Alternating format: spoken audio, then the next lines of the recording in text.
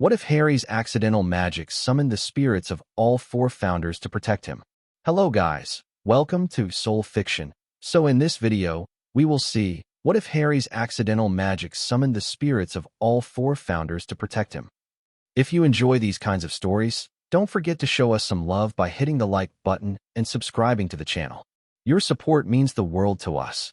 Now let's start the story. Chapter 1. The breaking point. Vernon Dursley's fist connected with the side of Harry's head, and the world went sideways. Not just from the blow, though that sent the 7-year-old crashing into the kitchen counter hard enough to crack something in his ribs. No, the world went sideways because Harry Potter, for the first time in his short and brutal life, felt something inside him snap that had nothing to do with bones. I told you, Vernon snarled, grabbing Harry by his too big shirt and hauling him up like a rag doll. No freakishness at the table. You made Dudley's bacon fly off his plate, you disgusting little. I didn't mean to. Harry gasped, blood running from his split lip, his words slurring from the ringing in his ears. I didn't. I was just hungry and I looked at it, and Vernon's hand closed around Harry's throat. This wasn't new. Vernon had hit him before, had locked him in the cupboard for days, had worked him until his small body collapsed. But he'd never done this. Never squeezed with both hands. Purple face inches from Harry's, spittle flying as he screamed words Harry couldn't hear anymore over the roaring in his ears. He couldn't breathe. He was going to die. The certainty of it washed over Harry with strange clarity. He was 7 years old. He'd never had a birthday cake. He'd never been hugged by someone who meant it. He'd never known why strange things happened around him. And now he was going to die in a kitchen that smelled like bacon grease and hatred while his aunt watched and did nothing. Petunia stood by the stove, face pale, hands twisting in her apron. Dudley had fled upstairs at the first sign of real violence, his own bacon forgotten. And Vernon just kept squeezing, his meaty fingers digging into Harry's windpipe. And somewhere in the back of Harry's fading consciousness, a voice that sounded nothing like his own whispered, "No, no." The windows exploded. Not just cracked, not just shattered. They detonated outward with enough force to embed glass shards in the neighbor's fence 30 feet away. The kitchen lights burst in showers of sparks. Every dish in the cupboard launched itself at Vernon's head with targeted fury, and the man released Harry to throw his arms up against the ceramic assault. Harry hit the floor, gasping, choking, his throat on fire and his vision swimming. But he could feel something building in his chest, something vast and terrible and completely beyond his control. It felt like standing in the path of a tidal wave. It felt like being struck by lightning. It felt like, "Make it stop." Petunia screamed, cowering against the refrigerator. "Make it stop, you horrible boy." Harry couldn't answer, could barely think. The thing inside him was growing, feeding on 7 years of starvation and cruelty and the fresh memory of his uncle's hands around his throat. It wanted out. It wanted blood. And some small, dark part of Harry wanted to let it. Vernon staggered to his feet, face purpling again, this time with rage rather than exertion. "You little freak, I'll kill you, he lunged. Harry screamed, and reality tore itself in half. The first thing Godric Gryffindor became aware of was pain. Not physical pain. He hadn't had a physical body in 1,000 years, give or take. This was something else. A soul-deep agony, like being torn from a warm bed on the coldest night of winter, like having every comfortable anchor ripped away at once. The second thing he became aware of was rage. Not his own rage, though Godric was certainly no stranger to that particular emotion. This was external. This was a child's rage, pure and primal and absolutely justified, and it had reached across a millennium of magical stasis to drag him back to consciousness. The third thing he became aware of was the small, broken body on the floor of a Muggle kitchen, and every thought in Godric's ancient mind collapsed into a single white-hot point of fury. "What?" he said, and his voice came out as a rumble that shook the foundations of Number 4 Privet Drive. "Have you done to this child?" Vernon Dursley, to his minimal CR, did not immediately soil himself. He did stagger backward into the kitchen table, sending salt shakers and napkin holders crashing to the floor, his face cycling through colors that suggested an imminent cardiac event. His mouth opened and closed like a landed fish. Godric didn't wait for an answer. He was already moving, drifting, really, since his feet weren't quite touching the floor, toward the crumpled form in the corner. The child, the source of that impossible summoning. He was small, far too small for 7 years old, and even from here Godric could see the bruises layered on top of bruises, the malnutrition in every jutting bone, the fresh finger marks already darkening around his throat. Godric. Rowena's voice, sharp and clear, cut through his mounting rage. The child first. Vengeance later. She materialized beside him, her silver-blue robes flowing in a wind that existed only for her. 1,000 years of death had done nothing to diminish Rowena Ravenclaw's presence. She still moved like a queen, still spoke like every word cost the listener a piece of their soul if they failed to pay attention. Her dark eyes swept over the kitchen, cataloging, analyzing, dismissing the Dursleys as irrelevant before focusing on Harry. "He's dying," she said flatly. "Internal bleeding. Organ damage. We have perhaps 10 minutes. Then stop talking and help me."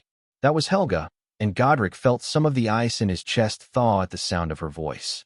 Helga Hufflepuff had always been the one to pull him back from the edge, the steady warmth to his explosive fire.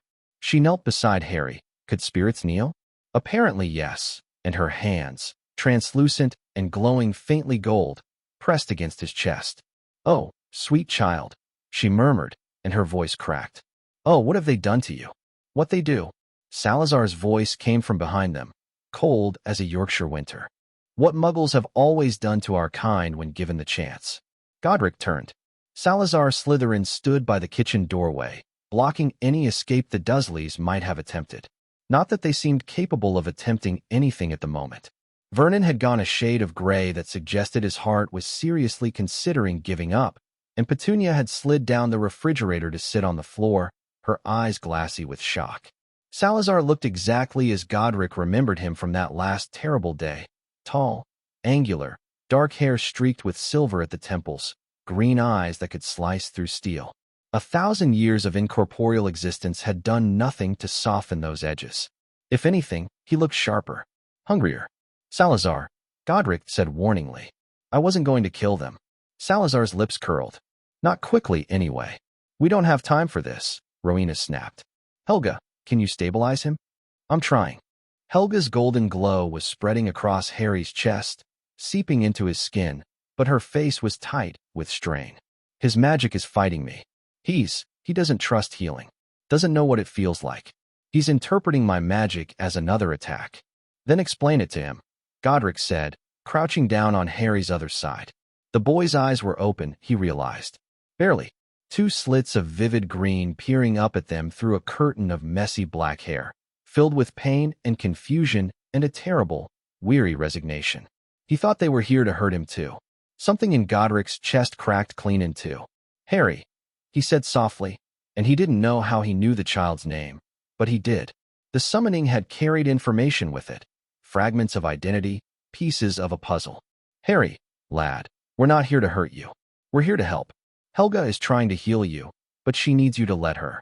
Can you do that?" Harry's cracked lips moved. No sound came out. "He can't hear you properly," Rowena said. "Auditory damage from the assault." "Here." She traced a symbol in the air, and it flared blue before sinking into Harry's ear. "That should help temporarily." Harry flinched at the magic, but when Godric spoke again, his eyes focused properly for the first time. "There you are." Godric managed a smile. "Harry, I need you to trust us. Just for a moment. Just long enough for Helga to fix what these—" He forced himself not to look at the Dursleys. "What these people did to you. Can you do that?" "Who?" Harry's voice was a rasp, barely audible. "Who are you?" "Friends," Helga said gently, her healing magic pulsing gold. "We're friends, little one. I know you don't know what that means yet. I know no one's ever been your friend before. But we are. And friends help each other. Will you let me help you?" A tear slid down Harry's cheek. Then another. He nodded. The resistance in his magic crumbled. Helga's healing rushed in like water breaking through a dam, and Harry's back arched off the floor as bones knitted back together, as bruises faded from black to purple to green to yellow to nothing, as the damage to his organs reversed itself in ways that would have taken a modern healer weeks to accomplish. Godric had forgotten how powerful Helga was. They all had, probably. She'd always been so gentle, so nurturing, that people forgot she'd once walked onto a battlefield and healed an entire army while it was still fighting. The scarring, Helga said through gritted teeth, sweat that couldn't exist beading on her brow. Godric, his scarring. It goes back years. I can heal what's fresh, but the old wounds. Do what you can. Godric's hand, incorporeal, useless, hovered over Harry's forehead. Over the lightning bolt scar that he'd noticed immediately but hadn't had time to process. That scar wasn't from the Dursleys. That scar was magical, deeply so, and it felt wrong. Tainted. Like something rotten hiding beneath a thin veneer of skin. Later. They'd deal with that later. The boy will live, Salazar said. He hadn't moved from his position by the door, but his attention had shifted from the Dursleys to Harry. Something complicated moved behind his eyes. His magical core is substantial, unusually so for his age. The summoning he performed should have been impossible. And yet here we are, Rowena murmured. Summoned by a 7-year-old who was never taught a single spell. Bound to him, if I'm reading the magical signatures correctly. Ripped from our anchoring to Hogwarts and tethered instead to a dying child in a Muggle suburb. She paused. I have questions. Later, Godric said, unconsciously echoing his own thoughts. Right now we need to get him out of here. And take him where? Salazar's voice was sharp. We're spirits, Godric. Powerful ones, yes, but spirits nonetheless. We can't exactly rent a room at the Leaky Cauldron. Hogwarts. Helga pulled her hands back from Harry's chest, the golden glow fading. He looked better now, color in his cheeks, breathing steady, bruises completely gone. We take him to Hogwarts. It's the only place we can fully manifest, and Poppy Pomfrey is still the matron there, isn't she? I felt her when we were summoned. She can provide the sustained care he'll need. Poppy's still alive. Godric blinked. She was barely out of training when She was 47 when you knew her, Rowena said dryly. Which means she's been the Hogwarts matron for over a century now. Time moves differently when you're awake, Godric. Hogwarts it is, then. Godric looked down at Harry. The boy had lost consciousness at some point during Helga's healing, his face slack and peaceful in a way that made Godric's heart ache. When was the last time this child had slept without nightmares? I'll carry him. You can't carry anything, Salazar pointed out. You're incorporeal. Then I'll figure out how to become corporeal. Rowena, is that possible? Theoretically. Rowena's eyes had gone distant. That familiar look she got when she was running calculations in her head.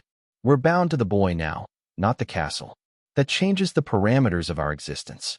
We should be able to manifest physically if we focus our intent through him. Use his magic as an anchor for temporary corporeality. Then let's try it. Godric focused. It wasn't like reaching for a muscle. Nothing so simple. It was more like remembering. Remembering what it felt like to have weight, to take up space, to interact with the physical world. He reached for that memory, reached through his connection to the unconscious boy on the floor, and his hand solidified. Not fully. He could still see the outline of the floor through his palm, but enough. Enough to grip. Enough to lift. Fascinating, Rowena breathed. Practical, Helga corrected, moving to help. Get his other arm. Gently. Together, they lifted Harry from the floor. He weighed almost nothing, which was wrong in about 17 different ways. A 7-year-old shouldn't feel like a bundle of twigs wrapped in cotton. What about them? Salazar nodded toward the Dursleys. Vernon had finally found his voice, or at least his ability to sputter incoherently. Petunia hadn't moved from her position on the floor. Godric looked at them. Really looked. Vernon Dursley was a pig of a man in every sense that mattered. Round, florid, dressed in the remnants of what had probably been an expensive suit before Harry's magic had shredded half of it. His eyes were small and mean, and even now, even faced with four clearly supernatural beings, his primary emotion seemed to be outrage. How dare these freaks invade his home? How dare they take his punching bag? Petunia was harder to read. There was fear there, certainly, but also something else. Something that looked almost like relief. They're not worth killing, Godric said finally, and Salazar's expression flickered with something that might have been disappointment. But they're also not going to forget this. Or repeat it. He turned to face Vernon fully, still holding Harry in his arms, and let 1,000 years of battle magic bleed into his voice. Vernon Dursley. The name came out like a curse. You have beaten, starved, and nearly murdered a child placed in your care. A magical child. A child of prophecy and power beyond your pathetic comprehension. By rights, I should let Salazar do what he's been itching to do since we arrived. And believe me, he has a very creative imagination when it comes to causing pain. Vernon's sputter died in his throat. But I won't. Not because you deserve mercy. You don't. Not because killing you would be wrong. Frankly, the world would improve considerably. But because that child in my arms has already seen too much death, and I won't add to it. Not even deaths as richly deserved as yours would be. Godric took a step forward. Vernon scrambled backward, knocking over a chair. So instead, I'm going to make you a promise, Vernon Dudley. If you ever raise your hand against another child, magical or otherwise, I will know. And I will come back. And I will bring friends. He smiled, and it was not a nice smile. Friends who died before the Geneva Conventions were even conceived of. Friends who remember when justice was simple and personal and extremely painful. Do you understand me? Vernon's head bobbed frantically. Good. Godric turned to Petunia. And you? I know who you are, Petunia Evans. I know whose sister you were. Lily Potter was one of the brightest witches of her generation, and you let her son be treated like an animal in your home. Petunia flinched. I don't know what turned you into this bitter, hateful creature, Godric continued. And right now, I don't care. But know this. If Harry ever decides he wants answers, I won't stop him from seeking them. And you'd better pray he inherited more of Lily's mercy than James's temper. He turned away, dismissing them both from his attention. Salazar, drop whatever ward you're contemplating. I can see you thinking about it. And help us get the boy out of here. Rowena, can you handle the apparition? Operating 4 spirits and an unconscious child across the length of Britain. Rowena's tone was desert dry. Why not? I've done more with less. That's the spirit. Was that a pun? Godric, I swear on my daughter's memory, if you're making jokes right now, both of you shut up. Helga's voice cracked like a whip, and they both fell silent immediately. That was another thing people forgot about Helga Hufflepuff. She'd been the only one who could consistently get the other 3 to stop arguing. We can bicker once the child is safe. Rowena, do the magic. Godric, hold him steady. Salazar, I know. Salazar's voice was strange. Quiet. He was staring at Harry's face with an expression Godric couldn't read. I'll anchor the secondary stabilization. Then let's go. Rowena raised her hands, and reality folded. Apparition, Godric remembered, was unpleasant even when you had a body. Without one, it was indescribable. Like being squeezed through a tube of pure mathematics while every atom of your being screamed in protest. When reality reassembled itself, they were standing in the hospital wing of Hogwarts School of Witchcraft and Wizardry. It looked almost exactly as Godric remembered it. Same high ceilings, same arched windows, same rows of beds with crisp white linens. The afternoon sunlight streamed through the glass, painting golden rectangles on the stone floor. Somewhere in the distance, he could hear the castle itself humming, a deep, subsonic vibration that he'd always found comforting, like a heartbeat. Home. They were home. Oh my, said a voice. What in Merlin's name? Poppy Pomfrey had emerged from her office at the far end of the wing, presumably in response to the crack of apparition. She looked older than Godric remembered. Of course she did. It had been 1,000 years, but her eyes were the same sharp brown, and she still moved with that no-nonsense efficiency that had made her the best healer Hogwarts had ever employed. She also still had excellent threat assessment instincts, because her wand was out and pointed at them before she'd taken 3 steps. Who are you? How did you get past the wards? And what? Her eyes landed on Harry, and her expression changed completely. Is that a child? Is that child injured? Put him down immediately. Gladly. Godric moved to the nearest bed and set Harry down as gently as he could. The boy stirred slightly, but didn't wake. Poppy, I need you to listen carefully. I don't care who you are or how you know my name. Poppy snapped, already casting diagnostic charms. I care about the fact that this child has clearly been through severe trauma, has magical exhaustion I've never seen outside of war veterans, and she stopped. Frowned. Ran the diagnostic again. What is it? Helga was at her side instantly. I healed what I could, but there was so much damage. Who are you people? Poppy demanded, but her voice had lost some of its edge. These readings don't make sense. His internal damage has been healed, but the magical signature is all wrong. It's ancient. She trailed off, her eyes going wide. It's founder class healing. That's because I performed it, Helga said gently. Hello, Poppy. It's been a while. Poppy Pomfrey was a professional. She'd seen everything in her century plus as Hogwarts matron. Dark curses, botched potions, transfiguration accidents, the aftermath of 6 wizarding wars, and that one time the Weasley twins had accidentally turned half the Quidditch team into a single large badger. She'd never fainted in her life. She didn't faint now, either. But it was a near thing. That's not possible, she whispered. The founders are. You died 1,000 years ago. We didn't die, precisely, Rowena said. We transitioned. Anchored our spirits to Hogwarts itself to continue guiding future generations. Not that anyone could see or hear us after the first century or so. Then how are you here now? How are you visible? How are you? Poppy's eyes snapped back to Harry. The boy. He summoned you. His magic did, Salazar confirmed. He'd moved to the window and was staring out at the grounds with an unreadable expression. An act of accidental magic so powerful it shouldn't have been possible for any adult, let alone a child. It reached through our stasis and tore us free. Bound us to him in the process. Bound you? What does that mean? It means, Godric said heavily, that wherever that boy goes, we go. We're tied to him now, not the castle. He's our new anchor. Poppy absorbed this. Her diagnostic charms were still running, painting shifting runes in the air above Harry's sleeping form. His injuries, she said after a moment. Before you healed him. How bad were they? Multiple broken ribs. Internal bleeding. Damage to his liver and 1 kidney. Extensive bruising across 70% of his body. Old fractures that had healed improperly. Malnutrition severe enough that I'm frankly astonished he was still alive. Helga's voice was steady, but her hands were shaking. And the finger marks around his throat suggest he was being strangled when his magic finally responded. Poppy closed her eyes. He's Harry Potter, she said. It wasn't a question. Yes. He was supposed to be safe. Albus said.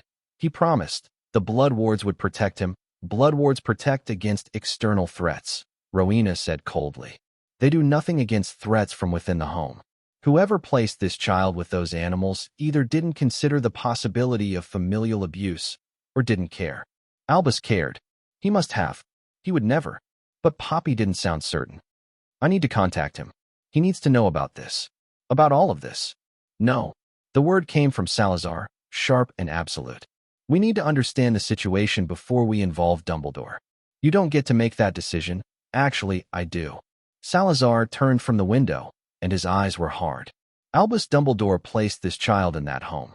He spent 6 years ignoring the abuse or ignorant of it. Either option speaks poorly of his judgment.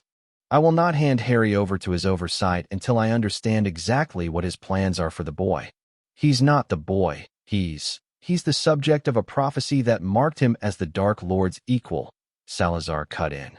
He's the only known survivor of the killing curse. He bears a scar that reeks of dark magic in ways I've never encountered. And he was being raised by muggles who tried to beat the magic out of him. His voice dropped. Forgive me if I'm skeptical of Dumbledore's benevolence. The hospital wing fell silent. Godric looked at Salazar, really looked, and saw something he hadn't expected to see. Not anger, or vindication, or any of the emotions he might have predicted from the man who'd once argued so passionately that magical children should be protected from muggle cruelty at any cost. Salazar looked sick, haunted, like seeing Harry had broken something inside him that he'd thought was already as broken as it could get. Salazar, Godric said quietly. Don't. Salazar's jaw tightened. Don't try to comfort me, Godric. I spent 1,000 years watching our world forget everything we built. I watched blood purists twist my words into justification for genocide. I watched Muggle-raised children come to Hogwarts beaten and broken and traumatized, year after year, century after century, while everyone in power turned a blind eye because it wasn't that bad, or they're just Muggles, they don't know any better, or, he stopped. Breathed. I was right to be afraid for our children. I was wrong about the solution, but I was right to be afraid. Salazar, there will be no more debate on this matter, Salazar said flatly. That boy was tortured. By his family. His Muggle family. And everyone in the magical world who should have protected him. Failed. I will not let it happen again. Godric opened his mouth to respond, but before he could, a small voice from the bed said, Where am I? All four founders turned. Harry was awake. He was sitting up, barely, his arms shaking with the effort, and his eyes were darting around the room with the wild, hunted look of a cornered animal. His breathing was fast and shallow. His hands were clenched in the bedsheets. It's all right, Helga said immediately, moving toward him. Harry, you're safe. Harry flinched backward so violently he nearly fell off the bed. Helga froze. Sorry, Harry whispered, and the words seemed to cost him something. Sorry, I'm sorry, I didn't mean to. I'll be good. I promise Harry. Godric kept his voice soft, gentle, like approaching a wounded animal, which, he supposed, was exactly what he was doing. No one here is going to hurt you. No one here is going to punish you. You haven't done anything wrong. Harry's eyes found his face. But I broke things. At the house. I made the windows explode and the dishes attack Uncle Vernon, and his voice cracked. I didn't mean to. I can't control it. I tried to be normal. I tried so hard. But it just happens and I can't make it stop. It's called magic, Rowena said, and her voice was gentler than Godric had heard it in centuries. What happens around you? The strange, inexplicable things, it's magic. You're a wizard, Harry. Just like us. Like you. We're wizards too. Well, which is in the case of Helga and Rowena. Godric hesitated. How did you explain this to a traumatized 7-year-old who'd been told his entire life that magic wasn't real, that he was a freak, that he was wrong for existing? We're spirits. Ghosts, sort of, but not exactly. We lived a very long time ago and helped build this place. It's a school for magical children. And when you were in danger, your magic called out to us, and we came. Harry stared at him. You came to help me? Yes. Why? The question was so raw, so genuinely confused, that Godric felt his heart crack a little more. Because you needed help, he said simply. Because we could provide it. Because, he paused, searching for words. Because every magical child deserves protection, Harry. Every single one. And whoever was supposed to protect you failed. So now we're here. For how long? Godric glanced at the others. Rowena raised an eyebrow. Helga nodded almost imperceptibly. Salazar was still staring at Harry with that complicated expression, but he didn't object. For as long as you need us, Godric said. We're bound to you now, Harry. Your magic tied us together when it summoned us. We couldn't leave even if we wanted to. Oh, Harry looked down at his hands. They were trembling. I'm sorry. I didn't mean to trap you. You didn't trap us. Helga moved forward again, slowly this time, telegraphing every step. When she reached the bed, she sat down on the edge, leaving plenty of space between herself and Harry. You saved us, in a way. We were sleeping, Harry, for a very long time. And your magic woke us up. We're grateful. You are. Very. Helga smiled, and it was the warmest thing in the room. It's been a long time since any of us had a purpose. Taking care of you, helping you learn about magic, helping you grow up safe and healthy. That's a very good purpose. Harry's lower lip trembled. No one's ever. He stopped, swallowed. The Dursleys said no one would ever want me. They said my parents died because of me, because I'm a freak, and that's why I had to stay with them, because no one else would take me. Your parents didn't die because of you, Salazar said quietly. Everyone looked at him. He'd moved closer to the bed, and his expression had shifted into something almost gentle. They died protecting you. From a very dark wizard who wanted to kill you for reasons we don't fully understand yet. They sacrificed themselves so you could live, Harry. That's not your fault. That's their love. Harry's eyes were wet. How do you know that? Because I was there. Salazar's voice was distant. In a sense, Hogwarts felt it when they died. The castle mourned. We all did, in our sleep. He paused. James and Lily Potter were heroes, Harry, and they loved you more than anything in the world. A tear slid down Harry's cheek. Then another. Helga opened her arms, slowly, leaving the choice entirely up to Harry. He stared at her for a long moment. Then, with the hesitation of a child who'd never been held with kindness, he leaned forward and let her fold him into a hug. Godric looked away. There was something too raw about watching a child experience basic human comfort for the first time. Something that made him want to go back to Privet Drive and finish what he'd started. He'll need food, Poppy said quietly. She'd been watching the whole exchange with glistening eyes, but her voice was professional. Steady. Nutritional potions, at first. His stomach won't be able to handle solid food for a while. And sleep. Lots of sleep. The magical exhaustion alone would take weeks to recover from naturally. Can you help with that? Godric asked. Of course. That's my job. Poppy's expression hardened slightly. But you understand I will need to notify the headmaster. Whatever your concerns about his judgment, Albus Dumbledore is the head of this school. A child appearing in the hospital wing, especially this child, is not something I can keep secret. We understand, Rowena said. But we would prefer to be present when you inform him. And we would appreciate if you could delay the notification until the morning. Give Harry time to rest. Give us time to understand what we're dealing with. Poppy considered this.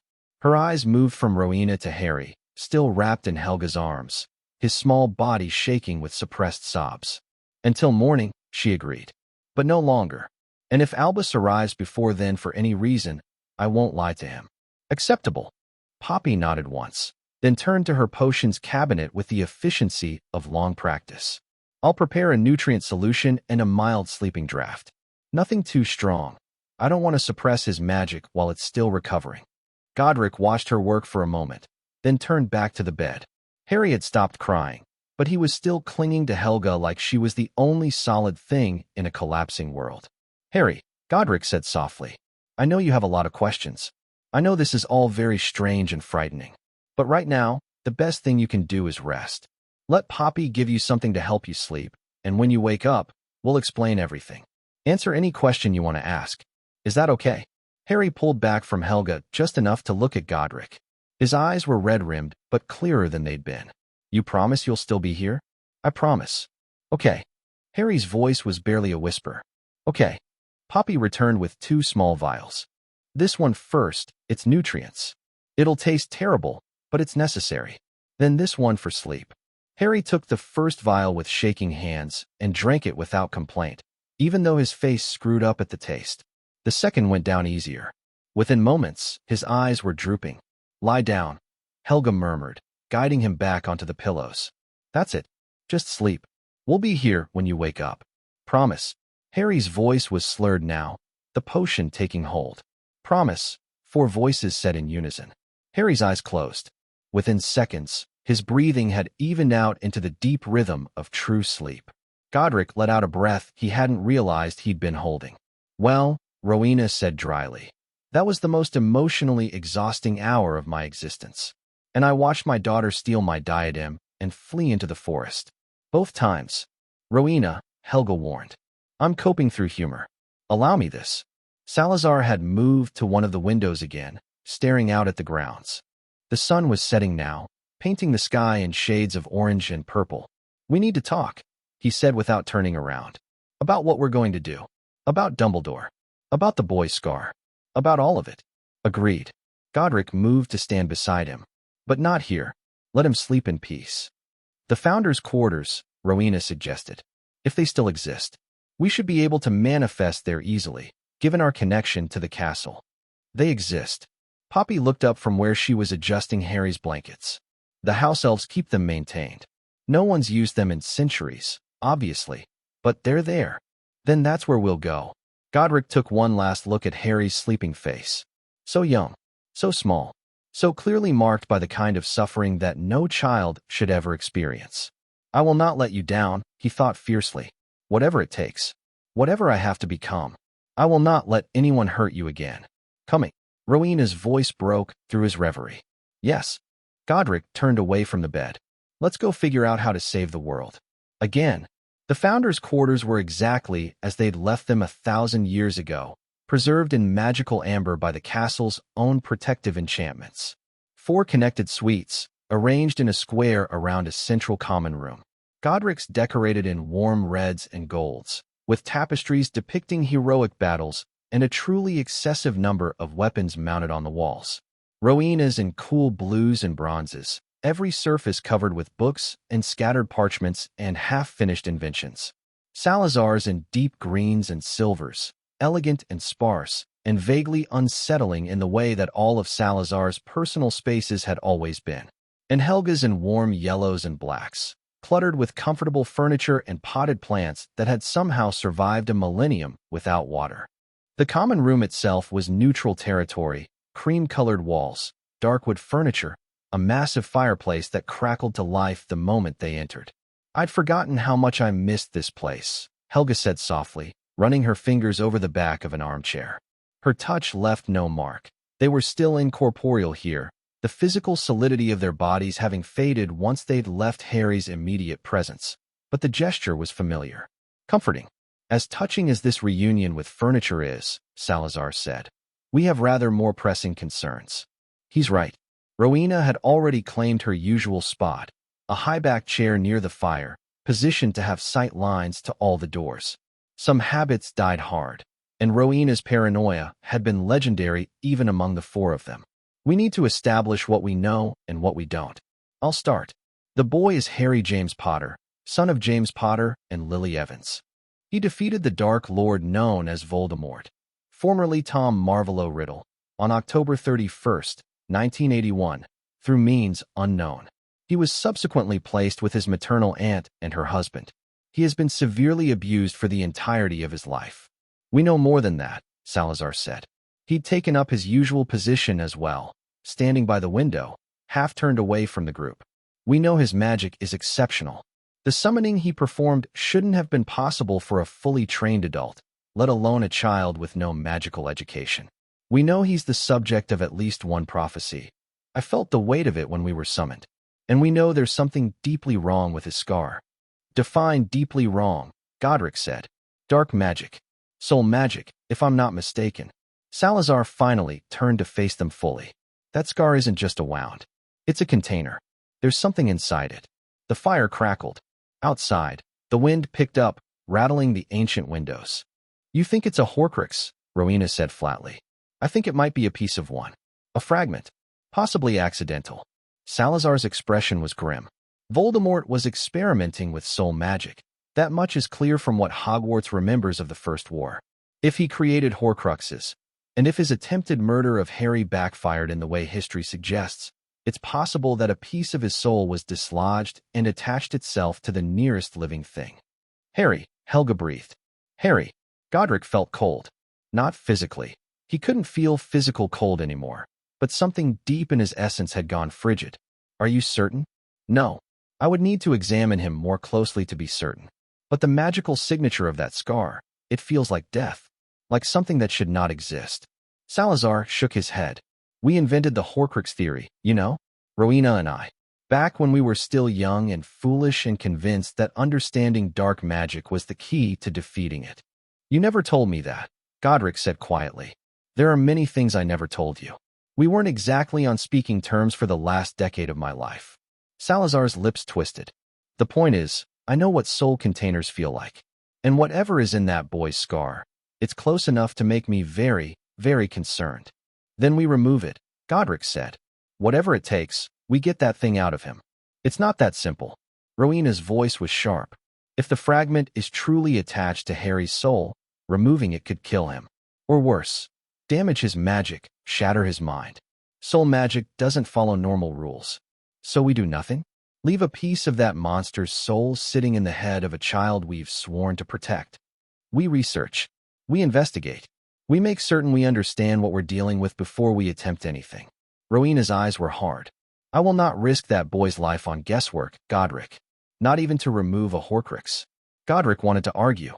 Every instinct he had was screaming that they needed to act, needed to do something, needed to fix this now. But he recognized the look in Rowena's eyes. She was right, and he knew it, and pushing her would only make things worse. "Fine," he said tightly. "We research, but we do it quickly. And if we find a way to remove that thing safely, then we remove it immediately." "Agreed." Rowena nodded. "Now, the more immediate concern, Dumbledore. What about him?"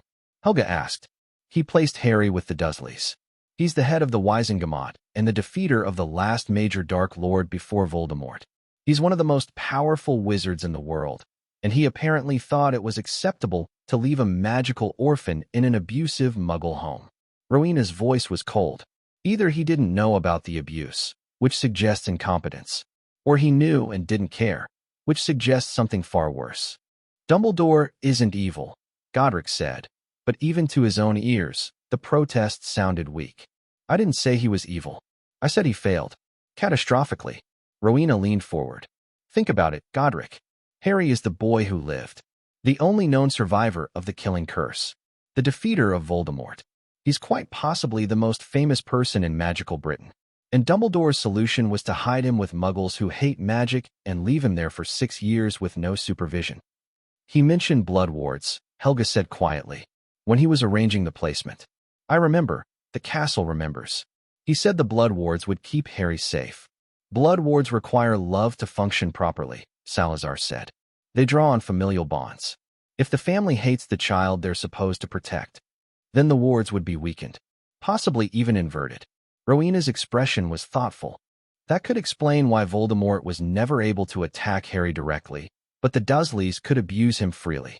The wards protected against external magical threats, but did nothing against mundane cruelty from within. Which means either Dumbledore didn't understand how blood wards actually work, unlikely, given his reputation, or he prioritized magical protection over Harry's physical and emotional well-being. Godric's hands clenched into fists. The greater good. What? It's something he said once. I don't remember when. The castle's memories are fragmented. But I remember those words. For the greater good. He believed that sacrifices had to be made for the right reasons. And Harry was an acceptable sacrifice, Salazar said flatly. We don't know that. We know enough. Salazar's eyes were hard. Whatever Dumbledore's intentions, the result is undeniable. Harry was abused. For 6 years. And no one intervened. Not Dumbledore, not the Ministry, not anyone. The entire magical world celebrated the boy who lived while the actual boy was being starved and beaten in a cupboard. The fire popped. Shadows danced on the walls. So what do we do? Helga asked. We can't just take Harry and disappear. We're spirits. We can't provide for him physically, can't sign documents or open bank accounts or do any of the things a guardian needs to do. We make Hogwarts his home, Rowena said. It's the only place we can fully manifest anyway. We convince Dumbledore, or whoever else has authority, that Harry's best interests are served by staying here, under our protection. And if Dumbledore refuses? Rowena's smile was thin and cold. Then we remind him that this is our castle, that we built it, warded it, enchanted it with protections that modern wizards can barely comprehend, that we could, if we chose, make Hogwarts entirely inaccessible to anyone we didn't approve of. She paused. I would prefer not to make threats, but I will if necessary. I love it when you get scary, Godric said. I know you do. It's one of your many character flaws. Despite everything, Godric felt himself smile. It had been 1,000 years, but some things never changed. Rowena's dry wit. Salazar's brooding intensity. Helga's steady warmth. The way they fit together, even after everything that had driven them apart. We should rest, Helga said. I know we don't technically need sleep anymore, but this has been a lot. And Harry will be awake in a few hours. We should be ready. Helga's right. Godric stood, or at least performed the spiritual equivalent. Get whatever rest you can. Tomorrow we deal with Dumbledore, and probably the rest of magical Britain after that. Joy, Salazar muttered.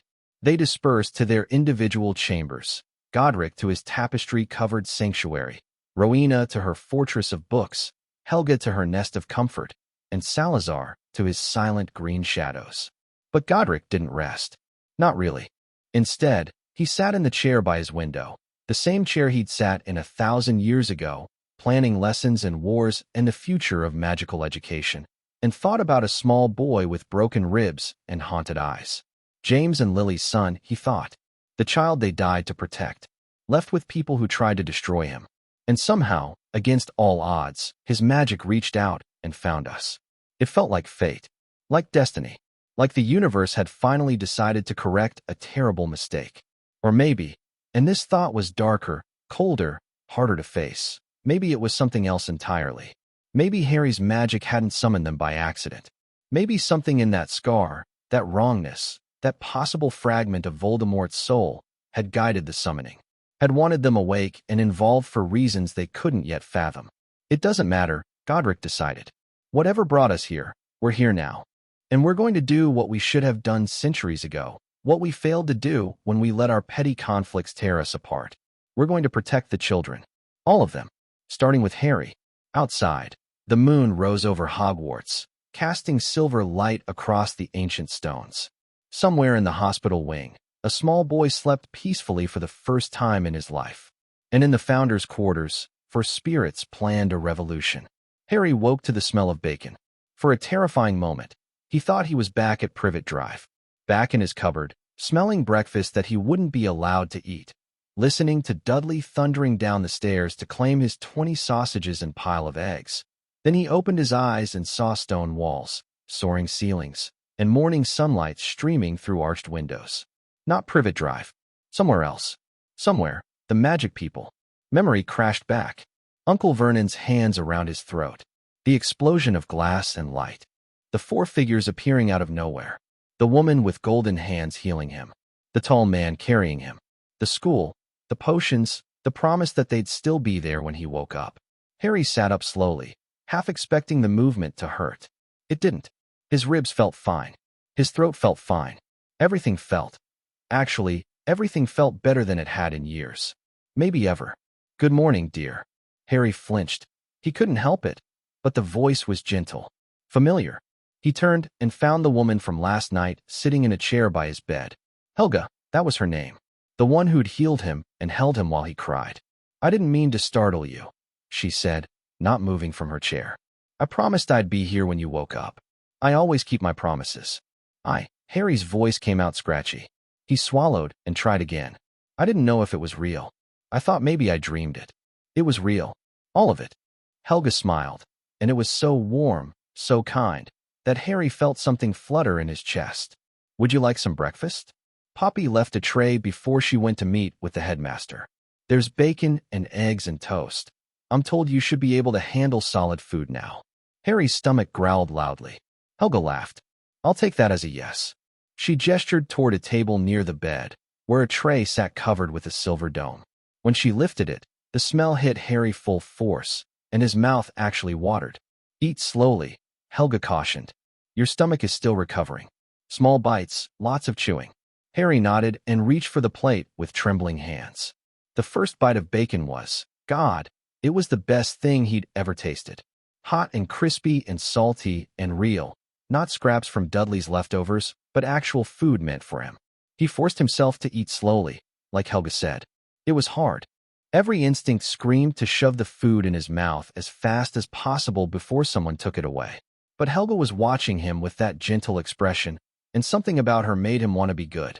Not in the desperate, fearful way he'd tried to be good for the Dursleys. In a different way. A better way. Where are the others? He asked between bites. The men and the other lady? Rowena and Godric are speaking with the headmaster right now. Salazar is.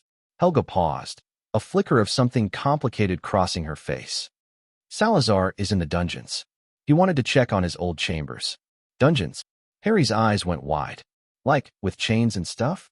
No, nothing like that. Helga laughed again, a sound like warm honey. Hogwarts has dungeons in the sense of underground rooms. Salazar always preferred them. He liked the quiet and the coolness. She tilted her head. You'll meet him properly later. He takes some getting used to. But he cares about you, Harry. They all do. Harry didn't know what to say to that. The idea that anyone cared about him, let alone 4 ancient magical spirits who'd appeared out of nowhere to save his life, was too big to fit in his head. So instead, he asked the question that had been burning in his mind since he'd woken up. What happens now? Helga's expression softened. That depends on several things. The headmaster, Professor Dumbledore, he's the one who placed you with your aunt and uncle. Godric and Rowena are talking to him right now, trying to understand why he made that decision and what the alternatives are. Will I have to go back? The question came out small. Terrified. No. Helga's voice was absolute. Never. I promise you, Harry, no matter what else happens, you will never go back to that house. We will not allow it. Harry felt tears prick his eyes again. He blinked them back furiously. He'd cried more in the last day than he had in his entire life, and he hated it. The Dursleys said crying was for babies and freaks. But the Dursleys said a lot of things. And they'd been wrong about everything else, hadn't they? Why do you care so much? He asked, and his voice cracked on the words. You don't even know me. You're from 1,000 years ago. I'm nobody. I'm a freak who does weird things, and, stop. Helga's voice was gentle but firm. You're not a freak, Harry. You're a wizard. A magical person, just like us. The things you did, the windows, the accidents, all of it, that was magic. You're magic. It's a gift, not a curse. But why me? Why did my magic call you specifically? That's complicated. Helga paused, choosing her words carefully. Partially because your magic is very strong. Stronger than almost anyone we've ever encountered. And partially because of your bloodline. My bloodline. The Potters are an old family. One of the oldest in magical Britain. They've been around almost as long as Hogwarts itself. And over the centuries, they've intermarried with many other old families. Helga met his eyes, including ours. You're descended from all four of us, Harry. Distantly, through different lines, but the blood is there. When your magic reached out in desperation, it found the strongest anchors it could, and those anchors were us. Harry stared at her. I'm related to you. Very distantly. 1,000 years is a lot of generations. Helga smiled. But yes, you're our heir, Harry. The last living heir of all four founders. That's why we were able to come when you called. That's why we're bound to you now. Harry's breakfast sat forgotten on the tray. His mind was spinning, trying to process this. He was descended from the people who built this school. He had a bloodline, a history, a connection to something ancient and powerful. He wasn't just a freak. He was a wizard, an heir. I don't feel very powerful, he admitted. You will. Helga reached out, slowly, giving him time to pull away. When he didn't, she rested her hand on top of his. It felt warm, despite her being some kind of spirit. We're going to teach you, Harry, everything we know about magic, about our world, about who you are and what you can become. By the time we're done with you, Helga's modesty is showing again. A voice drawled from the doorway. Harry jumped. Helga pulled her hand back inside. Salazar, you could knock. On an open doorway? How illogical. The man from last night stepped into the hospital wing, and Harry got his first real look at him. Tall, sharp-featured, dark hair, pale skin, green eyes that seemed to look right through you. He moved like a snake, fluid, graceful, somehow threatening even when he was doing nothing threatening at all. Harry. Salazar nodded to him. You look better. Thank you, sir. The honorific came out automatically. Harry immediately tensed, expecting criticism. Uncle Vernon hated being called sir, said it made him sound like a servant. But Salazar just smiled slightly. Polite. Good. Manners cost nothing and are worth everything. Though you needn't call me sir. Salazar will do. Or that insufferable snake, if you prefer. Godric certainly does. Okay. Salazar moved further into the room, his robes flowing behind him like water. Up close, Harry could see that he wasn't entirely solid. There was a slight translucence to him, a hint of the walls visible through his form. It should have been scary. Somehow it wasn't. I have a question for you, Harry. You don't have to answer if you don't want to. But I'd like to know, how long have you been having nightmares about the green light? Harry's blood went cold. How did you, your magical signature? It carries echoes of trauma, and one of those echoes is tinged with very distinctive light. Salazar's expression was unreadable. The green light that killed your parents. You remember it, don't you? Harry swallowed. I dream about it sometimes. A lot of green light, and a woman screaming, and then cold air and pain, and he couldn't continue. Do you remember anything else? Any words? Any faces? Harry shook his head. Just the light. And the screaming. And sometimes. He hesitated. Sometimes I think I hear laughing. Cold laughing. But that might just be a dream. Salazar exchanged a look with Helga that Harry couldn't interpret. Thank you for telling me, Salazar said finally. I know that wasn't easy. You should know, those dreams are real. They're memories. You witnessed your parents' murder when you were a baby, and some part of your mind preserved it. Harry felt sick. The man who killed them, Voldemort, he tried to kill you too. That scar on your forehead is where his curse struck you. But for reasons no one fully understands, the curse rebounded. You survived. He didn't. Not exactly. What do you mean, not exactly? Another look between the two adults. This one, Harry could read. They were deciding how much to tell him. Voldemort was a dark wizard, Salazar said slowly. The darkest in recent history, possibly in all of history. He did things to himself, terrible things, to avoid death. We believe those things may have kept a part of him, lingering. Not alive, but not fully dead either. Like a ghost. Something like that. More like a shadow. a shadow of what he once was. Salazar crouched down until he was eye level with Harry. We're telling you this not to scare you, but because you have a right to know. You're not just the boy who lived. You're the boy who holds a connection to Voldemort through that scar. A connection we don't fully understand yet. Is that why my scar hurts sometimes? Salazar went very still. Your scar hurts. Sometimes. Not all the time. Just when I have the dreams. Or when I feel something really strongly, like anger or fear. It kind of burns. Helga. Salazar's voice had changed. Sharper. More urgent. Get Godric and Rowena. Now. Salazar, what? Now, Helga. Something in his tone made her go. She vanished. Not walked. Actually vanished into thin air, and Harry was left alone with Salazar. Did I say something wrong? No. Salazar's eyes were locked on Harry's scar. You said something very right. Very important. Harry, I need to look at your scar. Just look, not touch. Is that all right? Harry nodded, not trusting his voice. Salazar leaned in. His green eyes were intense, focused, and Harry had the sudden strange feeling that Salazar was looking at something beyond the physical scar. Something underneath. Fascinating, Salazar murmured. And horrifying. The connection is stronger than I thought. It's not just a psychic link, it's almost. He trailed off. Almost what? Before Salazar could answer, 3 more figures materialized in the hospital wing. Godric, Rowena, and Helga, all looking various shades of concerned. What's happened? Godric demanded. Helga said it was urgent. The scar. Salazar stood slowly. Harry, tell them what you told me. About the dreams, the green light, the pain. Harry repeated what he'd said, feeling increasingly nervous as all 4 ancient spirits stared at him with expressions ranging from worried to calculating to openly horrified. When he finished, there was a long silence. The connection is active, Rowena said finally. Not dormant.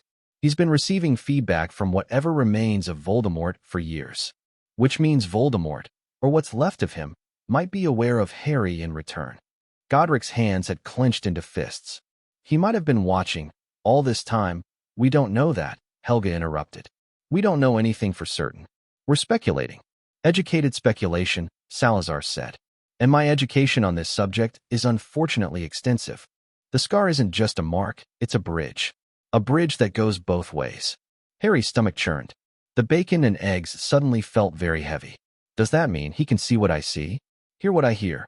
Probably not, Rowena said, but she didn't sound certain. Passive connections like this usually only transmit strong emotions, vivid memories, extreme sensations. He probably can't spy on you directly. Probably. We'll make sure. Godric's voice was firm.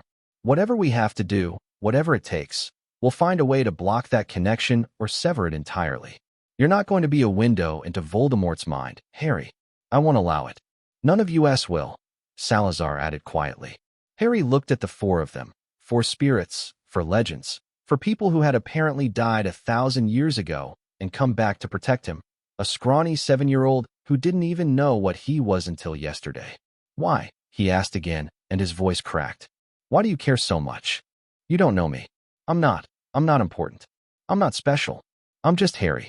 Godric moved forward, and despite his incorporeal form, he somehow projected a warmth that Harry could feel.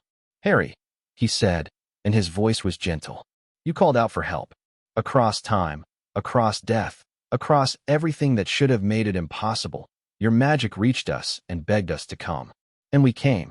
Not because you're the boy who lived, not because you're important to some prophecy, but because you were a child in pain who needed protection.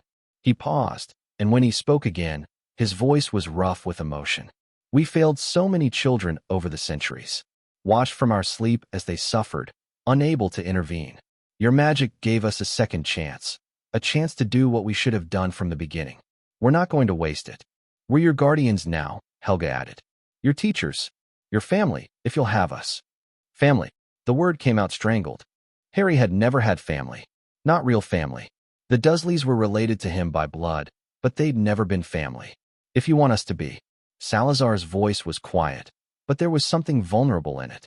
Something that Harry suspected very few people had ever heard. I know we're not conventional. We're spirits, not living people. We can't do everything a normal family could do. But we can love you, Harry. We can protect you. We can teach you. And we can promise, all four of us, together, that we will never, ever let anyone hurt you again." Harry's vision blurred with tears. He tried to blink them back, failed, gave up. "I want that," he whispered. "I want a family." "Then you have one." Godric's smile was warm enough to light up the room. "Welcome to the Founders, Harry. It's going to be a hell of a ride." The door to the hospital wing opened. A man walked in, old, with a long silver beard and half-moon spectacles, dressed in robes of deep purple covered with tiny moving stars. His eyes were blue and sharp and very, very intelligent. Harry knew immediately who this was. He didn't know how, some instinct, maybe, or the way all four Founders suddenly went tense and alert, but he knew. This was Albus Dumbledore, the headmaster, the man who'd left him with the Dursleys. "Ah," Dumbledore said, and his voice was gentle, grandfatherly. "I see you're awake, Harry. I hope you're feeling better." Harry didn't answer. He was watching the Founders, watching how they'd arranged themselves. Helga beside him, Godric between him and Dumbledore, Salazar and Rowena flanking like guards. "Albus." Godric's voice was polite, but there was steel underneath. "We were just getting acquainted. Harry has had a very difficult night." "Indeed he has. Poppy told me what she observed, and I must say, I'm quite disturbed." Dumbledore moved further into the room, but stopped when Godric didn't step aside. The wards around Privet Drive should have prevented any serious harm from coming to Harry. "I'm at a loss to explain how they failed so catastrophically." "Are you?" Salazar's voice was ice. "Let me illuminate you, then. Blood wards require love to function. Familial bonds. Affection." Petunia Dursley felt none of these things for Harry. She despised him, just as she despised her sister. The wards you placed weren't protecting Harry. They were trapping him. A prison disguised as a home. "That's not. I didn't intend." "We don't care what you intended." Rowena's interruption was sharp. "We care what happened. A magical child was abused, nearly murdered, in a home you placed him in. Your intentions are irrelevant. Your results are catastrophic." Dumbledore's expression shifted. The grandfatherly twinkle faded, replaced by something older. Harder. "You don't understand the situation. There were reasons. There are always reasons." Godric's voice rose.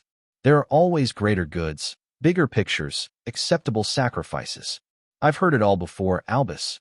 Usually from the mouths of people about to do something monstrous. I am not a monster." "Then stop acting like one."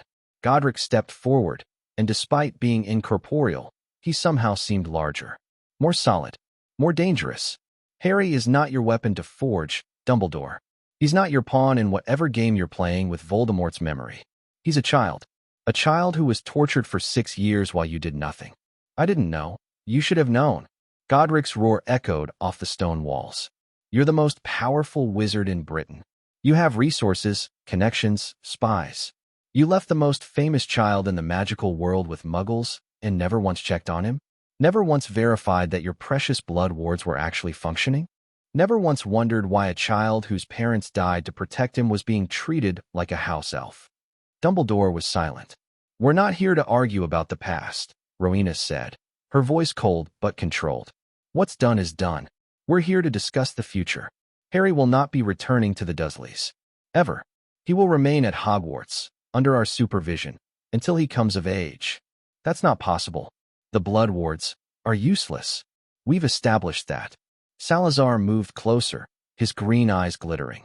"Try another excuse. There are legal considerations. Custody laws. The Ministry will want. The Ministry can burn." Salazar's voice was soft. "Dangerous. We built this castle, Dumbledore. We warded it, enchanted it, gave it the magic that has kept it standing for 1,000 years. We can make it a fortress. We can make it impenetrable to anyone we don't approve of, including Ministry officials, including you. You wouldn't we?" Salazar smiled, and it wasn't nice. "Try us." Harry watched this all from his bed, feeling strangely disconnected. These people, these spirits, were arguing over him, fighting for him, standing between him and a man who apparently had more power than anyone else in magical Britain. No one had ever done that before. "Albus." Helga's voice cut through the tension. She hadn't moved from Harry's side, but she commanded attention nonetheless. "We don't want to be your enemies. We share the same goal, protecting this school, protecting magical children, protecting the world from darkness. But we will not compromise on Harry's safety. Not for politics, not for prophecies, not for anything. What prophecy? Harry asked. Everyone went still. Dumbledore said. You told him. We told him enough. Godric hadn't taken his eyes off Dumbledore. He deserves to know that there are forces at work beyond his control. He deserves to know why he was targeted. What prophecy? Harry repeated, louder. Dumbledore sighed. For the first time since entering, he looked old, tired, beaten. There was a prophecy made before you were born, he said slowly. It spoke of a child who would have the power to defeat the Dark Lord. A child born at the end of July, to parents who had defied Voldemort 3 times. That child was you, Harry. Me? Harry's voice came out small. I'm supposed to defeat Voldemort? Prophecies are uncertain things. Rowena's voice was sharp. They can be interpreted many ways. They can be wrong. They can be self-fulfilling. The fact that a prophecy exists doesn't mean you're obligated to fulfill it. But Voldemort believed it, Dumbledore said quietly. He believed you would grow up to destroy him. That's why he tried to kill you. That's why your parents died. Harry felt numb. So it is my fault. They died because of me. No. 4 voices simultaneously. The founders all spoke at once, and the power of their combined denial made the windows rattle. They died because Voldemort is a murderer, Godric said fiercely. They died because they refused to give you up. They died heroes, Harry. Don't ever let anyone tell you their deaths were your fault. The prophecy exists, Salazar added, but you didn't create it. You didn't ask for it. It's not your responsibility to fulfill it, and it's certainly not your fault that a madman took it seriously. Harry looked at Dumbledore. Is that why you left me there? With the Dursleys? Because of the prophecy? Dumbledore was silent for a long moment. I believed the Blood Wards would keep you safe. I believed a quiet, normal childhood would prepare you for what was coming. I believed. He trailed off. You believed wrong. Harry's voice was quiet but steady, stronger than it had ever been. I didn't have a quiet childhood. I had a horrible one. I was beaten and starved and locked in a cupboard under the stairs. I thought I was worthless. I thought no one would ever want me. He met Dumbledore's eyes. And you never even checked. Dumbledore flinched. I'm sorry, Harry. I truly am. Okay. Harry didn't know what else to say. The apology felt hollow, meaningless. What good was sorry when you couldn't undo 6 years of hell? We're done here, Godric said. Harry needs rest, and you have a lot to think about, Albus. The founders have returned. Things are going to change at Hogwarts, slowly, perhaps, but inevitably. You can work with us, or you can oppose us. But either way, Harry stays here, under our protection. End of discussion. Dumbledore looked at them, for spirits, for legends, for people he'd grown up reading about in history books, and nodded slowly. I see I have no choice. You have plenty of choices. You just won't like the consequences of the wrong ones. Godric's smile was thin. Welcome to the new era, Headmaster. I hope you're ready for it. Dumbledore left without another word.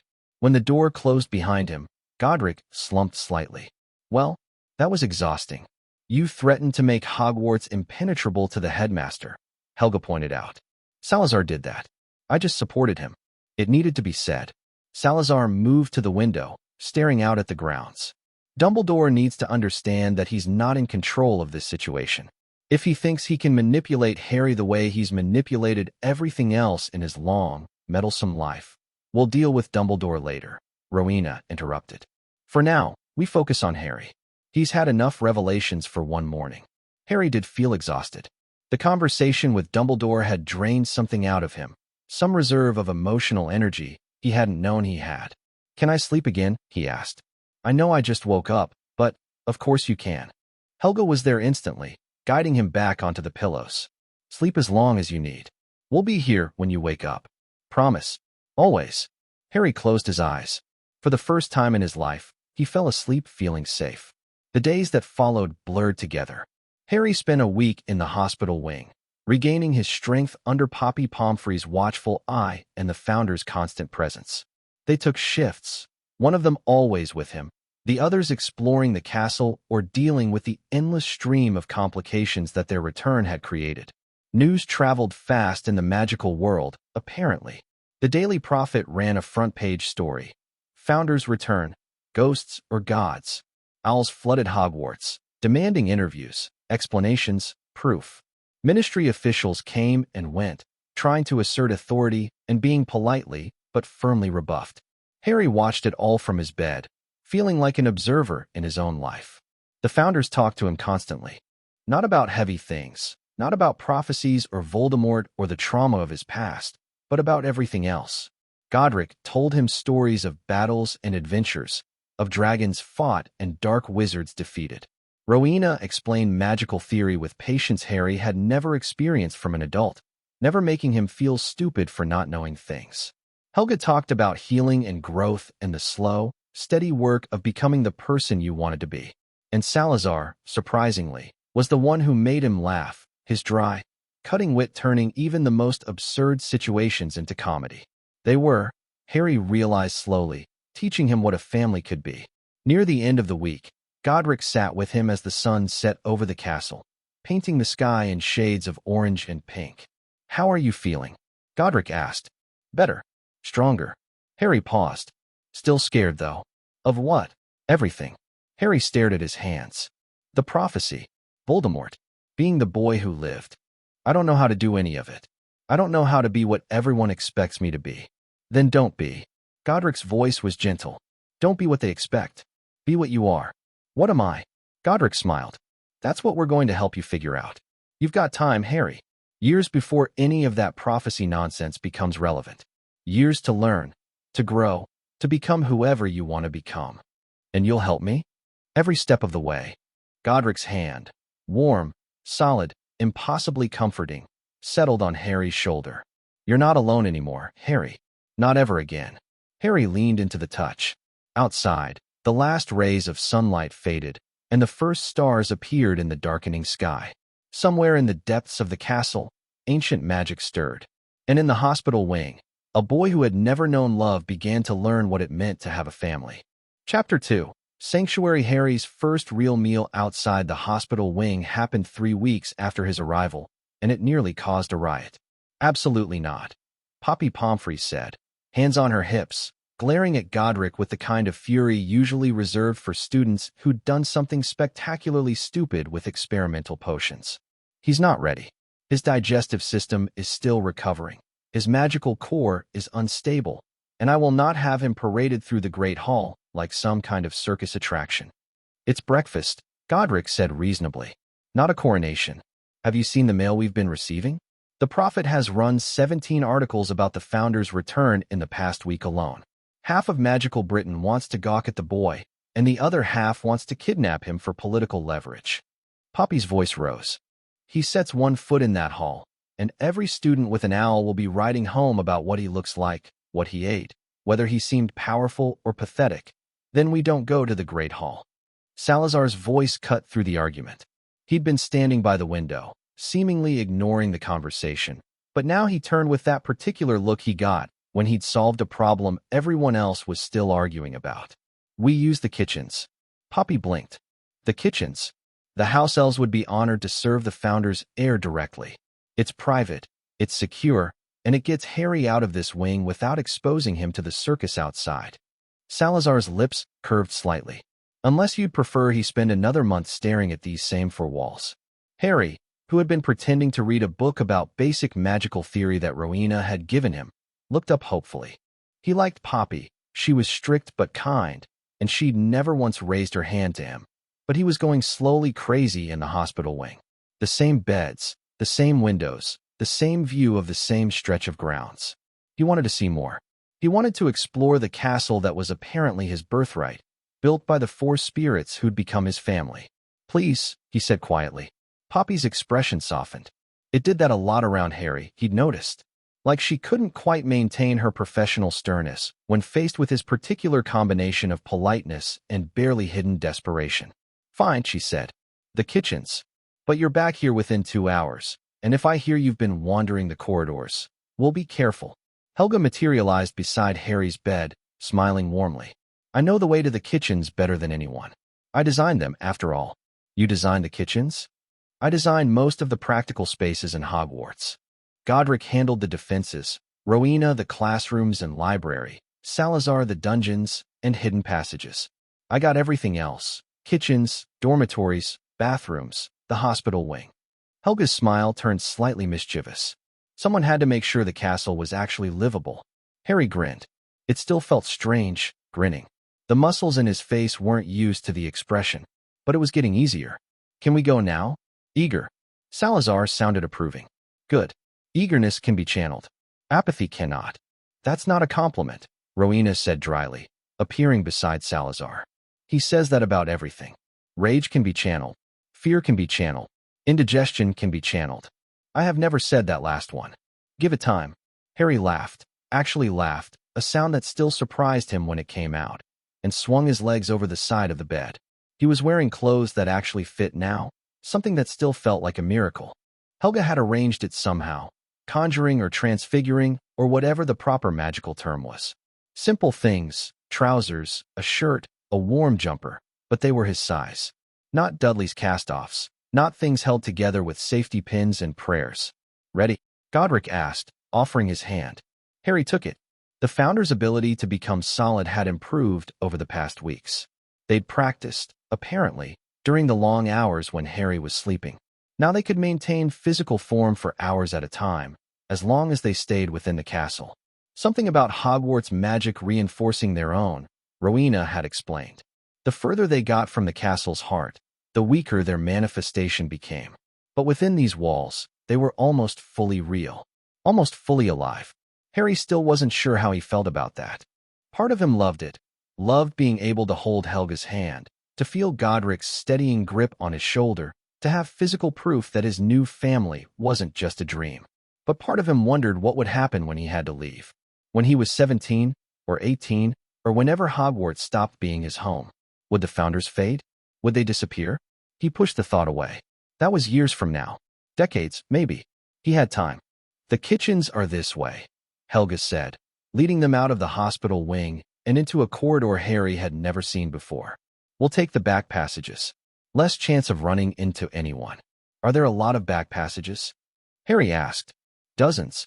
Salazar fell into step beside him, moving with that fluid grace that still made Harry think of snakes. Hogwarts is far more complex than the students or staff realize. The public corridors, the ones everyone uses, they're barely a third of the castle's true layout. And you know all of them? I designed most of them. Rowena designed the rest. Salazar's lips curved. We were young and paranoid. We built escape routes into everything. Paranoid people live longer, Rowena said from behind them. That's not paranoia, that's statistics. They walked through corridors that twisted and turned in ways that shouldn't have been architecturally possible. Staircases that went up, but somehow ended on a lower floor. Doors that looked like walls until you touched them. Portraits that watched with curious eyes, but didn't speak. Helga had done something to silence them. Harry gathered. Some old magic that predated the animated portrait's modern chatty tendencies. The castle felt alive around them. Not in a creepy way, in a warm way. Like walking through the body of something ancient and benevolent. Something that had watched over generations of children and learned to love them. It recognizes you, Helga said softly, noticing Harry's expression. Hogwarts, I mean. It knows you're our heir. It's been waiting for you. Waiting. The castle has a kind of consciousness. Nothing sophisticated, more like instinct than thought. But it remembers its creators. It remembers their magic. Helga's hand found his shoulder. And now it remembers you. Harry didn't know what to say. The idea that a building could remember him, could want him, was so foreign to his experience that he couldn't quite process it. At Privet Drive, the house had been his enemy. Cold in winter, hot in summer, full of corners and cupboards designed to contain and constrain him. He'd never thought of it as alive. But if it had been, it would have hated him. Hogwarts felt different. Hogwarts felt like home. They reached a painting of a bowl of fruit, which seemed anticlimactic after all the hidden passages and secret doors. Helga reached out and tickled the pear. Actually tickled it, her fingers moving across the painted surface, and the pear giggled and transformed into a door handle. I love this entrance, Helga said, pulling the door open. I designed it myself. Godric wanted something dramatic, like a password or a blood lock. I wanted something that would make people smile. The pear giggles, Harry said. The pear giggles. Helga's grin was infectious. Every single time. The kitchens beyond were enormous. For long tables that mirrored the great hall above, copper pots and pans hanging from the ceiling, massive hearths blazing with magical fire. And everywhere, creatures Harry had never seen before, small, thin things with huge ears and enormous eyes, wearing what looked like tea towels stamped with the Hogwarts crest. House elves, Salazar said, noting Harry's stare. They've served Hogwarts since the beginning. Bonded to the castle itself, not to any individual family. Bonded, they're magical beings who thrive on serving others. Without a bond, they fade. Salazar's voice was neutral, but Harry caught something complicated in his expression. It's not slavery, whatever modern critics might claim. It's symbiosis. They need to serve as much as we need air to breathe. One of the house elves had spotted them. Its enormous eyes went even wider, and it let out a squeak that brought every other elf in the kitchen to attention. Founders, the elf squeaked. The Founders has come to Kippy's kitchen. And its eyes fell on Harry. The young master. The heir. Kippy is being so honored. Within seconds, Harry was surrounded.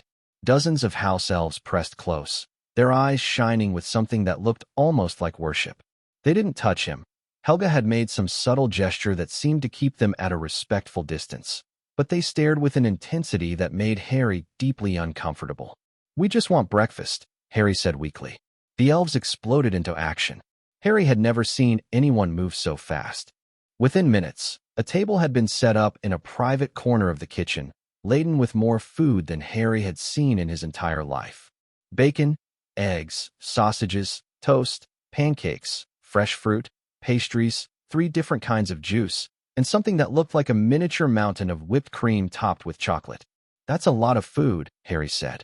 "They're excited," Helga said apologetically. "It's been 1,000 years since we were awake to visit them. They want to impress us. By feeding me until I explode? That's the general idea, yes." Harry sat down carefully, eyeing the spread with a mixture of longing and trepidation. His stomach was still adjusting to regular meals.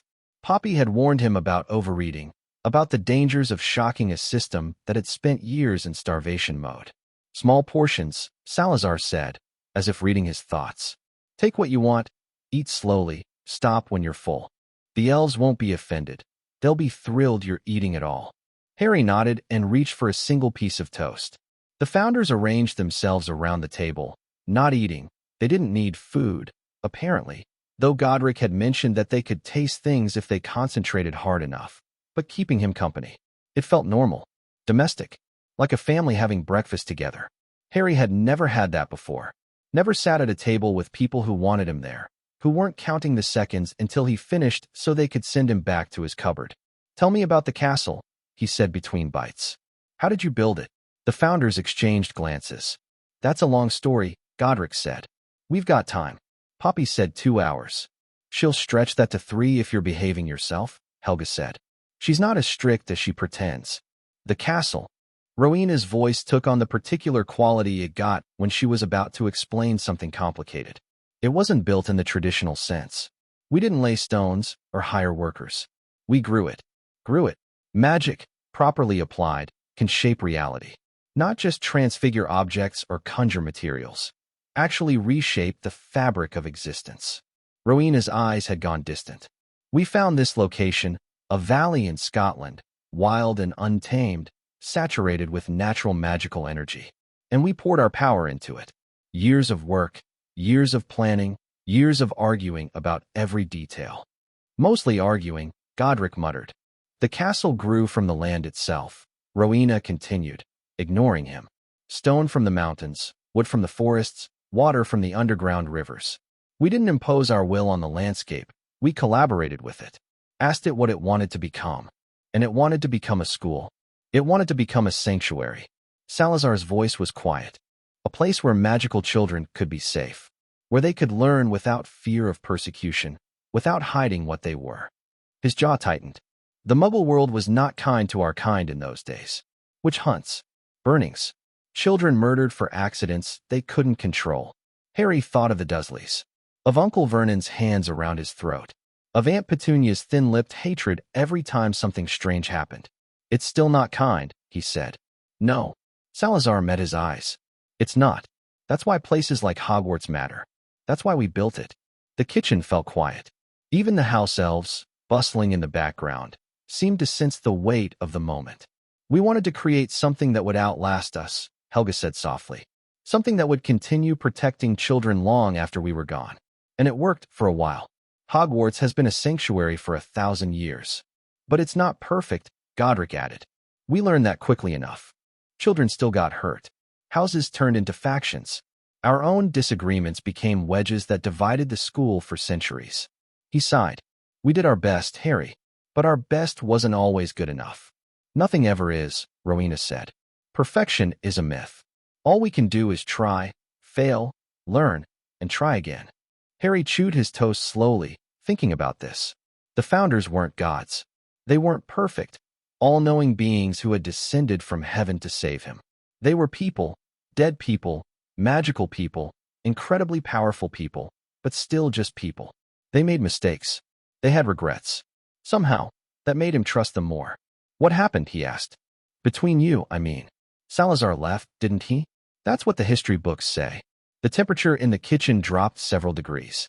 The history books, Salazar said carefully, are not entirely accurate. Then what's the truth? The founders looked at each other. Some silent communication passed between them. 1,000 years of history, 1,000 years of pain, compressed into a single exchange of glances. We argued, Godric said finally, about who should be allowed to attend Hogwarts, about how to protect the students, about how to respond to the growing Muggle threat. Salazar wanted to be more selective, Rowena added.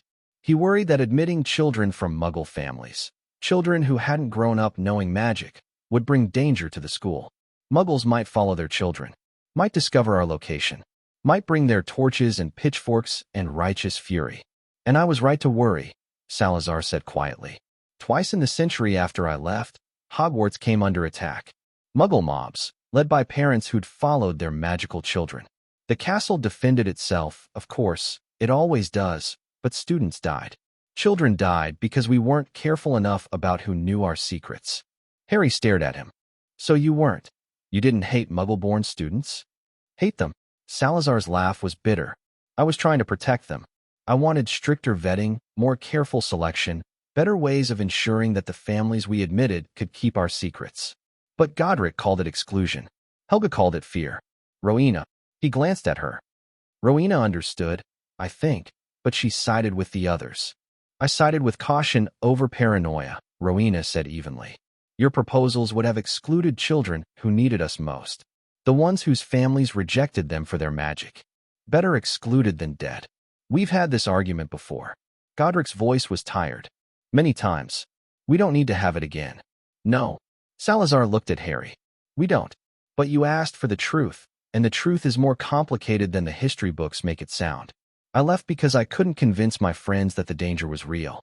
I left because every time I raised the issue, I was accused of bigotry, of prejudice, of wanting to hoard magic for pure-blood families. His voice hardened. I never said any of that. I never believed any of that. But somehow, over the centuries, my name became synonymous with blood purity. My house became a breeding ground for dark wizards. Everything I built was twisted into something I would have despised. The silence stretched. I'm sorry, Harry said, because he didn't know what else to say. Don't be. It wasn't your fault. Salazar's expression softened slightly. If anything, you're proof that blood doesn't matter. You're half-blood, aren't you? Mother from a Muggle family, father from an old magical line. I think so. I don't really know much about my parents. You will. Salazar's promise was quiet but absolute. We'll tell you everything. Everything we know about the Potters, the Evans family, your heritage, your history. You deserve to know where you come from. Harry nodded, not trusting his voice. But not today, Helga said gently. Today is for breakfast and exploration. Heavy conversations can wait. Agreed. Godric pushed back from the table, though he hadn't actually eaten anything. Harry, what do you want to see? The castle is enormous, and we have, he checked an invisible watch, about 90 minutes before Poppy sends out a search party. Harry thought about it. The library, he said. I want to see the library. Rowena's smile was brighter than any he'd seen from her. Excellent choice. The Hogwarts library was not what Harry expected. He'd been to libraries before, the public library in Little Whinging, mostly, on days when he could slip away from the Dursleys long enough to lose himself in books. Those libraries were quiet, dusty places with stern librarians and rows of identical shelves. Hogwarts Library was a cathedral of knowledge. The ceiling soared impossibly high, lost in shadows even though midday sunlight streamed through the tall windows. Shelves stretched up into the darkness, so tall that Harry couldn't see their tops. Moving staircases and floating platforms provided access to the higher levels, and the books themselves seemed almost alive, spines shifting colors, pages rustling with some internal wind, occasional whispers that might have been the texts murmuring to each other. "I designed this space," Rowena said, and her voice held something like reverence. "It took me 3 years. The architecture, the enchantments, the organization system, everything. It's beautiful," Harry breathed. "It's functional." But Rowena was smiling. Beauty is a side effect of good design. A space that serves its purpose well is inherently attractive. She says that, but she spent 6 months choosing the exact color of the window frames, Godric Stage whispered. "The color affects the quality of light, which affects readability, which affects comprehension. 6 months, Harry. 6 months." Harry grinned. He was getting used to the founders bickering. It wasn't like the Dursleys fighting, cold and vicious and always threatening to boil over into violence. This was warmer, teasing, the kind of arguing that happened between people who loved each other and had simply known each other too long to always be polite. "Where do I start?" he asked, looking around at the endless shelves. "There's so much." "Start anywhere." Rowena moved toward the nearest shelf, her fingers trailing along the spines. "The library knows what you need. If you wander without purpose, you'll find yourself drawn to books that will help you." "That sounds like magic." "It is magic. Specifically, it's a resonance enchantment linked to the castle's awareness. Hogwarts knows its students, their strengths, their weaknesses, their interests. The library reflects that knowledge." Harry walked slowly along the nearest row of shelves, letting his eyes drift over the titles. Some were in languages he didn't recognize. Some didn't seem to have titles at all, just symbols or images that shifted when he looked directly at them. But some were in plain English, and those caught his attention. A Beginner's Guide to Transfiguration, The Standard Book of Spells, Grade 1, Magical Theory, an Introduction. "These are textbooks," he said. "First-year curriculum." Rowena had appeared beside him. "The library is suggesting you start at the beginning. But I'm not a first year. I'm 7. You're also the most magically powerful child the castle has sensed in centuries. Age is less relevant than readiness." Rowena pulled one of the books from the shelf, Magical Theory, and handed it to Harry. "Can you read this?" Harry opened the book to a random page. The text was dense, full of words he didn't recognize, but the sentences made sense. "Sort of. I can read the words," he said slowly, "but I don't understand what they mean. What's a transfiguration matrix? Or wand movement standardization?" "You'll learn." Rowena's voice was patient. "That's why we're here, to teach you. Not just spells and techniques, but the theory underneath. The why behind the how. Is that important?" "It's essential." Salazar had drifted over, his green eyes scanning the shelves with an expression of nostalgic familiarity. "Most wizards learn magic by rote. Wave this wand, say these words, get this result. They never understand why the magic works, which means they can never adapt it, improve it, or defend against it when someone uses it against them. We're going to teach you differently," Godric added. "The way we learned, back when magic was wild and there were no standardized curricula. You'll understand every spell you cast from the ground up." "That sounds hard." "It is." Godric grinned. "But you're a founder's heir. You can handle hard." Harry looked at the book in his hands. Magical Theory. 300 pages of dense text explaining concepts he'd never heard of. A month ago, the idea would have terrified him. School had always been difficult. Not because he couldn't do the work, but because doing well meant doing better than Dudley, and doing better than Dudley meant punishment. He'd learned to hide his intelligence, to give wrong answers on purpose, to be exactly mediocre enough to avoid notice. But there was no Dudley here. No Vernon waiting to punish him for success. Just 4 ancient spirits who wanted him to learn, who believed he could learn, who looked at him and saw potential instead of a freak. "Okay," Harry said. "Where do we start?" Rowena's smile could have lit up the entire library. They spent 3 hours in the library instead of the 90 minutes Poppy had allocated. Harry didn't notice the time passing. Rowena had a gift for explanation. She could take complex concepts and break them down into pieces small enough for a 7-year-old to grasp, then build them back up into something that actually made sense. By the time Helga gently reminded them that Poppy was going to have their heads, incorporeal or not, Harry understood the basic principles of magical theory better than most third-year students. Magic is energy, he recited as they walked back toward the hospital wing. It flows through everything, but magical beings can channel it. Wands help focus the channeling. Words help shape the intent. But the real power comes from inside. Excellent. Rowena looked pleased. And what happens when intent doesn't match words? The spell fails. Or it does something different than what you expected. And why is that? Harry frowned, thinking. Because magic responds to what you actually want, not what you say you want. Close. Magic responds to your true will. If your words say one thing but your mind believes another, the magic will follow your mind. Rowena nodded. This is why accidental magic is so dangerous and so powerful. Children have no control over their will. When they feel something strongly enough, their magic responds without filters or restrictions. Like when I made the windows explode. Exactly like that. You wanted protection, you wanted to survive, you wanted help, and your magic delivered. It reached across 1,000 years and summoned us, because that was what you truly needed. Harry was quiet for a moment. Do you think I could do something like that again? On purpose. Eventually. Rowena's voice was careful. With training. With understanding. But not soon. That kind of magic is dangerous, Harry. It draws on your deepest self, your core desires and fears. If you're not ready, if you don't know yourself well enough, you could do something you can't undo. Like what? Like accidentally killing someone. Salazar's voice was flat. Like destroying something you meant to protect. Like reaching for power and losing yourself in it. Harry swallowed. Is that what Voldemort did? The question hung in the air. The founders exchanged looks. Voldemort is complicated, Godric said finally. We don't know everything about his history. But from what we've pieced together, yes. He reached for power without understanding himself. He wanted immortality, control, dominion. And his magic gave him what he asked for, at a terrible cost. What cost? His humanity. Salazar's expression was unreadable.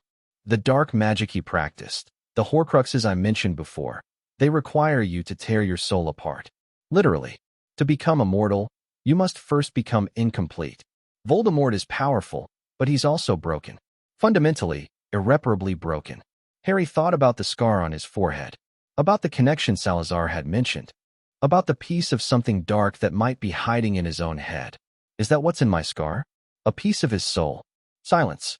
We don't know for certain, Rowena said carefully. But we suspect. The magical signature is consistent with soul magic. Can you get it out? We're working on it. Helga's voice was gentle. It's complicated, Harry. If we try to remove it wrong, we could hurt you.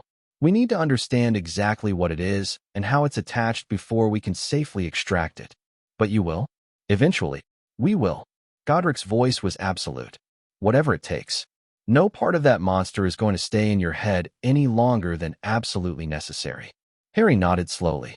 The idea of having a piece of Voldemort inside him was horrifying. Made his skin crawl, made him want to claw at his own scar until it bled. But somehow, the Founders' certainty made it bearable. They were going to fix it. They had a plan. He just had to trust them. Trust. That was still hard. Still new. But getting easier. They reached the hospital wing to find Poppy Pomfrey standing in the doorway with her arms crossed and a look that could have curdled milk. 3 hours, she said. I said 2. 2 hours, and you give me 3. We got distracted, Godric said sheepishly. The library. I don't care if the library sprouted wings and started singing opera. When I say 2 hours, I mean 2 hours. Poppy stepped aside to let them in, her glare following them like a searchlight. Harry, get back in bed. You're having another diagnostic scan whether you like it or not. Yes, ma'am. Harry climbed into bed without protest. He was tired, he realized, more tired than he'd expected. The morning had been full of new experiences, new information, new emotions. His brain felt like it was stuffed with cotton wool. Poppy's diagnostic spells washed over him, the familiar tingle of her magic probing his body for damage. After a moment, her expression softened slightly. You're actually doing better than I expected, she admitted. Your magical core is stabilizing. Your physical health is improving. Whatever those spirits are doing to you, she shot the Founders a look that was half suspicious, half grateful. It's working. We're not doing anything, Helga said mildly. Just keeping him company. Company doesn't improve magical core stability by 15% in 3 weeks.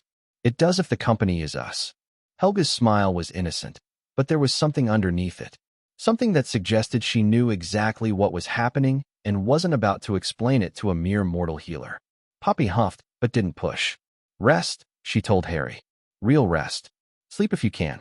You've got lessons starting tomorrow. Lessons? The founders have arranged a curriculum. Poppy's tone suggested she had opinions about this arrangement that she was wisely keeping to herself. Magical theory, basic spell work, history, physical exercise. For hours in the morning, for hours in the afternoon, with breaks for meals and rest. Harry looked at the founders. You made me a school schedule? You need structure. Rowena didn't sound apologetic. Children thrive with routine, especially children who've experienced trauma. Regular meals, regular sleep, regular learning. It helps the mind and body heal. I've never been good at school, Harry said quietly. You've never been allowed to be good at school. Godric's voice was fierce. That's different. Your relatives punished you for excellence, so you learned to hide your abilities. But you don't have to hide here, Harry. There's no one to punish you for being smart. Or talented, Helga added. Or curious, Rowena said. Or ambitious. Salazar's eyes glittered. Here, you can be exactly what you are. And I suspect what you are is rather remarkable. Harry felt something warm bloom in his chest. Pride, maybe. Or hope. Or just the strange, unfamiliar sensation of being believed in. I'll try, he said. I'll try to be good at it. That's all we ask. Godric reached over and ruffled Harry's hair. A gesture that would have made him flinch a month ago, but now just made him smile. Now get some rest.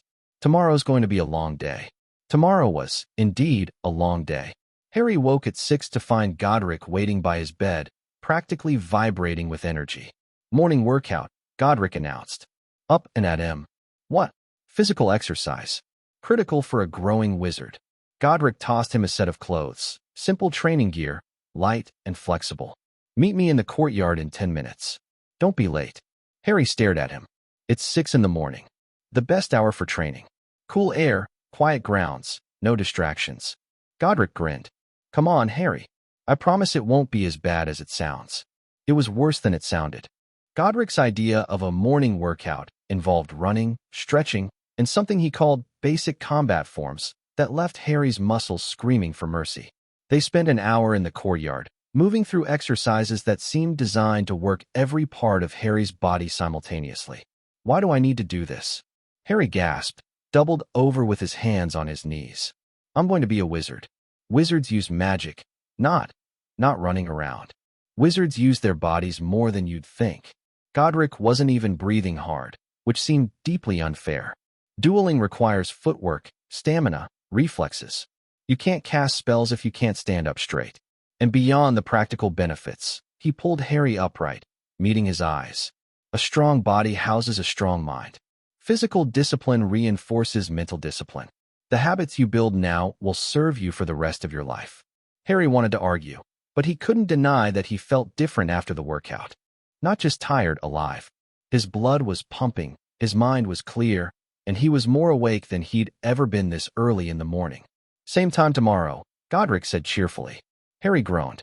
Breakfast was waiting in the kitchens, another excessive spread from the enthusiastic house elves, though Harry was getting better at pacing himself. He ate slowly, drank plenty of water, Helga's insistence, and actually felt hungry for the first time in, maybe ever. After breakfast came Rowena. She met him in a small classroom near the library, furnished with a single desk, a comfortable chair, and a blackboard that wrote by itself. Magical theory, she announced. We covered the basics yesterday. Today we go deeper. They went much deeper. By the time Rowena released him for lunch, Harry's head was spinning with concepts like magical resonance, willpower coefficient, and the 7 fundamental forces of spellcasting. He'd filled an entire notebook with careful notes, and he still felt like he'd only scratched the surface. You're doing well, Rowena told him. Better than I expected. Your mind is quick, and you don't shy away from complexity.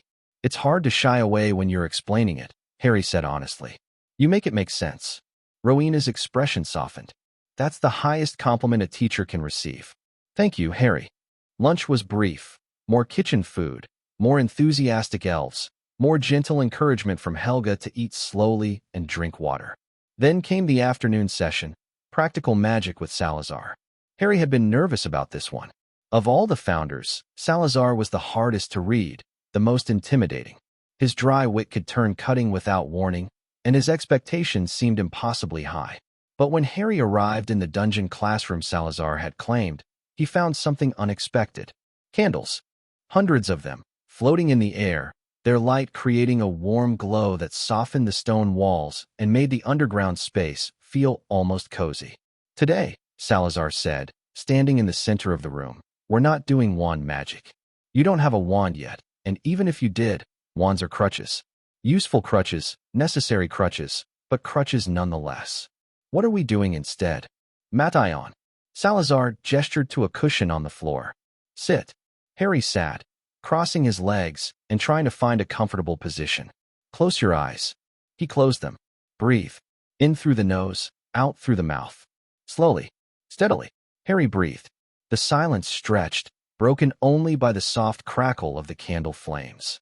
Magic begins inside you, Salazar's voice said, soft and rhythmic. It's not something you learn, it's something you are. The spells, the techniques, the fancy wand movements, those come later. First, you have to find your core, the source of your power, the place inside you where magic lives. How do I find it? You feel for it. Most wizards never do this. They let wands do the work, let external tools connect to their magic without ever touching it directly. But you're not going to be most wizards, Harry. You're going to understand what you are. Harry breathed. In through the nose, out through the mouth. Think about your accidental magic, Salazar continued. The times when strange things happened around you. The feelings that preceded them. There's a pattern there, if you look for it. Harry thought. The windows exploding when Vernon attacked him. That was fear and desperation and the absolute certainty that he was going to die. But there had been other times too. Smaller things. His hair growing back overnight after Aunt Petunia cut it badly. Finding himself on the school roof when Dudley's gang chased him. Making a teacher's wig turn blue when she was particularly cruel to him. Fear, anger, desperation, the desire to escape, to protect himself, to make something stop. All those feelings had a center, a place they came from. Harry searched for that place, sank into himself, following the thread of memory and emotion, until there, something inside him flickered. Not fire, exactly, but close. A warmth, a presence, a sense of something vast waiting to be called. You found it. Salazar's voice was approving. I can feel it from here. Your core is strong, Harry. Stronger than almost any child I've ever sensed. It feels big, Harry whispered. It is big. Your potential is enormous. But potential means nothing without discipline. Raw power without control is just chaos waiting to happen. How do I control it? Practice. Patience. Time. Salazar paused. And guidance. Which you'll have. Every day, we'll do this. You'll learn to feel your magic, to move it, to shape it without wands or words. When you finally get your wand, it won't be a crutch. It'll be an amplifier. A tool you use because it helps, not because you can't function without it. Harry opened his eyes.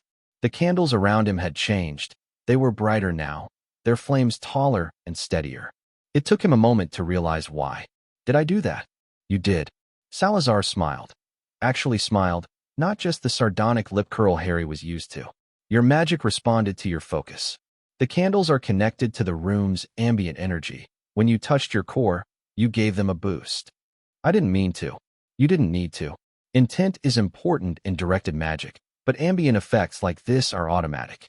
Your power wants to express itself. Our job is to teach it how. Harry looked at the candles, at the warm light he'd apparently created just by breathing and thinking. Magic was real.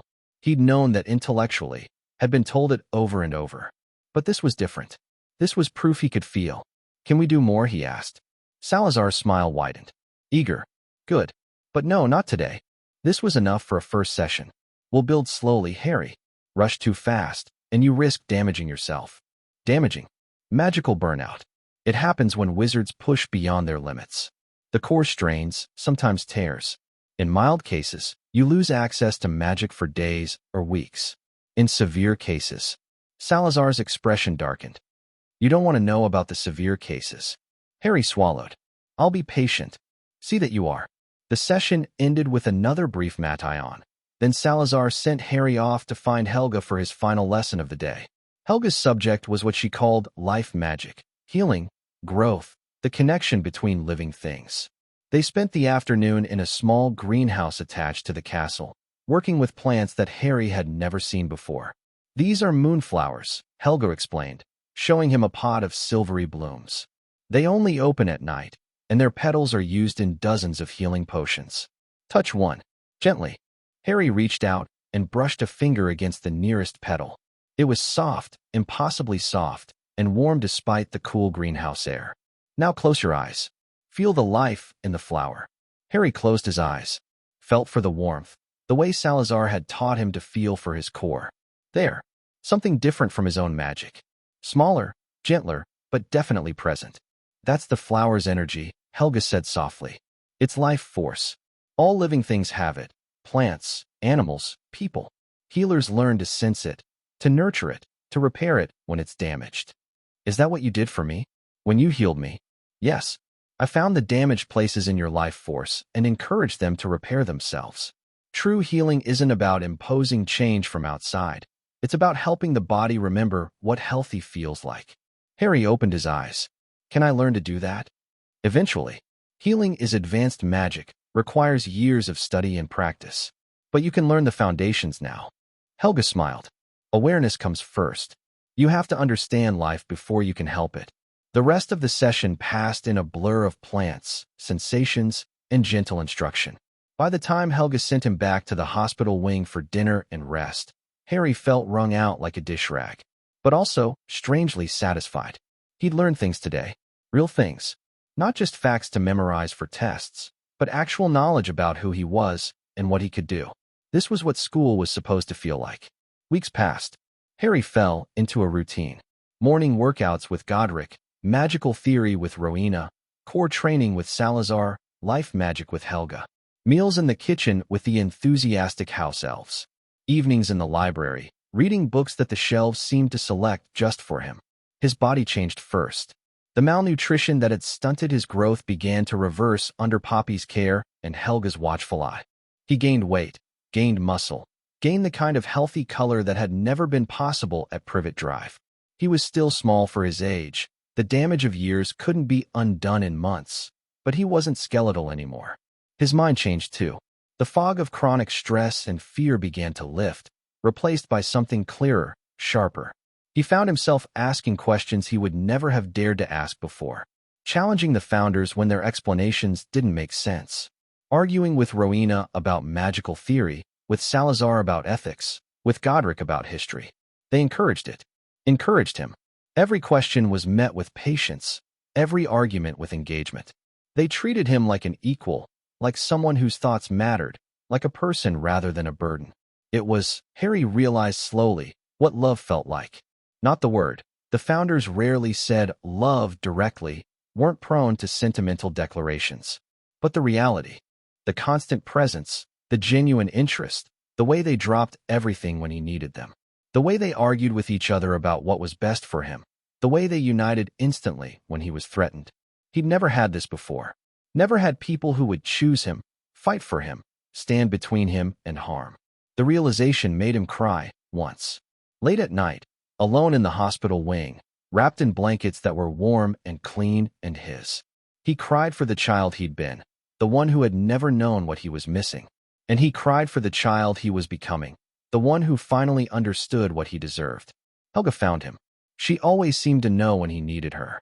She didn't say anything, just sat on the edge of his bed, humming a soft melody, until the tears stopped. It's okay to grieve, she said finally. For what you lost. For what you should have had. That grief is part of healing. I don't want to be sad, Harry whispered. I have so much now. I should be happy.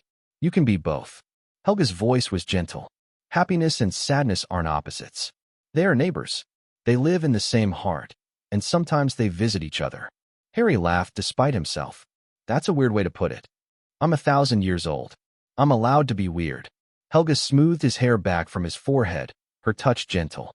Sleep now. Tomorrow's another day. More lessons. More lessons. More learning. More becoming the wizard you're meant to be. She smiled. And maybe, if you're lucky, Godric will let you try actual sword fighting. Harry's eyes went wide. Really? Really? Wooden swords, of course.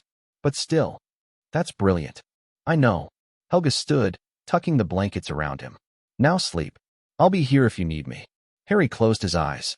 For the first time in months, he dreamed of something other than green light and cold laughter.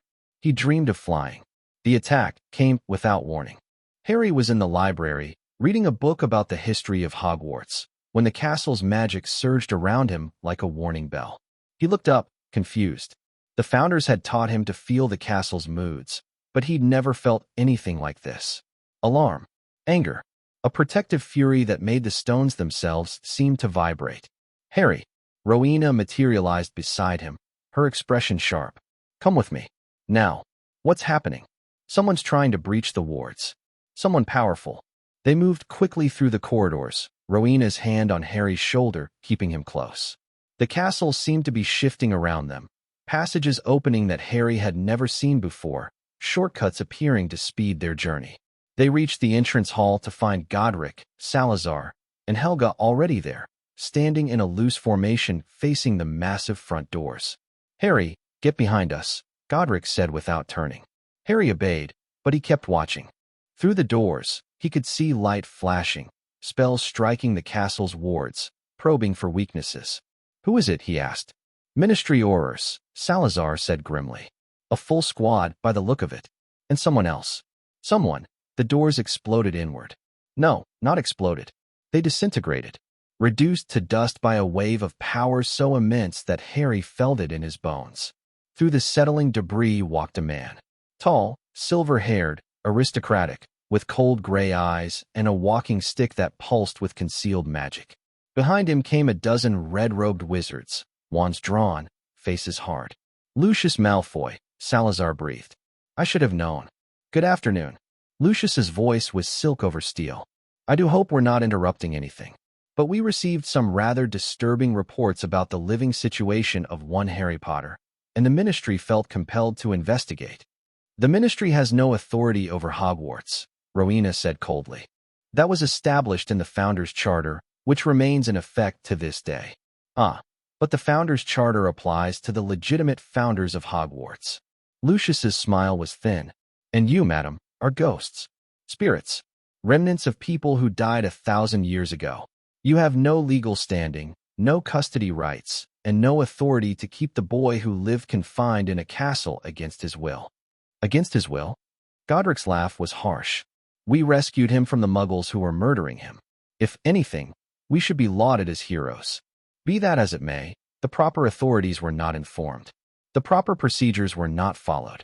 Lucius's eyes found Harry, standing behind the founders, and something hungry flickered in their depths. Mr. Potter, I'm here on behalf of the Ministry of Magic to ensure your safety and well-being. If you'll come with us. No. The word came out stronger than Harry expected. Steady. Certain. Lucius blinked. Excuse me. I said no. Harry stepped forward, past the founder's protective formation, and met Lucius's eyes. I'm not going anywhere with you. Harry, Godric started. I know who you are. Harry's voice didn't waver. Lucius Malfoy. Salazar told me about your family. About what you believe. About the war. Something dangerous flickered across Lucius's face. Did he now? You supported Voldemort. Harry felt the aura shift at the name. You tortured people. Killed people.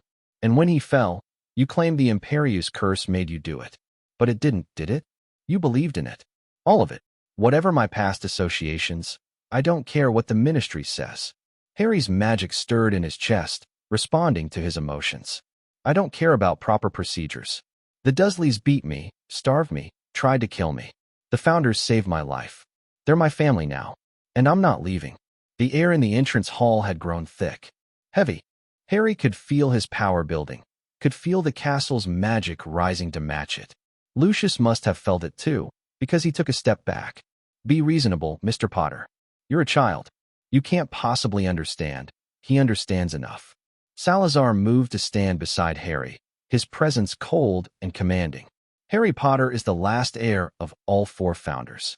His claim to Hogwarts supersedes any Ministry authority.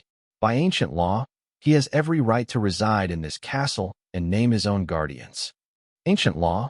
You expect me to accept. I expect you to leave.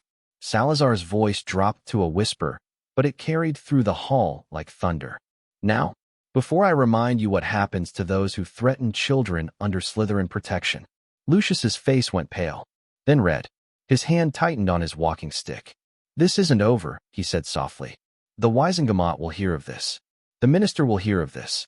You think you can hide in this castle forever, playing at family with a traumatized child? Get out. Godric's voice was a growl. Before I throw you out.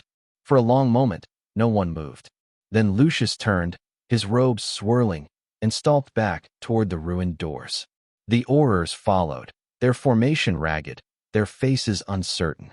At the threshold, Lucius paused. The Dark Lord will return, he said, not turning around. And when he does, he'll remember who stood against him, who protected his enemies, who raised his nemesis. His voice dropped. You're making powerful enemies today, Founders. I hope you're prepared for the consequences. He swept out into the grounds, and the Aurors followed. The moment they were gone, the castle's magic surged. The ruined doors rebuilt themselves in seconds, stone and wood flowing back into place like water.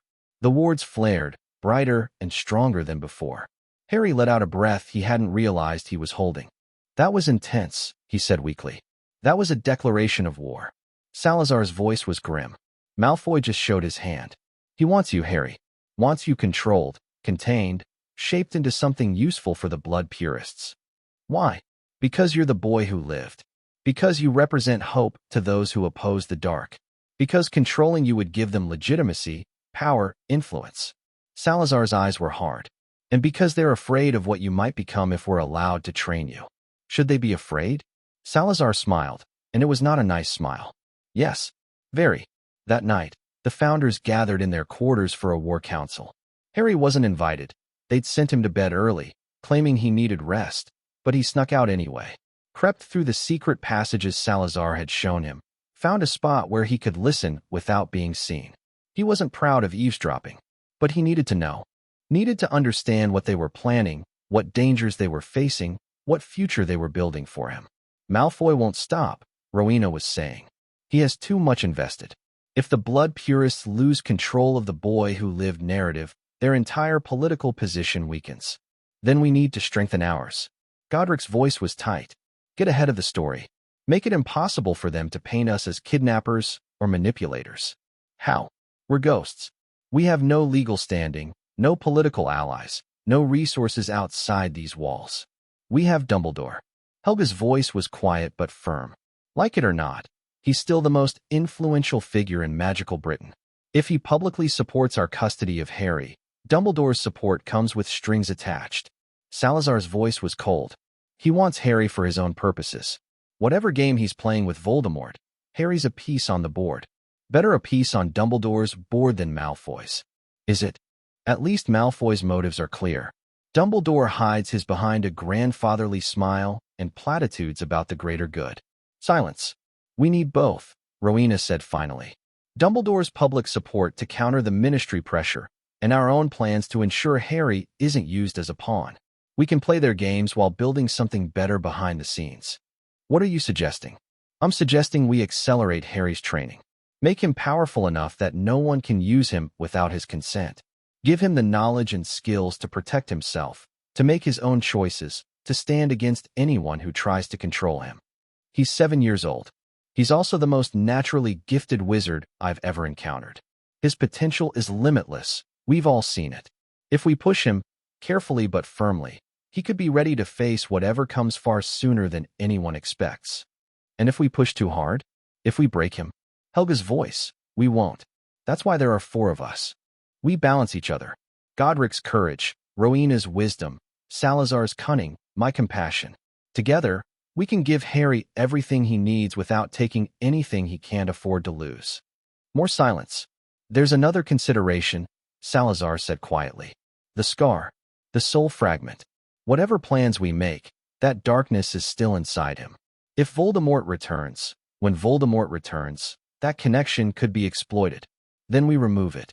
We don't know how. Not safely. Rowena's been researching day and night. and we're still no closer to a solution. I've found possibilities. Rowena's voice was tired. Theories, at least. There are ancient rituals for extracting soul fragments without damaging the host. But they require ingredients we don't have access to, and power that might be beyond even our combined abilities. What kind of ingredients? Basilisk venom, for one. Phoenix tears, the blood of a willing sacrifice. And the soul fragment has to be destabilized first, weakened enough that extraction doesn't tear Harry's own soul in the process. Basilisk venom. Salazar's voice was strange. I might know where to find some. Harry's breath caught. Your chamber, Godric said slowly. The basilisk is still alive. Possibly. Probably. I bound it to sleep until a true heir of Slytherin called it forth. If no one's woken it in 1,000 years, it should still be there. And you didn't mention this before, because? Because a 1,000-year-old basilisk is not something to approach lightly. And because I wasn't certain the chamber was still accessible. Salazar paused. But if we need its venom to save Harry, I'll find a way. You'd go back there? Face what you left behind. For Harry, Salazar's voice was soft, but fierce. I'd face anything. Harry leaned back against the cold stone wall, his mind spinning. They were planning to go into some hidden chamber, confront a monster, extract ingredients for a ritual that might or might not work, all to remove a piece of Voldemort's soul from his head. They were risking everything for him. He'd never had anyone risk anything for him before. The tears came silently this time. Not grief, not sadness, but something else. Something that felt like gratitude and determination and a fierce protective love that surprised him with its intensity. These were his people, his family. They would fight for him, die for him if necessary. And he would do the same for them.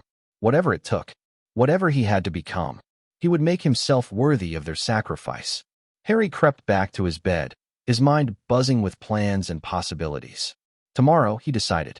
Tomorrow he would tell them what he'd heard. Tomorrow he would ask to help, to be part of the planning, to contribute more than just being the thing they were trying to protect. He was 7 years old, but he wasn't helpless. Not anymore. And he was done being a victim. When morning came, Harry didn't wait for Godric's workout summons. He was already in the courtyard, stretching, when the Founder materialized beside him. You're early, Godric said, surprised. I want to work harder. Godric studied him for a moment. Something happened. I was eavesdropping last night. I heard everything.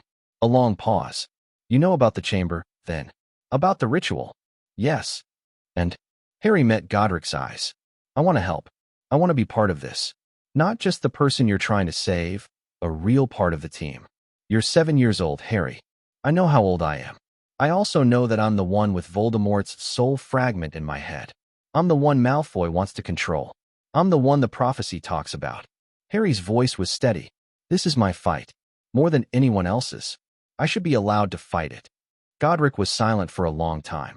You're right, he said finally. You should. But that doesn't mean throwing you into danger unprepared. If you want to be part of this, you have to train. Harder than you've ever trained before. Not just magic, everything.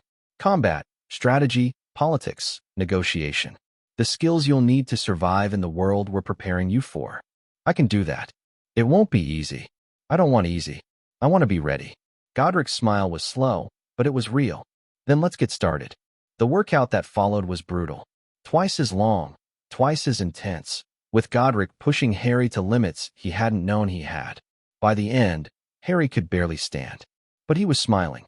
This was what he wanted. This was who he wanted to be. Not a victim, not a pawn, a warrior, and someday a hero. 3 years passed. Harry Potter turned 10 on a summer morning, and the Founders threw him a birthday party. It was the first real birthday party he'd ever had. There were presents, books from Rowena, a practice sword from Godric, a set of healing supplies from Helga, a serpent-shaped pendant from Salazar that would warn him of danger. There was cake, provided by the enthusiastic house elves, 3 tiers of chocolate with emerald green frosting. There was singing, badly off-key, the Founders attempting happy birthday with more enthusiasm than skill. There was laughter. Harry sat in the middle of it all, surrounded by people who loved him, and felt something settle in his chest. Peace, maybe, or belonging, or simply the realization that he had made it. He had survived. 3 years of training, 3 years of learning, 3 years of becoming something new.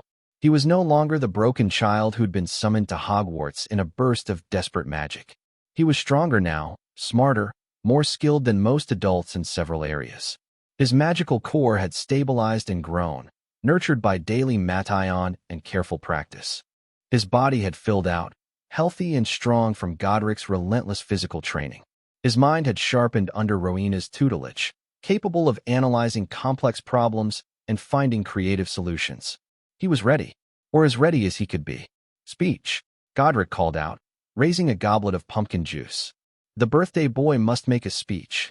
That's not a real tradition, Harry protested. It is now. I'm a founder. I can make traditions. Harry laughed, but he stood anyway, looked around at the faces of his family. Ancient, powerful, impossibly dedicated to a child they'd known for only a fraction of their long existence.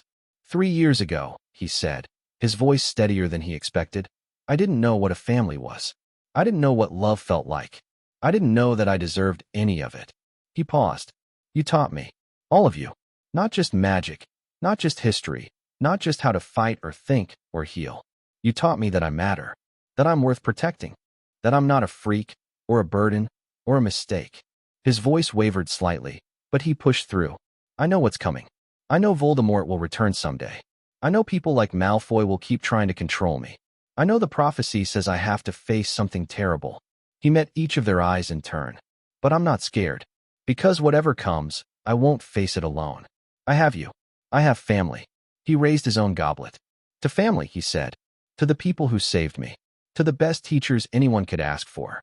And to many more birthdays just like this one. To family, for voices echoed. They drank. And somewhere in the depths of Hogwarts, the castle itself seemed to hum with approval. Later that night, after the party had wound down and the presents had been put away, Salazar found Harry in the library. Not tired? He asked, settling into the chair across from Harry. Too keyed up. Harry closed the book he'd been reading. Not actually reading, just staring at the pages while his mind raced. It's really been 3 years. Time flies when you're busy. I suppose. Harry looked at Salazar, studying the sharp features that had become so familiar. Can I ask you something? Always. The chamber. The basilisk. Are we really going to do it soon? The ritual. Salazar was quiet for a moment. Soon, he said finally. Within the next year, I think. Rowena believes she's cracked the final piece of the puzzle, a way to stabilize your soul during the extraction. Once she's certain it's safe, you'll go down there. Face your monster. She's not a monster. Salazar's voice was soft. She's a weapon I created, a protector I couldn't bring myself to destroy. And yes, I'll go down there. I'll collect what we need. Whatever it takes.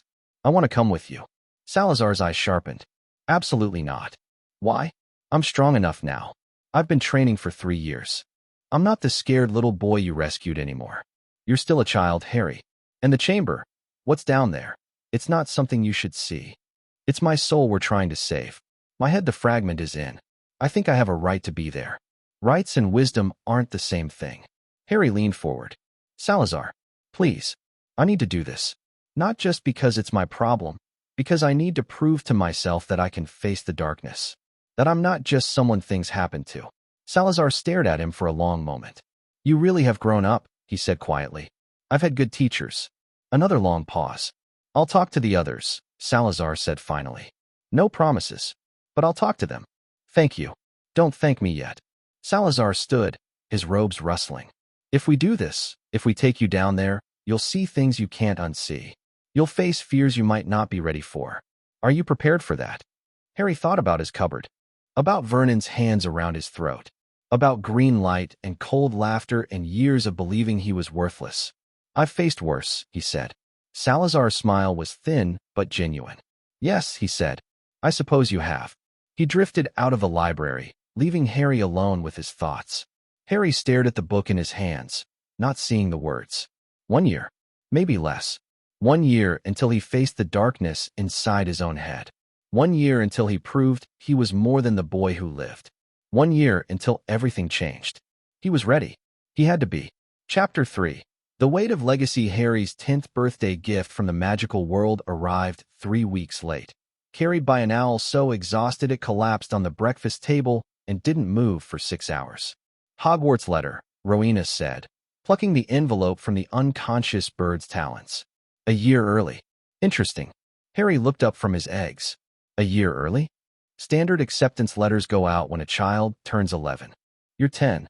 Rowena turned the envelope over, examining the emerald green ink, the wax seal stamped with the Hogwarts crest. Someone's making a statement. Dumbledore, Salazar said from his position by the window. He'd taken to standing there during meals, watching the grounds with the kind of vigilance that suggested he expected an attack at any moment. Given Malfoy's continued political maneuvering, he probably wasn't wrong. He's accelerating the timeline, trying to get Harry into the formal student body before we can complete his training. Or he's recognizing Harry's advancement. Helga's voice was mild, but her eyes were sharp. Harry's already beyond first-year level in most subjects. Keeping him out of classes would be holding him back. Both can be true. Godric materialized beside Harry, solid enough to rest a hand on his shoulder. Dumbledore's not stupid. He knows we've been training Harry intensively. This is probably his way of acknowledging that while also reasserting some control over the situation. Harry took the envelope from Rowena and broke the seal. Inside were 2 sheets of parchment, the standard acceptance letter, welcoming him to Hogwarts School of Witchcraft and Wizardry, and a supply list that made his eyebrows climb toward his hairline. 3 sets of plain work robes, 1 pointed hat, 1 pair of protective gloves. He looked up. I need a wand. The founders exchanged glances. We knew this was coming, Rowena said. You've been doing wandless magic for 3 years, but for formal classes, you'll need a focus. The other students would notice if you didn't have one. And the Ministry tracks underage magic through wands, Salazar added. Without one, they have no way to monitor you, which they won't like. Is that a problem? It's a consideration. Salazar's lips curved slightly. One we can use to our advantage, if we're clever about it. Harry set down the letter. What are you thinking? I'm thinking that a wizard with both a registered wand and wandless capability has options that other wizards don't. You use the wand when you want to be tracked. You don't when you want privacy. Salazar's eyes glittered. Flexibility is power, Harry. Never let anyone know everything you can do. Spoken like a true Slytherin, Godric said dryly. Spoken like someone who survived 1,000 years by being careful. Harry considered this. 3 years ago, the idea of deliberately concealing his abilities would have felt wrong, dishonest, somehow. But 3 years of training with Salazar had taught him the value of strategic thinking. The magical world was full of people who wanted to use him. Having secrets was just good sense. Okay, he said. So we get a wand. Where do we go?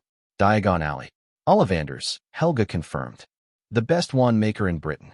His family's been crafting wands since before Hogwarts was built. Will it be safe? Going out in public? Harry had been confined to the castle for 3 years. The few times he'd left the grounds, always with at least 2 founders in attendance, had been brief and carefully controlled. We'll take precautions, Godric said. Disguises, timing, exit strategies. And we'll go to more than just Ollivanders. You need supplies, books, robes. Might as well do it all at once. When the founders exchanged another look, that silent communication they'd developed over centuries of partnership. Tomorrow, Rowena decided. Early, before the alley gets crowded. Harry nodded, trying to suppress the flutter of excitement in his chest. He was finally going to see the magical world properly, not through books or stories, but in person. Tomorrow couldn't come fast enough. Diagon Alley was chaos given physical form. Harry stood at the entrance, just past the leaky cauldron, and stared. The street stretched before him in a riot of color and sound. Shops with windows full of impossible things, witches and wizards in robes of every conceivable hue, owls swooping overhead, cauldrons stacked on sidewalks, enchanted signs that changed their messages every few seconds. Close your mouth, Salazar murmured beside him. You look like a tourist. I am a tourist. You're the heir of the founders. Act like it. Harry snapped his mouth shut, but he couldn't stop his eyes from darting everywhere at once. The apothecary with its gruesome window display of beetle eyes and unicorn horns. The Quidditch shop with a crowd of children pressing their noses against the glass, gawking at some broomstick. The ice cream parlor with flavors that moved and sparkled and, in one case, appeared to be screaming silently.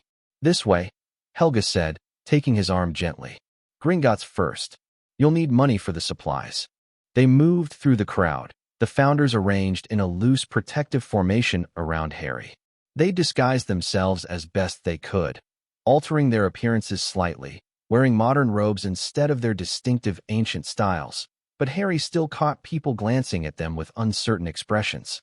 The founders had a presence that was hard to hide. Gringotts rose at the end of the alley, white marble columns and bronze doors gleaming in the morning sun. The goblins guarding the entrance gave Harry a look that was part assessment, part recognition. "Harry Potter," one of them said. It wasn't a question. "Yes. We've been expecting you. This way." The interior of Gringotts was as impressive as the exterior. High ceilings, marble floors, chandeliers dripping with crystals. More goblins sat at tall desks along both walls, counting coins, writing in ledgers, examining jewels with magnifying glasses attached to their eyes. Their escort led them to a private office in the back, away from the main banking floor. Inside, an ancient goblin sat behind a desk piled with documents. His eyes were shrewd and dark, and when they landed on Harry, something shifted in their depths. "Mr. Potter, I am Ragnarok, director of Gringotts. Please sit." Harry sat. The founders arranged themselves behind him, not sitting. They rarely did, in formal situations. "I understand you've had an unusual upbringing," Ragnarok said, his voice dry as old parchment.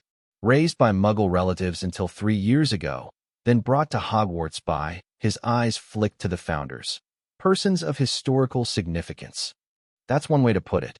"Indeed." Ragnarok shuffled some papers. "Your parents' estate has been held in trust since their deaths. As you're approaching your 11th birthday, certain matters need to be addressed. The Potter Vault, the Evans Vault, various investments and properties." Harry blinked. "I have vaults. Properties. You are the last of the Potter line, Mr. Potter. Your family was wealthy, well-connected, and thorough in their estate planning. Your father left everything to you, with provisions for management until you came of age. I didn't know any of this. Most young witches and wizards don't, until they reach Hogwarts." Ragnarok's expression was carefully neutral. "However, you're something of a special case. The founder's return has stirred up interest in your situation. Various parties have been making inquiries about your holdings." "What kind of parties?" "The Ministry, the Malfoy family, several other pureblood houses, even some foreign governments." Ragnarok's lips curled slightly. "Your fame extends far beyond Britain, Mr. Potter. The boy who lived is known throughout the magical world." Harry felt cold. What do they want? Access, influence, control. Ragnarok steepled his fingers. "Gringotts has, of course, denied all requests.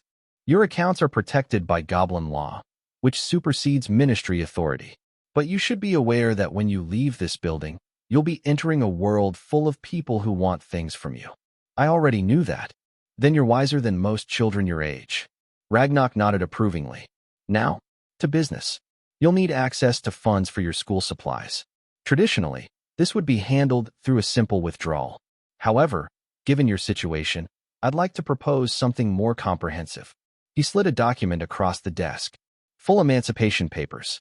Legal recognition of your adult status in Goblin law, with corresponding protections under international magical treaties." Harry stared at the document. "I'm 10.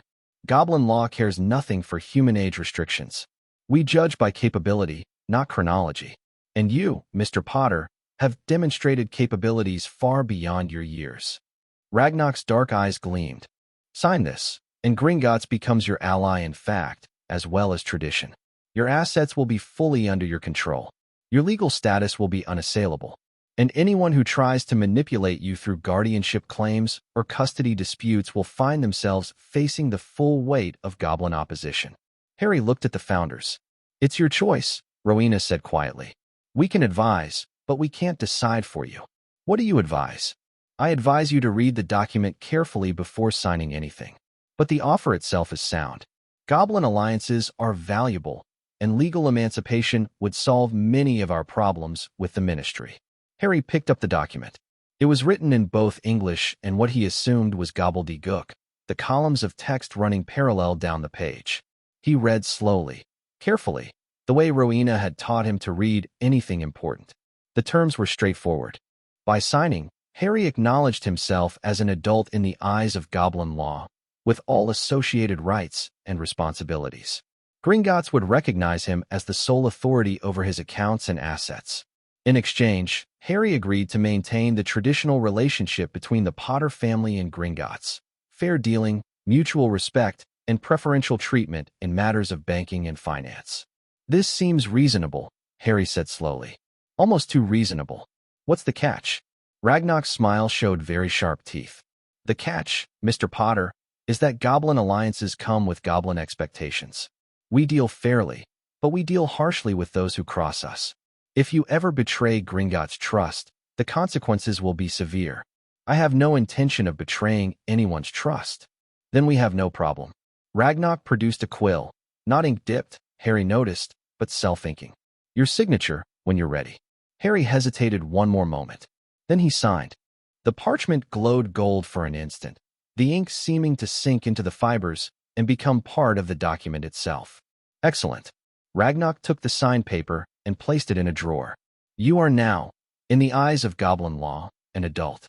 Congratulations, Mr. Potter. May your gold flow freely and your enemies tremble." "Thank you. I think." Now, Ragnarok's businesslike demeanor returned. "Your vaults." The primary Potter vault contains approximately 2 million galleons in liquid assets, plus various heirlooms, artifacts, and documents. The Evans vault, your mother's family, is smaller, perhaps 50,000 galleons, but includes several items of sentimental value. I would recommend visiting both. Both? Today. Why not? You're here, the vaults are here, and you should know what you're inheriting. Ragnarok stood, his height barely reaching Harry's shoulder. "Follow me." The cart ride to the vaults was simultaneously the most terrifying and exhilarating experience of Harry's life. They plunged through tunnels that twisted and turned without any apparent logic, past underground lakes and stalactite forests, and, at one point, what appeared to be a sleeping dragon the size of a house. The cart moved at speeds that should have been fatal, taking corners so sharply that Harry was certain they were going to fly off the tracks. The founders, floating alongside the cart in their incorporeal forms, seemed entirely unaffected. "I forgot how much I hate goblin transportation," Godric muttered. "You forgot nothing. You've been complaining about it for 1,000 years." Rowena's voice was serene, but Harry caught a flicker of amusement in her eyes. The Evans vault came first, a smaller door, lower security, but still impressive by any normal standard. Inside, Harry found what Ragnarok had promised: a modest pile of coins, some jewelry, and several boxes of personal items. "Your mother's things," Helga said softly, appearing beside him. "She must have set this up when she joined the magical world. A place to store her treasures." Harry opened one of the boxes with trembling hands. Inside were photographs. Moving photographs, the kind he'd seen in wizarding publications, showing people who laughed and waved and aged in real time as he flipped through them. His mother as a young girl, red-haired and bright-eyed, standing in front of a suburban house. His mother at Hogwarts, surrounded by friends in Gryffindor robes. His mother on her wedding day, radiant in white, gazing at a dark-haired man with glasses and a familiar crooked smile. "Dad," Harry whispered.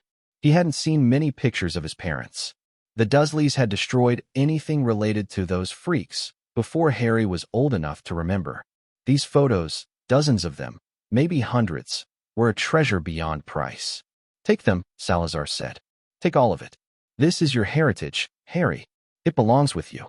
Harry gathered the boxes carefully, shrinking them with a whispered spell, wandless, of course, Salazar's training paying off, and tucking them into his pockets. The jewelry he left, he could come back for it later, but the photos he would not leave behind. The Potter vault was deeper, more heavily guarded, and exponentially larger. The door was massive, covered in runes that Harry recognized from his studies with Rowena. Protection spells, authentication wards, curses that would activate if anyone tried to breach the security. Ragnarok pressed his palm to a specific spot, spoke a phrase in gobbledygook, and the door swung open. Harry stepped inside and stopped breathing. Gold. Mountains of gold. Galleons piled higher than his head, spilling across the floor in drifts and dunes. Silver sickles, bronze nuts, precious gems in every color of the rainbow. Artifacts on pedestals, a sword that hummed with magic, a cloak that seemed to absorb light, a mirror that showed not his reflection but a swirling gray mist. "The Potter fortune," Ragnarok said, something like respect in his voice, "accumulated over 7 centuries of careful investment and profitable ventures. Your family was never the flashiest of the pureblood houses, but they were among the wisest. This is mine." Harry's voice came out strangled. "Every Canute." Ragnarok gestured toward the artifacts. "The sword belonged to your great-great-great-grandfather, a renowned duelist. The mirror is a scrying tool, useful for communication over long distances. The cloak," he paused. "The cloak is very old, very valuable. I would recommend keeping it close." Harry walked to the cloak, drawn by something he couldn't name. Up close, it was silvery and strange, flowing like water even though there was no wind. When he picked it up, it weighed almost nothing. "An invisibility cloak," Rowena breathed. "A true one. I haven't seen one of these in centuries." "Invisibility. Put it on." Harry swung the cloak around his shoulders, and he vanished. Not completely. He could still see himself when he looked down, but the Founder's expressions told him that from their perspective, he'd simply stopped existing. "Remarkable," Salazar murmured. "The quality of the enchantment is beyond anything modern wandcraft could produce. This is ancient magic, Harry, possibly as old as we are. Can I keep it?" "It's yours," Ragnarok said. "Everything in this vault is yours, to use as you see fit." Harry pulled the cloak off, folding it carefully. An invisibility cloak. A cloak that could make him disappear. The possibilities were endless. "How much money should I take?" he asked, eyeing the mountains of gold. "For supplies? 1,000 galleons should be more than sufficient for school needs. I would recommend setting up a secondary account for day-to-day expenses, one that doesn't require visiting the main vault every time you need pocket money." "Can we do that?" "Already done." Ragnarok produced a small pouch. "This is linked to your main vault. Reach inside, state an amount up to 500 galleons, and the money will appear. Resets weekly. I took the liberty of arranging it in anticipation of your visit. That's incredibly convenient." Gringotts aims to please. Ragnarok's smile was sharp. "At reasonable service fees, of course." Harry took the pouch, tested it by withdrawing a single galleon, and tucked it into his robes. Then, impulsively, he turned back to the vault. "The sword," he said. "Can I take it?" "Certainly. Though I should warn you, it's not an ordinary blade. The enchantments on it are quite particular." Harry walked to the pedestal and lifted the sword. It was lighter than it looked, perfectly balanced, the blade gleaming with an inner light. As his fingers closed around the hilt, he felt something click into place. A recognition. A connection. "It knows you," Godric said quietly. "Potter blades have a tradition of bonding to their wielders. This one has been waiting for you. For how long? Since your father died, I would imagine. Perhaps longer." Godric's expression was complex. "Your family has always valued martial skill, Harry. The sword is part of your heritage as much as the gold." Harry swung the blade experimentally. It moved like an extension of his arm, responding to his intent before his muscles could fully engage. "I like it," he said. "Then it's yours. Though I'd recommend keeping it hidden until you know how to use it properly." Godric grinned. "Which we're going to fix, by the way. Your training just got a new component." They left Gringotts richer than Harry had ever imagined being, and considerably better armed. The sword was shrunk and tucked into his pocket alongside the photo boxes. The cloak was folded inside his robes, invisible and waiting. The money pouch sat ready for the shopping to come. "Ollivander's next," Helga said, guiding them through the morning crowds. "Then robes, books, and miscellaneous supplies.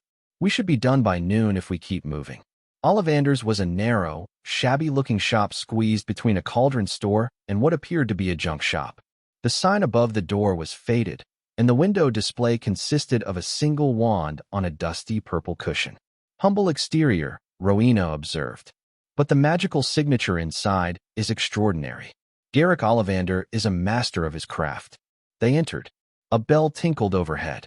The shop was exactly as cramped as it looked from outside. Barely room for Harry and the Founders to stand without bumping into shelves. And there were shelves everywhere, floor to ceiling, stuffed with narrow boxes that Harry assumed contained wands. "Oh." The voice came from somewhere in the maze of shelves. "I wondered when I'd be seeing you, Mr. Potter." An old man emerged from the shadows. Pale, silvery eyes, wild white hair, an unsettling intensity to his gaze that made Harry want to step backward. I remember every wand I've ever sold, Mr. Potter. Every single one. He moved closer, those strange eyes fixed on Harry's face. Your mother's was willow, 10¼ inches, swishy, good for charm work. Your father's was mahogany, 11 inches, pliable, a little more power, excellent for transfiguration. He paused, his gaze drifting to Harry's forehead. And the wand that gave you that scar. You, 13½ inches, phoenix feather core. Curious. Very curious. What's curious?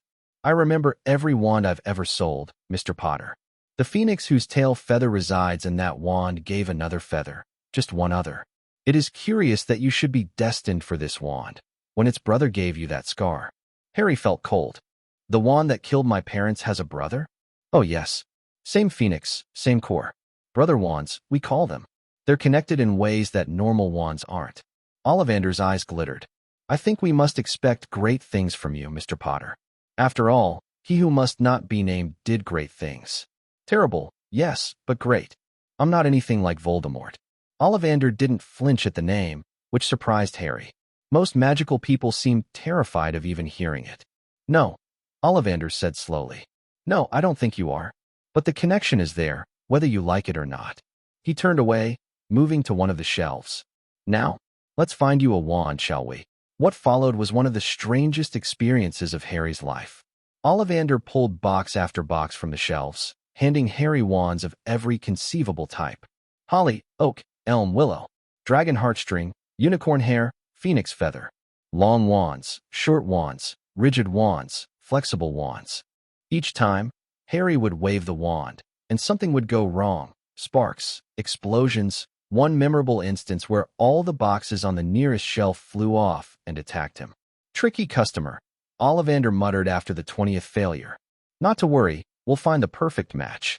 The wand chooses the wizard, after all. He disappeared into the back of the shop, returning with a dusty box that looked older than the others. I wonder, he murmured. Perhaps. He opened the box and withdrew a wand.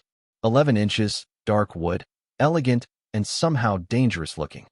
Holly and phoenix feather, Ollivander said, handing it to Harry. The brother to he who must not be named's wand. I've kept it here for years, wondering if anyone would ever be suited for it. But now, Harry took the wand. The moment his fingers touched the wood, he felt it. A rush of warmth, a sense of connection, a rightness that had been absent from every other wand he'd tried. The wand seemed to hum in his hand, vibrating with contained power. He raised it, and golden sparks erupted from the tip, not destructive, but celebratory, like fireworks made of pure light. Oh, bravo! Ollivander clapped his hands together. Yes, yes, I thought so. Curious, curious. You keep saying that, Harry said. What's so curious? The wand chooses the wizard, Mr. Potter. It's not always clear why, but I think it's clear in this case. Ollivander's pale eyes were intense. The phoenix whose tail feather is in your wand gave one other feather, just one. It is very curious indeed that you should be destined for this wand when its brother— Why? Its brother gave you that scar. So my wand and Voldemort's wand are connected. Yes. Ollivander didn't seem bothered by Harry's use of the name. What that means, I cannot say. But I think we can expect great things from you, Mr. Potter. The wand certainly thinks so. Harry looked at the wand in his hand. Holly and phoenix feather, brother to the instrument of his parents' murder. Is there anything else? He asked. Another wand that might work? Ollivander tilted his head. You want a different wand? I want options. You said the wand chooses the wizard, but what if I don't want to be chosen by this particular wand? For a moment, Ollivander just stared at him. Then, slowly he smiled. Unusual, he said. Very unusual. Most wizards are thrilled when they find their match. They don't question it. He moved back to the shelves, running his fingers along the boxes. But you're not most wizards, are you, Mr. Potter? I try not to be. Then let's see what else might suit you. More wands. More failed attempts. But now Ollivander was looking with different eyes, searching for something specific. Finally, he pulled out another dusty box, this one from a high shelf, near the ceiling. You and dragon heartstring, he said, opening it. 12 inches, unyielding. A wand for a warrior, this one. A wand for someone who won't bend, won't break, won't surrender. Harry took it. The connection was different from the Holly wand. Less immediate, more challenging, like the wand was testing him, evaluating whether he was worthy. Harry gripped it firmly, pushed back against that evaluation with his own will, his own determination. The wand flared with silver light. Interesting, Ollivander breathed. 2 wands. 2 connections. One destined, one earned. Can I have both? You can have as many wands as you like, Mr. Potter, as long as they choose you. But using multiple wands is difficult. They can interfere with each other, create conflicting magical signatures. Ollivander paused. Unless, of course, you're powerful enough to handle the dissonance. Harry looked at the 2 wands in his hands. The Holly one, warm and familiar, connected to Voldemort in ways he didn't fully understand. The U1, challenging and fierce, a warrior's weapon that he'd had to fight to claim. I'll take both, he said. Ollivander's smile was unsettling but approving. That will be 14 galleons, Mr. Potter. And may I say, I look forward to hearing what you accomplish with them. The rest of the shopping trip passed in a blur. Robes from Madame Malkin's, where a pale blonde boy gave Harry a look of barely concealed contempt before his mother, a severe, beautiful woman with cold eyes, dragged him away. Books from Flourish and Blots, where Harry bought not just the required texts but half a dozen additional volumes that caught his interest. Supplies from the apothecary, the cauldron shop, the stationery store. By noon, Harry's pockets were full of shrunken packages. His head was spinning with new experiences, and his stomach was growling loud enough to draw stares. Food, Helga declared. That boy needs feeding. They found a relatively quiet corner in Florian Fortescue's ice cream parlor, where Harry ordered a towering sundae that would have given Aunt Petunia a heart attack. The founders arranged themselves around the table, manifesting solidly enough to appear like normal, if oddly dressed, adults. Assessment, Rowena said quietly. Today's excursion. Thoughts? The Goblin Alliance is solid, Salazar replied, equally quiet. Ragnarok's been angling for this for years. A Potter heir who might actually be useful instead of just another pure-blood idiot. The emancipation was a masterstroke. It cuts off most of the Ministry's legal avenues for interference. The wand situation is concerning. Godric's voice was thoughtful. Brother wands with Voldemort? That's not coincidence. That's fate, or something close to it. The second wand helps, Rowena noted. Having an alternative gives Harry flexibility. If the Holly wand's connection to Voldemort becomes problematic, he can switch. It also makes him unpredictable, Salazar added. Anyone studying his magical signature will expect the Holly wand. The U1 is a hidden card. Harry listened to them talk, eating his sundae methodically. 3 years ago, this kind of strategic conversation would have gone over his head. Now, he understood enough to follow along, and to have his own opinions. The blonde boy in the robe shop, he said. Who was he? The founders exchanged glances. Draco Malfoy, Salazar said. Lucius's son. Your age, give or take. He'll be starting Hogwarts this year as well. He looked at me like I was something he'd scraped off his shoe. He looked at you like someone he's been taught to hate. Salazar's expression was complicated. The Malfoys are old Slytherin blood. They've built their identity around pure-blood supremacy, around the Dark Lord's ideology. Harry Potter, raised by muggles and protected by blood traitors. You're everything they despise. Should I be worried about him? Draco himself is a child. A bigoted, spoiled child, but still a child. Salazar paused. His father, however, is another matter. Lucius Malfoy is dangerous, intelligent, and politically powerful. He'll use Draco to get close to you, to gather information, to find weaknesses. So I should stay away from Draco. I didn't say that. Salazar's smile was thin. I said you should be careful. There's value in keeping your enemies close. You learn things you wouldn't otherwise. And Draco Malfoy might not be as committed to his father's ideology as he appears.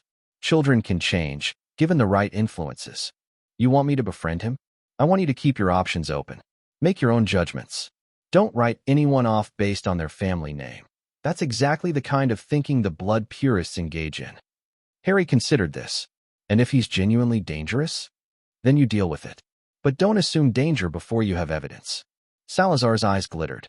One of the things that separated Slytherin House from the others was our willingness to look past surfaces. Don't be like the Gryffindors, who see a snake and assume evil. Look deeper. Hey, Godric protested. Am I wrong? Godric grumbled, but didn't actually argue. The boy in the robe shop isn't your main concern right now anyway, Rowena said, steering the conversation back on track. The Hogwarts letter is. You'll be entering the school as a student in less than a month. We need to prepare you for that. Prepare me how? I've been studying for 3 years. Academically, yes. But socially? Politically? Rowena shook her head. You've been isolated, Harry. Interacting only with us, with Poppy, with the house elves. You haven't had to navigate relationships with peers, with teachers who might oppose you, with a student body that will have very strong opinions about the boy who lived. So what do? You practice. We role-play scenarios, discuss strategies, prepare you for the different types of people you'll encounter. Rowena's expression was serious. Hogwarts isn't just a school, Harry. It's a political arena. The friendships you make, the enemies you create, the alliances you forge, they'll shape the rest of your life. No pressure, though, Godric muttered. It's pressure whether we acknowledge it or not. Better to face it honestly. Harry finished his Sunday, thinking. A month until he started Hogwarts. A month to prepare for a world he'd only glimpsed today, crowded, chaotic, full of people who had opinions about him based on things he'd done as a baby. I'm ready, he said, and he meant it. The founders smiled. The next 4 weeks were the most intense of Harry's training. Every morning, Godric drilled him in combat. Not just physical training anymore, but actual dueling. Harry learned the basic offensive and defensive spells, the footwork patterns, the tactical thinking that separated competent fighters from exceptional ones. The Yuan sang in his hand, responding to his aggression and determination with devastating effect. You're aggressive, Godric observed after one particularly brutal session. That's good, in moderation. But don't let anger drive you. Anger is fuel, not direction. Use it to power your spells, not to choose your targets. Every afternoon, the other founders took turns preparing him for the social challenges ahead. Rowena drilled him on the major magical families, their alliances and feuds, the complex web of relationships that governed pure-blood society. Salazar taught him manipulation, how to recognize it, how to counter it, how to use it himself when necessary. Helga focused on emotional intelligence, reading people, understanding motivations, building genuine connections that couldn't be broken by political convenience. You're going to meet people who hate you, Helga told him. And people who love you, and people who want to use you. The trick is learning to tell them apart. How? Watch their actions, not their words. People can say anything, but behavior tells the truth. Someone who consistently supports you when it costs them something, that's a real friend. Someone who only appears when they want something, that's a user. And someone who undermines you while claiming to help, that's an enemy pretending to be an ally. The most dangerous kind, Salazar added. What about people who are just neutral, who don't care about me one way or another? Those are the ones you can turn. Salazar's smile was thin. Neutral parties are opportunities. They haven't committed to any position yet, which means they can be influenced. Show them who you really are, what you really stand for, and they might become allies. Or enemies, if I mess it up. Yes, but that's the nature of the game. Every interaction is a chance to gain or lose ground. The skill is in tilting the odds in your favor. Harry absorbed it all, taking notes, asking questions, pushing himself to understand. The boy who lived was a symbol, a blank slate onto which the magical world had projected its hopes and fears. Harry Potter, the actual person, would have to work much harder to define himself. He was going to make sure they saw him clearly. September 1st arrived gray and drizzly. Harry stood on platform 9 3/4, watching the Scarlet steam engine belch smoke into the covered station, and felt his stomach clench with unexpected nerves. This was it. 3 years of preparation, and now he was actually going to be a student. A real student, with classes and classmates and all the complications that entailed. You'll be fine, Helga said, appearing beside him. She was barely visible. The founders had agreed to keep a low profile on the platform, avoiding the attention that would come from 4 legendary figures openly accompanying the boy who lived. You've prepared for this. You're ready. I know. Harry took a breath. It's just a lot of people. The platform was crowded with families, students, trunks and owls, and general chaos. Harry could see people looking at him. Quick glances, whispered conversations, pointing fingers. His scar was visible, marking him as clearly as a neon sign. Ignore them. Salazar murmured from his other side. You're not here for them. You're here for yourself. Easy to say. Never said it was easy. Said to do it anyway. Harry squared his shoulders. Right. Okay. I'm going. He moved toward the train, trunk floating behind him, a small display of wandless magic. But he wanted to establish himself from the start. The crowd parted for him, some people stepping back with expressions of awe, others watching with more calculating eyes. Near the train doors, he spotted a familiar face, the blond boy from the robe shop. Draco Malfoy, flanked by two large boys who looked more like bodyguards than friends. Draco saw him at the same moment. For a second, something flickered across his pointed face, uncertainty, maybe, or curiosity. Then his expression hardened into aristocratic disdain. Potter. He said the name like an insult. Malfoy. Harry kept his voice neutral. I heard you were raised by muggles. Living like some common. I heard you were raised by Death Eaters.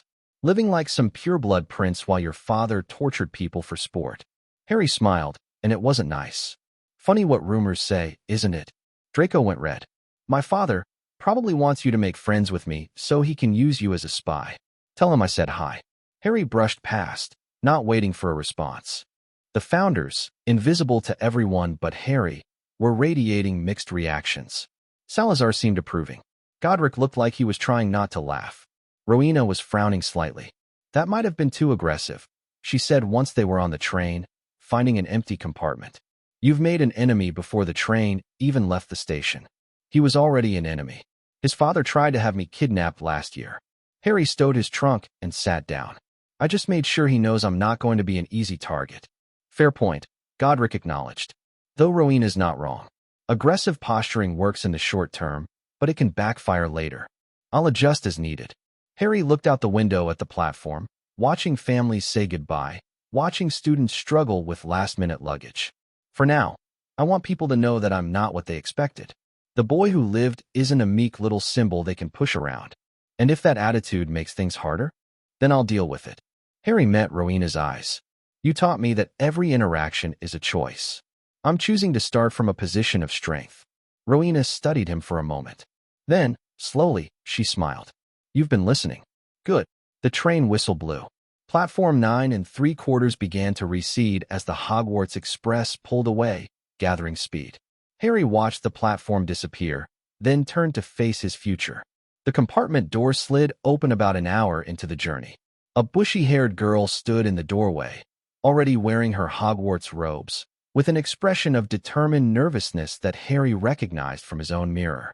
Have you seen a toad? A boy named Neville's lost one, and she stopped mid-sentence, her eyes going wide. You're Harry Potter. Last I checked. I've read about you in modern magical history and the rise and fall of the dark arts and great wizarding events of the 20th century. The words tumbled out in a rush. You defeated you-know-who when you were just a baby. That's absolutely incredible. How did you do it? The books don't really explain. The books don't know, Harry said dryly. Neither do I, actually. I was 1 year old. The girl deflated slightly. Oh, I suppose that makes sense. She seemed to gather herself. I'm Hermione Granger, by the way. First year, obviously. My parents are muggles, dentists, so this is all very new to me, but I've read all the course books and I think I've got a good grasp of the basics. You're nervous, Harry observed. That's okay. I'm nervous too. Hermione blinked. You are? But you're Harry Potter. You probably know everything already. I know some things. I don't know everything. Harry gestured to the seat across from him. Sit down if you want. You can help me figure out who everyone is. I don't know most of the students either. Hermione hesitated, then sat. Really? I mean, the books said you were raised in the magical world after the war. The books are wrong about a lot of things. Harry debated how much to share. I was raised by muggles until 3 years ago. Then some family members found me and took over my education. I've been studying magic, but I haven't spent much time around other magical children. Oh, Hermione's expression shifted from nervous awe to something more like intellectual interest. That's fascinating. So you're sort of between two worlds? Muggle-raised but magically educated. Something like that. The founders, invisible in the corners of the compartment, were watching the exchange with interest. Helga looked pleased. Salazar looked calculating. She could be useful, he murmured, quiet enough that only Harry could hear. Intelligent, eager to prove herself from a non-magical background. No pureblood baggage. Harry acknowledged the comment with a slight nod, then turned his attention back to Hermione. "Tell me about yourself," he said. Not the nervous introduction version. The real version. Hermione seemed startled by the question. What do you mean? What do you actually care about? What are you afraid of? What do you want from Hogwarts?" She was quiet for a moment, processing. "I want to belong," she said finally. "I've always been different. Too smart, too intense, too much. The other children at my old school thought I was strange. I was hoping that in the magical world, being special wouldn't be such a bad thing." Harry felt something shift in his chest. Recognition, maybe. Understanding. "I know what that's like," he said. "Being the strange one. The freak." Hermione's eyes widened. "You too." "Me too." Harry paused. "The magical world isn't perfect, Hermione. There are people here who'll judge you for being Muggle-born, who'll treat you like you're less than them because of your blood. But there are also good people. Real friends, if you can find them. How do you find them? You look for people who see you, not just what they want you to be. People who stick around when things get hard, not just when it's convenient." Harry shrugged. "And you be yourself, even when it's scary. Because the people who only like the fake version of you aren't really your friends anyway." Hermione was staring at him with an expression he couldn't quite read. "That's surprisingly wise for someone our age. I've had good teachers." "The family members who found you?" "Yeah." Harry smiled slightly. "They're unusual, but they taught me a lot about people.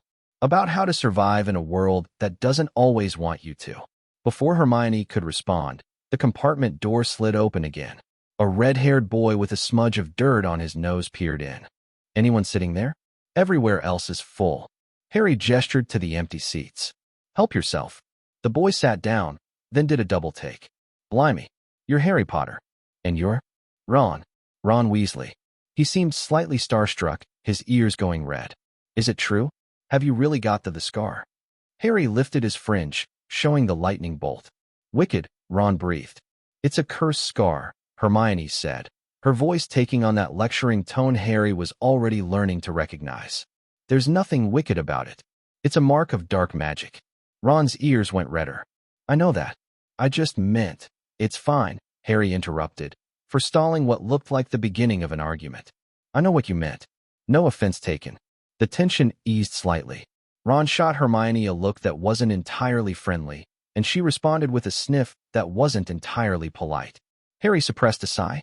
Apparently, finding friends was going to be complicated. Over the next few hours, he learned several things. Ron came from a large, pure-blood family with more love than money. His hand-me-down robes and battered pet rat told a story of financial struggle that Harry found surprisingly relatable. Ron was also funny, in a tactless sort of way, and knew an enormous amount about Quidditch and almost nothing about anything else. Hermione was brilliant but abrasive, correcting everyone constantly in ways that grated even on Harry's patience. She meant well, he could see that, but her desperate need to prove herself came across as showing off. Ron clearly couldn't stand her. They weren't natural allies. But Harry could see potential in both of them. Ron had loyalty and courage. Hermione had intelligence and determination. If he could get them to stop annoying each other long enough to recognize their common ground. "What house do you want to be in?" Ron asked around a mouthful of chocolate frog. "All my family's been in Gryffindor. I don't know what they'd do if I ended up somewhere else. Probably disown me." "Gryffindor seems fine," Harry said neutrally. "Though I've heard Ravenclaw is good for academics." "My parents want me to just do my best," Hermione said. "But I've read that Gryffindor produced Dumbledore, so that seems like a good option." "What about Slytherin?" Harry asked, watching their reactions. Ron made a face. "Slytherin? Are you mental? That's where all the dark wizards come from. You know who was a Slytherin." "So was Merlin," Harry said mildly. "And about half the ministers of magic in history. Not all Slytherins are evil." "That's surprisingly open-minded," Hermione said. "Most of the books are quite negative about Slytherin House. Most of the books are written by non-Slytherins." Harry shrugged. "I'm trying to make my own judgments." Ron still looked skeptical, but he didn't argue further. The conversation moved on to other topics. Quidditch, Ron's passion, academic subjects, Hermione's passion, and the general mysteries of Hogwarts. When the train finally pulled into Hogsmeade Station, Harry felt like he'd made progress. Not friendships, exactly, not yet. but the foundations for them. Connections that could grow into something real if he cultivated them carefully. The founders, who had been silent observers throughout the journey, seemed to agree. The Weasley boy is simple but genuine, Salazar murmured as they disembarked. He'll be loyal if you earn it. The girl is more complex, brilliant but insecure. She could be a powerful ally or a bitter rival, depending on how she develops. I like them both, Harry said quietly. Liking is fine. Just don't let it blind you to their flaws. Harry nodded. Then he looked up at the castle in the distance. Hogwarts, his home for 3 years, now about to become his school as well, and felt a strange mix of anticipation and uncertainty. This was where it really began. The Great Hall was everything Harry had imagined and more. Thousands of candles floating overhead. The enchanted ceiling showing a starry night sky. For long tables stretching the length of the room, packed with students in black robes. And at the far end, the staff table, where Dumbledore sat watching with those twinkling blue eyes that Harry had learned to distrust. The Sorting Hat sat on a stool at the front of the hall, a battered old thing that somehow radiated age and power. Professor McGonagall called names alphabetically. Students stepped forward, the hat was placed on their heads, and after a moment of deliberation, a house was announced. Abbott, Hannah, went to Hufflepuff. Bones, Susan, also Hufflepuff. Finch Fletchley, Justin, Hufflepuff again. Granger, Hermione. Hermione walked to the stool with her chin held high, though Harry could see her hands shaking. The hat took almost a full minute before shouting Gryffindor. She looked relieved as she made her way to the Gryffindor table, though she shot a glance at Harry that clearly said she'd hoped they'd be in the same house. More names. Longbottom, Neville, the Toad Boy, went to Gryffindor after a very long deliberation. Malfoy, Draco, was sorted into Slytherin almost before the hat touched his head. He strutted to the green table with a smirk. Then, Potter, Harry. The hall went silent. Every head turned. Harry could feel the weight of hundreds of stares as he walked to the stool. The hat settled over his eyes, plunging him into darkness. Well. The voice was in his head, dry and ancient. What do we have here? The boy who lived himself. And my, what an interesting mind. Harry felt the hat's presence probing, searching, examining memories and abilities and potential. Courage, yes. Intelligence, certainly. Loyalty and ambition in equal measure. A very balanced mind, Mr. Potter. Very rare. Thank you, Harry thought. The question is where to put you.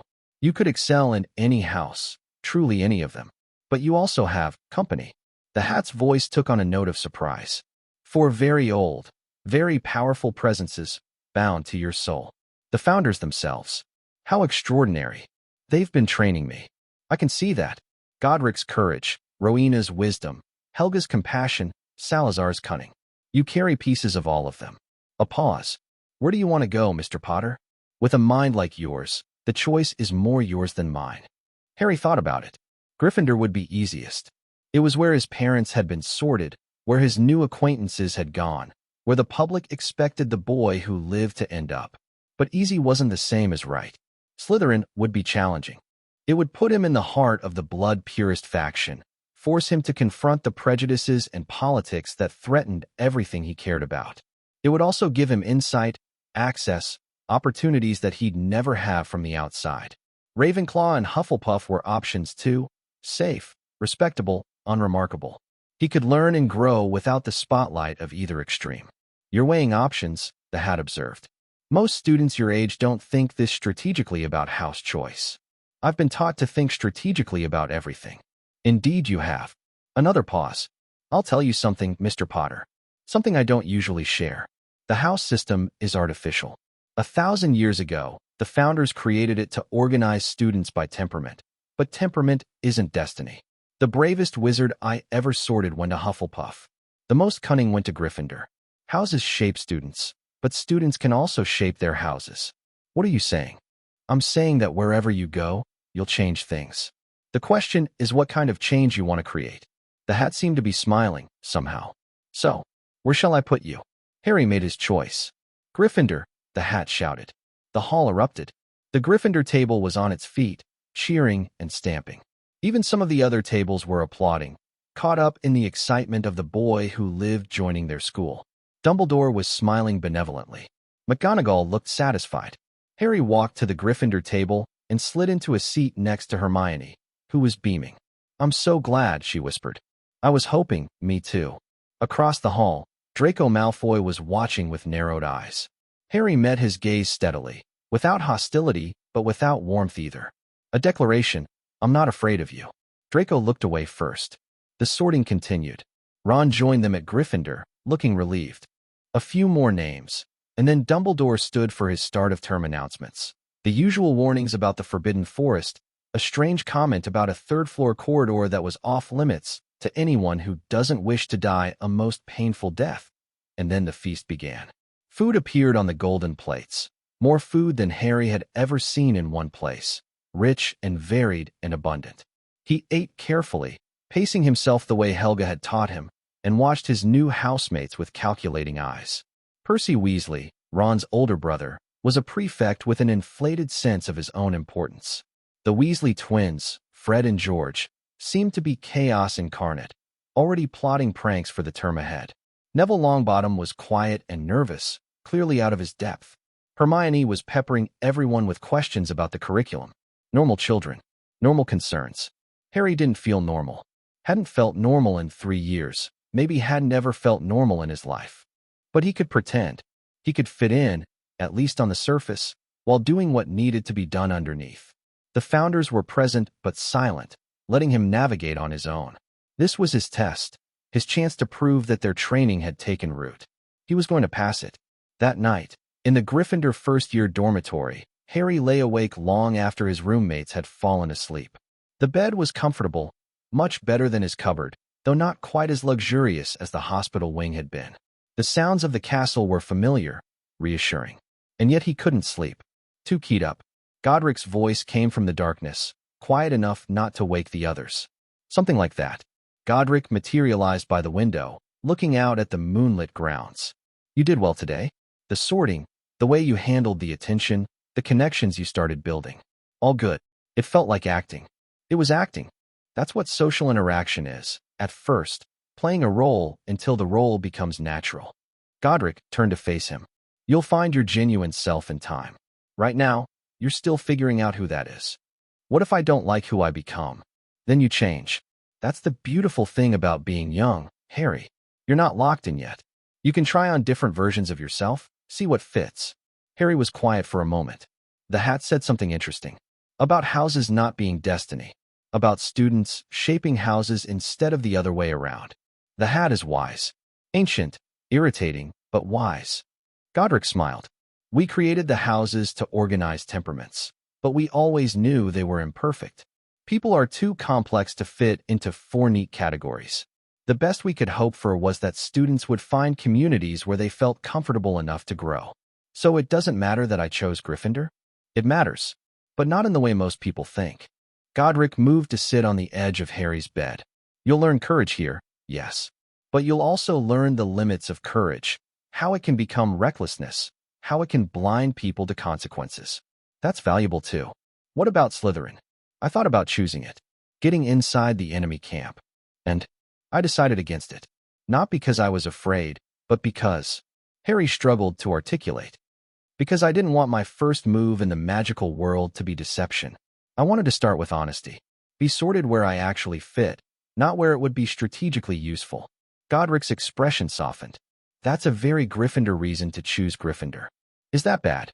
"No. It's good. It means you're thinking like a person, not just a chess player." Godric's hand, solid, warm, squeezed Harry's shoulder. "The others will have their own lessons for you. Salazar will probably lecture you about missing strategic opportunities. Rowena will analyze your decision from every angle. Helga will just be proud. And you? I'm proud too." Godric stood. "Now sleep. Tomorrow you start classes, and you'll need your energy." "Yes, sir." Godric laughed quietly. "Sir, you've never called me that before. Felt appropriate. First night at school and all. Get some rest, Harry. You've earned it." He faded into invisibility, leaving Harry alone with his thoughts. Sleep came eventually, and for once, his dreams were of flying, not of green light and screaming. The first week of classes passed in a whirlwind. Harry excelled in charms. Professor Flitwick was delighted by his grasp of magical theory and his precision with spell work. He did well in Transfiguration too, though McGonagall seemed determined not to show favoritism despite Harry's clear talent. History of Magic was boring. Professor Binns was a ghost who lectured in a monotone, but Harry had already learned most of the material from Rowena. Potions was interesting. Professor Snape swept into the dungeon classroom on the first day with robes billowing like bat wings, his presence commanding immediate silence. He took roll call, pausing when he reached Harry's name. Ah yes, Harry Potter, our new celebrity. A few Slytherins snickered. Harry kept his expression neutral. Snape launched into a speech about the subtle science and exact art of potion making that was clearly designed to intimidate. Then he rounded on Harry with questions. Asphodel and Wormwood, Bezoars, Monkshood and Wolfsbane, firing them rapidly without giving Harry time to respond. Well, Snape sneered. It seems fame isn't everything. Asphodel and Wormwood make the draft of living death, Harry said calmly. A Bezoar is a stone from the stomach of a goat that will save you from most poisons. Monkshood and Wolfsbane are the same plant, also called aconite. Snape's expression flickered, surprise, quickly hidden. Well, he said after a pause. It seems some of you can read a book. 10 points to Gryffindor. The class went silent. Points to Gryffindor? From Snape? Even the Slytherins looked shocked. Snape's lip curled. Don't look so surprised. I reward competence regardless of house. I simply rarely see it from Gryffindors. The rest of the lesson was tense, but manageable. Harry's potion was nearly perfect. 3 years of Salazar's instruction had given him a solid grounding in the art. And Snape, while clearly not pleased, couldn't find significant fault. He hates you, Ron whispered as they left. Everyone knows Snape hates Gryffindors, but with you it's personal. Maybe. Harry wasn't so sure. Snape's hostility felt complicated. Personal, yes, but not simple hatred. There was something else underneath, something Harry couldn't quite identify. Your parents, Hermione said thoughtfully. I read that your father and Professor Snape were at school together. Maybe there's history there. Maybe. Harry filed the information away for later investigation. The week continued. Defense Against the Dark Arts was a disappointment. Professor Quirrell was a nervous wreck who stuttered through his lectures and seemed terrified of his own subject matter. But there was something off about him that Harry couldn't quite place. Something in the way he looked at Harry when he thought no one was watching. Trust your instincts, Salazar murmured during one particularly awkward lesson. There's more to that man than meets the eye. Dark magic, Rowena agreed. I can feel it. Faint, but present. Be careful around him. Harry nodded slightly, acknowledging the warning. By Friday, he'd established himself as a top student. Not ostentatiously brilliant, but consistently excellent. He'd made tentative friendships with Ron and Hermione, despite their ongoing friction with each other. He'd earned the respect of most of his teachers and the envy of some of his classmates. And he'd noticed something strange about the third-floor corridor. Not just Dumbledore's warning, though that was strange enough. There was a magical presence in that part of the castle, something old and powerful that he could feel whenever he passed nearby. The Founders felt it too. A Cerberus, Godric said after Harry described the sensations. 3-headed dog. Guardian creature, usually set to protect something valuable. What would be valuable enough to hide at a school? An excellent question. Rowena's expression was thoughtful. I'll do some research. There may be news we've missed while focused on your training. The answer came sooner than expected. Harry was in the library the following week, researching additional material for his classes, when he overheard a conversation at the next table.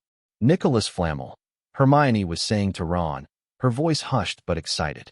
I've been looking for weeks, and I finally found him. He's the only known maker of the Philosopher's Stone. The what? Ron looked confused. The Philosopher's Stone. It produces the elixir of life, which makes the drinker immortal. Nicholas Flamel is over 600 years old because of it. Harry's blood went cold. The Philosopher's Stone. Immortality. A valuable artifact hidden at a school full of children. And Voldemort, out there somewhere, desperate to return to life. He stood abruptly, gathering his things. Harry. Hermione looked up, surprised. Are you okay? Fine. Just remembered something. He forced a smile. See you later. He walked quickly through the corridors, heading for the Founders' quarters. His mind was racing. If the Philosopher's Stone was at Hogwarts, and if Voldemort knew about it, then the school wasn't just a sanctuary anymore. It was a target. The founder's reaction confirmed his fears. The stone, Salazar said grimly. Of course. It makes perfect sense. Dumbledore is protecting it for Flamel. Probably moved it here after an attempted theft. Gringotts, Rowena added. There was a break-in last summer. Vault 713 was emptied the same day, supposedly for security reasons. The stone must have been there. And now it's here. Godric's expression was thunderous. Hidden in a school full of children, with nothing but a Cerberus between it and anyone who wants it. There will be other protections, Helga said. Dumbledore isn't stupid. He wouldn't rely on a single guardian. But the fact that it's here at all, Godric shook his head. This is exactly the kind of greater good thinking that got Harry hurt in the first place. Dumbledore uses Hogwarts as a game board, moves children around like pieces, takes risks that aren't his to take. What do we do? Harry asked. The founders exchanged looks. We monitor the situation, Rowena said finally. Watch for signs of attempted theft. Keep you safe, first and foremost. If there's a genuine threat, we'll deal with it. And Dumbledore? We can't confront him directly. Not yet. Salazar's voice was tight with frustration. He'd deny it, claim everything is under control, accuse us of paranoia. We need evidence before we move. So we watch. We wait. We prepare. Harry nodded slowly. And if Voldemort, or someone working for him, actually makes a move? Then we stop them. Godric's smile was fierce. Whatever it takes. Harry looked at his family, 4 ancient spirits, bound to him by magic and choice, ready to fight for him and with him against whatever came. He wasn't the scared child who'd been rescued from Privet Drive anymore. He was trained, armed, informed.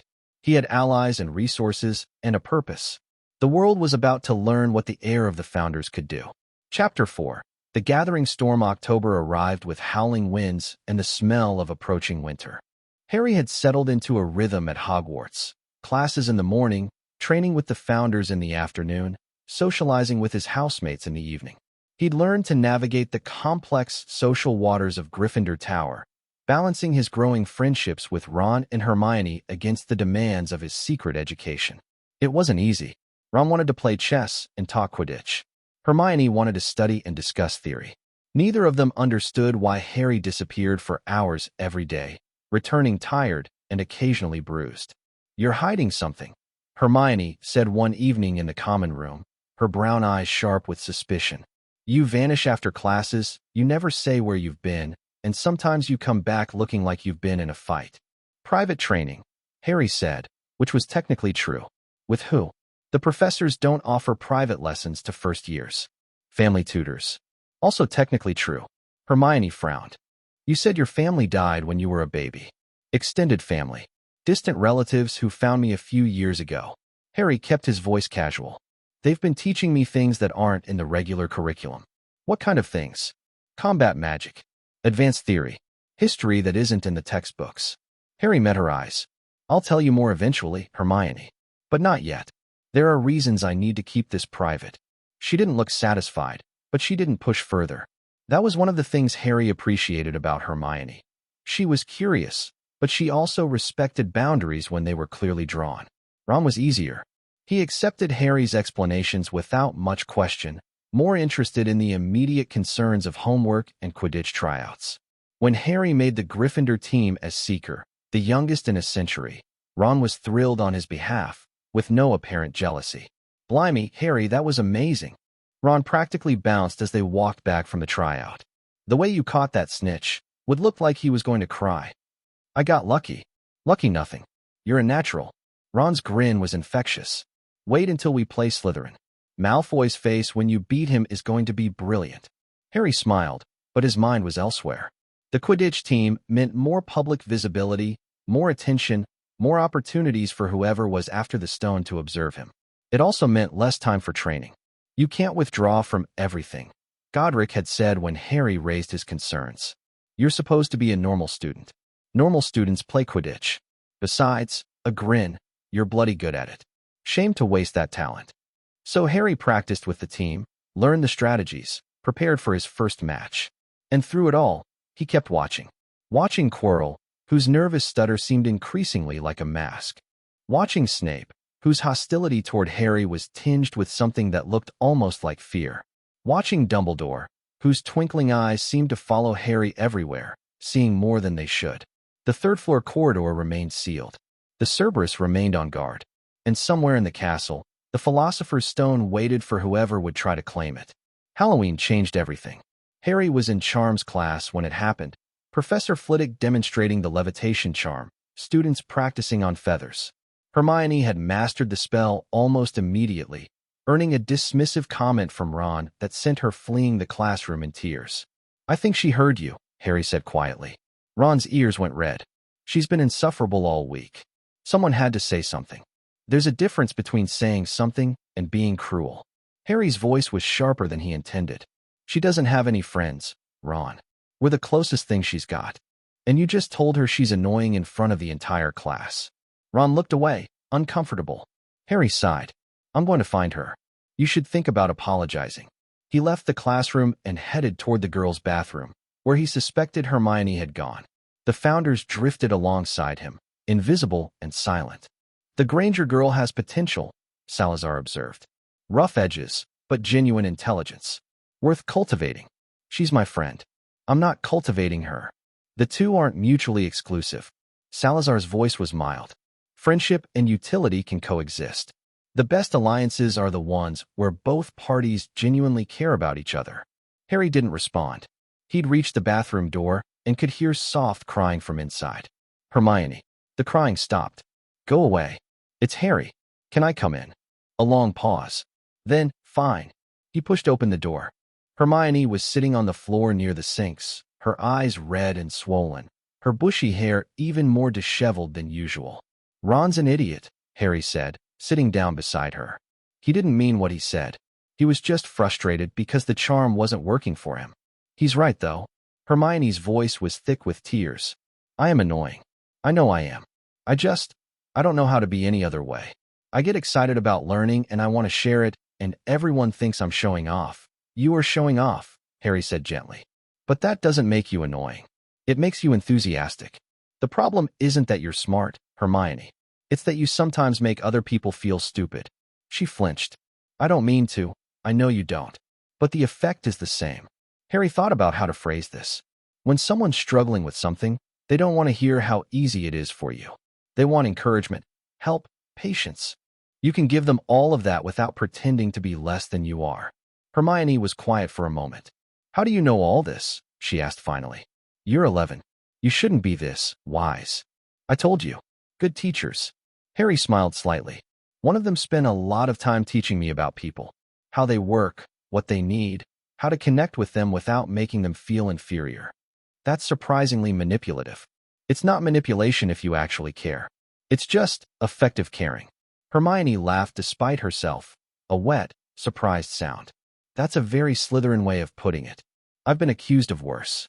They sat in comfortable silence for a moment. Then the door burst open. Professor Quirrell stood in the doorway, his face pale, his turban askew. "Troll," he gasped. "Troll in the dungeons. Thought you should know." And he collapsed in a dead faint. For a second, nothing happened. Then Harry was on his feet, wand in his hand, every sense on high alert. "Move," he said to Hermione. "Now." "What?" "Quirrell just told us there's a troll in the dungeons. Why is he on the third floor? Why did he come to a girl's bathroom instead of the Great Hall?" Harry's mind was racing. This is wrong. Something's wrong. The Founders had materialized around them, their expressions grim. "He's right," Rowena said. "This is a diversion. Someone's using the troll to draw attention away from something else." "The stone," Salazar hissed. "It has to be. Someone's making a move." "We should go," Harry started. "You should stay alive," Godric interrupted. "Getting between a troll and whatever else is happening tonight is not a survival strategy." A roar echoed through the corridor. "Close. Very close." Harry grabbed Hermione's hand and pulled her toward the door, then stopped. The troll was already there. 12 feet tall, gray-skinned, lumpy, with a small head and massive body. It carried a wooden club the size of a small tree, and it was looking directly at them with tiny, malevolent eyes. "Back," Harry breathed. Slowly, they backed into the bathroom. The troll followed. It swung its club. Harry shoved Hermione aside and dove in the opposite direction. The club demolished a row of sinks, sending porcelain and water spraying everywhere. "Harry!" Hermione screamed. "Stay down." Harry rolled to his feet, his wand already moving. The stunning spell he cast was textbook perfect and completely useless. The red light splashed against the troll's hide like water off a duck. "Magic resistance," Salazar said urgently. "Mountain trolls are nearly immune to direct spells. You need to be indirect." "Indirect. Right." The troll swung again. Harry dodged, thinking furiously. Indirect meant using the environment, exploiting weaknesses, attacking from unexpected angles. The bathroom was full of pipes. "Hermione, can you levitate something heavy?" "Ah, yes." "The pipes. Rip them out of the wall." The troll turned toward Hermione's voice. Harry darted forward, slashing his wand in a wide arc, and a jet of water from a broken sink redirected into the troll's face. It bellowed in confusion, momentarily blinded. "Now, Hermione." Wingardium Leviosa. A massive pipe tore free from the wall with a shriek of metal. It hovered for a moment, wobbling, then shot forward under Hermione's direction and slammed into the troll's head with a clang that echoed off the tiles. The troll staggered. Harry pressed the advantage, sending another water jet into its eyes while Hermione hit it again with the pipe. Once, twice, 3 times. The troll collapsed. For a moment, nothing moved. Then Harry heard running footsteps, and Professors McGonagall, Snape, and Quirrell burst into the ruined bathroom. "What on earth?" McGonagall stopped, taking in the scene. Unconscious troll. 2 first years. Demolished sinks. Floating pipe. Miss Granger. Mr. Potter. Explain yourselves. Harry exchanged a glance with Hermione. "It's my fault, Professor."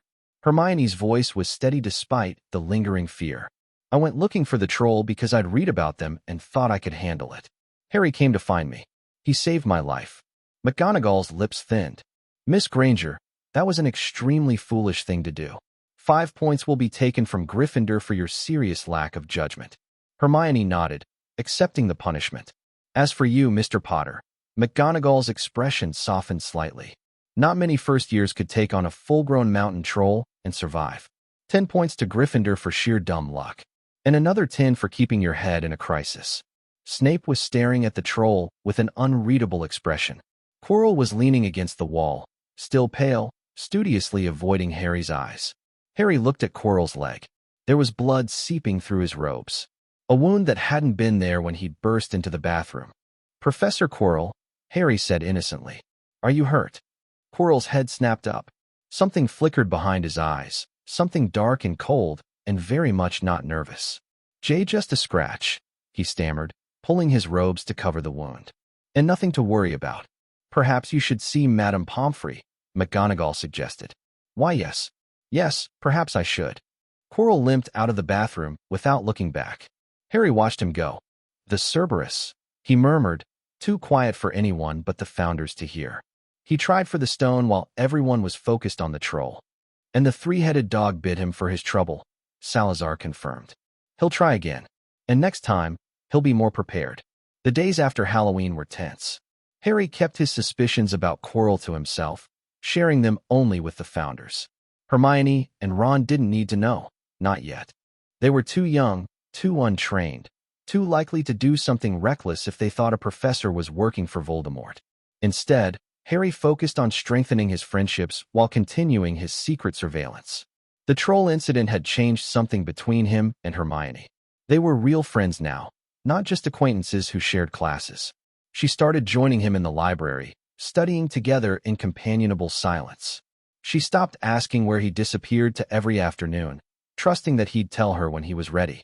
Ron took longer to come around. His apology to Hermione was awkward and grudging, but genuine. Slowly, the 3 of them became a unit. The Golden Trio, some of the older students started calling them, though Harry wasn't sure he liked the name. "You're building a power base," Salazar observed one evening.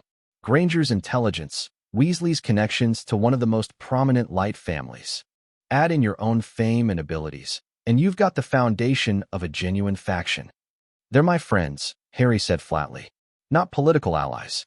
Why can't they be both?" Harry didn't have an answer for that. November brought the first Quidditch match, Gryffindor versus Slytherin. Harry had been looking forward to it for weeks. eager to prove himself in a way that didn't involve combat or intrigue. The day dawned cold and clear. The stands were packed with students and staff, everyone wearing their house colors, the air buzzing with excitement and rivalry. Harry walked onto the pitch with his team, his Nimbus 2000 in hand, and felt something he hadn't felt in a long time. Pure, uncomplicated joy. This was flying. This was freedom. For the next few hours, he didn't have to be the boy who lived, or the heir of the Founders, or the target of dark wizards. He just had to catch a small golden ball. The whistle blew. Harry kicked off and soared into the sky. The match was intense. Gryffindor and Slytherin had been rivals for centuries, and both teams played with fierce determination. Harry circled above the pitch, eyes scanning for the snitch, while the chasers and beaters battled below. He saw at first a flash of gold near the Slytherin goalposts. The Slytherin seeker, a burly fifth year named Terrence Higgs, was looking the wrong way. Harry dove. Wind whipped past his face, the ground rushing up to meet him. He stretched out his hand, fingertips brushing the snitch's golden wings, and then his broom went crazy. It bucked like a wild horse, trying to throw him off. Harry gripped the handle with both hands, his legs clamping tight, but the broom jerked and twisted with impossible force. Someone's jinxing it. Hermione's voice came from somewhere far below, shrill with panic. Harry couldn't respond. All his focus was on staying mounted, on not falling 100 feet to his death. His broom was spinning now, corkscrewing through the air in patterns that no rider could control. The Founders were shouting, their voices overlapping. Counter Jinx. Can't. It's too strong. Find the caster. Harry caught a glimpse of the stands. Quirrell was watching him with fixed intensity, his lips moving soundlessly. But so was Snape. Both of them. Both muttering. Both staring. Both seemingly focused on Harry's broom. Which one was cursing him? Which one was trying to help? The broom gave a particularly violent lurch, and Harry's grip slipped. For a terrifying moment, he was hanging by one hand, the pitch spinning below him. Then he saw it. A flash of fire in the stands. Screaming. Quirrell breaking eye contact, his attention drawn by whatever was happening behind him. The jinx broke. Harry's broom steadied instantly. He hauled himself back up, gasping, and saw the snitch still hovering near the goalposts. He didn't think. He just flew. His hand closed around the snitch, and the crowd erupted. Gryffindor won, 170-60. Harry was mobbed by his teammates, lifted on his shoulders, carried off the pitch like a conquering hero. But his mind was elsewhere. The fire in the stands had been Hermione's doing. She'd told him later, breathless and scared, that she'd set Snape's robes on fire to break his concentration. She thought Snape had been the one cursing the broom. But Harry had seen Quirrell's face when the fire started. Had seen the fury there, quickly hidden. Had seen him stop muttering first. Snape was doing a counter jinx. Rowena confirmed that night. I recognized the incantation pattern. He was trying to save you. And Quirrell was trying to kill me. Yes. Rowena's expression was grim. The question is why? What does he gain from your death? If I'm dead, I can't oppose Voldemort's return. Harry's voice was flat. I'm the boy who lived. The prophecy child. Removing me removes an obstacle. There's more to it than that, Salazar said slowly. Quirrell didn't just want you dead. He wanted it to look like an accident. A broom malfunction during a Quidditch match. Tragic, but not suspicious. That suggests planning. Patience. Someone thinking long-term. Voldemort style, Godric muttered. Always liked to keep his hands clean when possible. Make enemies disappear in ways that couldn't be traced back to him. So Quirrell is working for Voldemort. Directly. Almost certainly. Salazar's eyes were cold. The question is how. Voldemort was supposedly destroyed when he attacked you. What's left of him that Quirrell could serve? They didn't have an answer. Not yet. But Harry was determined to find one. December brought snow, exams, and a decision Harry had been avoiding. You're staying for Christmas, Hermione said. It wasn't a question.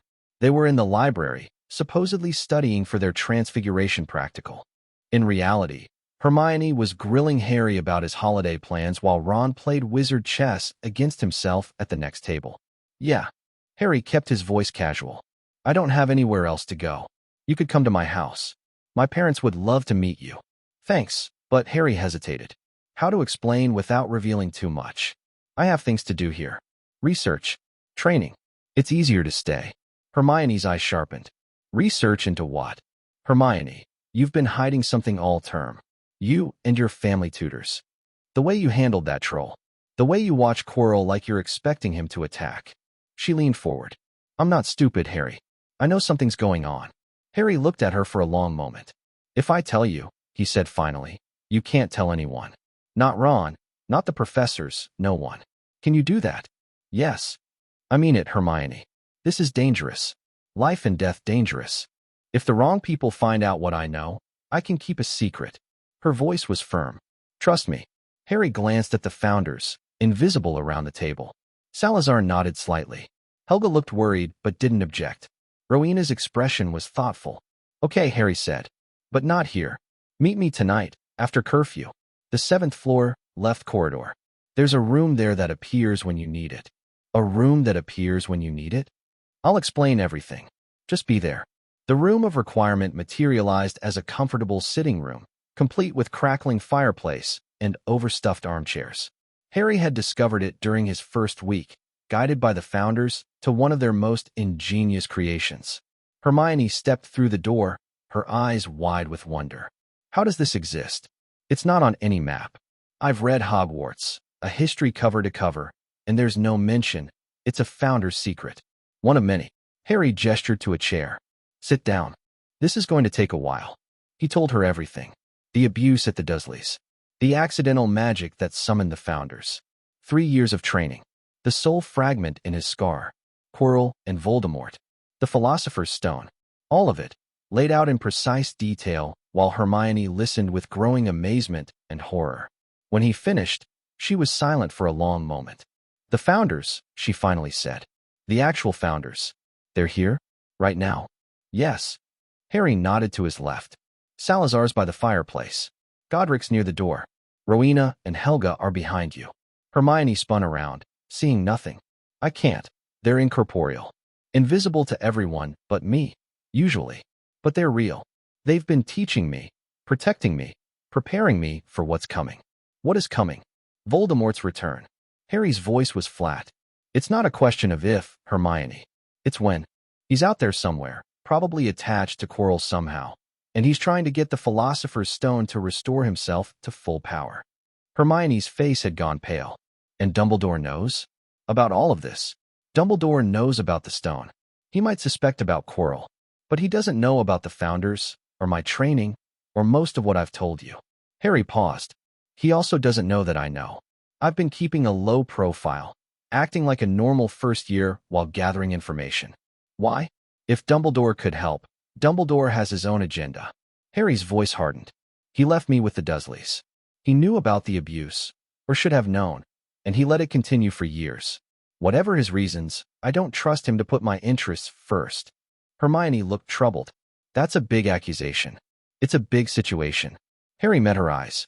I'm not asking you to believe everything I've told you. I'm asking you to keep it secret while you think about it. Watch Quirrell yourself. Research the Philosopher's Stone. See if my conclusions make sense. And if they do, then maybe you'll help me. Not with the fighting, you're not trained for that. But with research, planning, figuring out what Quirrell's endgame is. Harry smiled slightly. You're the smartest person I know, Hermione. I could use your brain on my side. She was quiet for a long moment. The founders, she said finally. Can I see them? Somehow. Harry looked at the spirits. Helga was already moving forward, her expression warm. I can try to manifest, she said. Just for a moment. With Harry's help.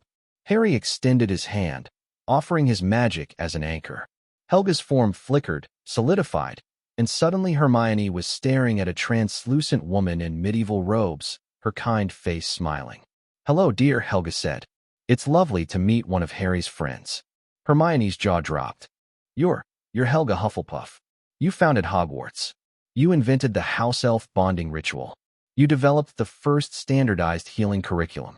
I did a lot of things, Helga agreed, her eyes twinkling. Most of them less impressive than they sound. It's good to see young people still reading history, though. This is real. Hermione's voice was awed. This is actually real. The founders of Hogwarts, alive. Well, not alive, but present, and teaching Harry Potter, and there's a piece of Voldemort's soul in his head, and she took a deep breath. This is the most incredible thing I've ever encountered. And the most dangerous, Salazar's voice came from near the fireplace. He hadn't manifested, but apparently decided to participate verbally. Don't forget that part, Miss Granger. Everything Harry's told you puts you at risk. If Quirrell discovers how much you know. I understand. Hermione's voice steadied. I won't tell anyone, and I'll help however I can. Good. Harry felt a weight lift from his shoulders. He hadn't realized how much he'd wanted to share this burden until he'd actually done it. Thank you, Hermione. You're my friend. She said it simply, like it was obvious. Friends help each other. Helga smiled and faded back to invisibility. But her approval lingered in the air. Christmas at Hogwarts was quiet. Most students had gone home, leaving the castle echoing and empty. Harry had the Gryffindor common room almost to himself. Only the Weasley boys remained, their parents having gone to Romania to visit their brother Charlie. Christmas morning brought a pile of presents that Harry hadn't expected. A hand-knitted jumper from Mrs. Weasley, emerald green with a golden H. A box of chocolate frogs from Ron. A book on advanced magical theory from Hermione, with margin notes in her neat handwriting. A flute from Hagrid, the groundskeeper, who Harry had been cultivating as an information source. And one package with no card. Harry opened it carefully, his senses alert for anything dangerous. Inside was a cloak, silvery, shimmering, strangely familiar. The invisibility cloak, Godric breathed. From your vault. How did it get here? A note fluttered out of the folds. Your father left this in my possession before he died. It is time it was returned to you. Use it well. No signature. Dumbledore, Rowena said. The handwriting. I recognize it from official documents. Why would Dumbledore have my father's cloak? James Potter was in the Order of the Phoenix, Dumbledore's organization, fighting against Voldemort in the First War. Salazar's voice was thoughtful. Perhaps James lent it to him for some mission and never got it back. Harry held the cloak up, watching it catch the light. He already had one invisibility cloak, the one from his vault. Now he had two. This is different from the one in Gringotts, he said slowly. That one was just an heirloom. This one feels more older, stranger. May I see? Rowena asked. Harry held the cloak out toward her invisible form. She reached for it, her hand briefly manifesting to touch the fabric, and pulled back with a gasp. Death's cloak, she whispered. The third Hallow. Harry, do you know what this is? An invisibility cloak? Not just any invisibility cloak. The invisibility cloak. Rowena's voice was shaking. From the legend of the three brothers. One of the Deathly Hallows, objects of immense power, supposedly created by Death himself. Harry stared at the cloak in his hands with new eyes. Why would my family have one of the Deathly Hallows? The Peverils, Godric said slowly. The Potters are descended from the Peverils. It's in the old genealogies. If the legend is true, if the Hallows were really created by Death, then this cloak has been passed down through Harry's family for centuries. Rowena's voice was hushed. No wonder the one in the vault felt lesser. It was just a replica. This is the original. Harry swirled the cloak around his shoulders. The fabric was feather-light, and when he looked down, his body had vanished completely. I can't see you at all, Helga said. Not even a shimmer. That's true invisibility, Harry. The kind that can't be penetrated by any spell or detection method I know. That's useful. That's dangerous. Salazar's voice was sharp. The Hallows are legendary for a reason. Objects of that power attract attention. If anyone realizes what you have, they won't. Harry pulled the cloak off, folding it carefully. I'll keep it hidden. Use it only when necessary. See that you do. Salazar paused. And Harry?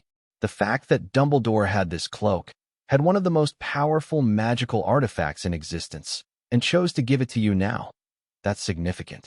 He's playing a game. We just don't know what it is yet. Harry nodded slowly. One more mystery to unravel. One more piece of a puzzle that was growing more complex by the day. That night, Harry used the cloak for the first time. He wasn't sure what drew him to the third-floor corridor. Curiosity, maybe, or the need to see for himself what everyone was trying to protect. The castle was silent, the corridors dark except for the occasional torch. Harry moved like a ghost, invisible and soundless, the cloak wrapped tight around him. The door to the forbidden corridor was locked, but Salazar had taught him the unlocking charm months ago. A whispered Alohomora, and he was inside. The Cerberus was sleeping. It was enormous. 3 heads, each one the size of a small car, drooling onto the stone floor as it snored. Its body filled most of the room, leaving barely enough space to edge around it. And under its massive paw was a trapdoor. "Don't even think about it." Godric's voice came from beside him. "Opening that door would wake the beast." "I'm not going to open it. I just wanted to see." Harry studied the Cerberus for a moment longer, noting how it responded even in sleep to the slightest sound, the way its ears twitched at every creak of the old castle. "There's music playing somewhere," he said softly. "Very faint. I can barely hear it. An enchanted instrument, probably. Cerberus are vulnerable to music. It puts them to sleep." Rowena's voice was thoughtful. "Someone's been here recently, maintaining the charm. Quirrell? Possible. Or Snape, or Dumbledore, or anyone else who knows what's down there." Harry backed away slowly, careful not to make a sound. He slipped out the door and relocked it, then stood in the corridor thinking. The stone was down there, protected by a three-headed dog and probably other obstacles. Quirrell wanted it, needed it, if he was really working to restore Voldemort. Eventually, he would make another attempt. When he did, Harry would be ready. He turned to leave and stopped. A door he hadn't noticed before was standing open at the end of the corridor. Inside, he could see the faint glow of candlelight. Against his better judgment, Harry approached. The room was small and bare except for a single object, an ornate mirror, standing in the center of the space. It was tall, taller than Harry, with an inscription carved around the frame that he couldn't quite read in the dim light. Harry stepped closer, the invisibility cloak still wrapped around him. In the mirror, he saw himself, but different. Older maybe, stronger, surrounded by people who smiled and waved and looked at him with love. His parents, James and Lily Potter, standing just behind his reflection, their hands on his shoulders. Harry's breath caught. "That's not real." Salazar's voice was urgent. "Harry, look away. That mirror shows your deepest desire, not reality. It's a trap." Harry couldn't look away. His parents were there, right there, so close he could almost touch them. His father had his messy hair.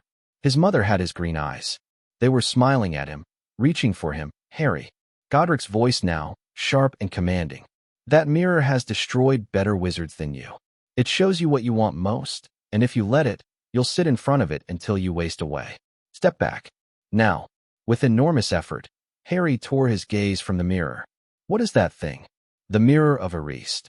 Rowena's voice was soft with remembered pain. "It shows the deepest, most desperate desire of your heart. For you, apparently, that's your parents. I've never had them." Harry's voice was thick. "I don't even remember their voices. But they were right there. They weren't." Helga's hand touched his shoulder, solid, warm, grounding. "It was an illusion, Harry. A beautiful, terrible illusion. Your parents are gone. What the mirror showed you was your longing for them, not their actual presence." Harry looked back at the mirror. His reflection stared back at him. Alone now, the phantom family vanished. Why is this here? In the same corridor as the stone? A test, perhaps, or a trap for anyone who makes it past the other obstacles. Salazar's voice was thoughtful, Dumbledore's style, clever but cruel. Harry backed away from the mirror, pulled the cloak tighter around himself. "I want to go," he said. "I've seen enough." No one argued. Harry walked back to Gryffindor Tower in silence, the weight of what he'd seen pressing down on him like a physical thing. The founders stayed close, their presence a comfort even as his heart ached. His parents. He'd seen his parents, and they'd been nothing but shadows in a mirror, reflecting back his own desperate longing. The rest of Christmas break passed in a blur of research and training. Harry threw himself into his studies with renewed intensity, driven by the memory of the mirror and the knowledge that Voldemort was closer than anyone realized. He practiced dueling with Godric until his arms ached. He studied soul magic with Salazar, searching for any way to remove the fragment in his scar. He mated with Helga, strengthening his mental defenses. He pored over books with Rowena, looking for information about Quirrell, the Stone, the Hallows. Hermione sent letters. Long, detailed letters full of research she'd been doing at home. Anything she could find about Philosopher's Stones, about Voldemort's first rise, about Hogwarts' hidden secrets. She'd thrown herself into the mystery with the same intensity she brought to everything, and Harry was grateful for her help. Ron sent a letter too. Shorter, mostly about Christmas with his family, but with a postscript that made Harry smile. Hermione won't stop talking about the project. I don't know what you two are up to, but whatever it is, it sounds mental. Save some adventure for me, yeah? The new term brought Hermione back to the castle, brimming with theories and questions. Ron remained cheerfully oblivious, though Harry suspected that would change soon. You couldn't keep secrets from your best friends forever. We need to tell him, Hermione said one evening in the room of requirement. He knows something's going on. He's not as oblivious as he acts. Ron's not ready. Harry shook his head. He's loyal, but he's not subtle.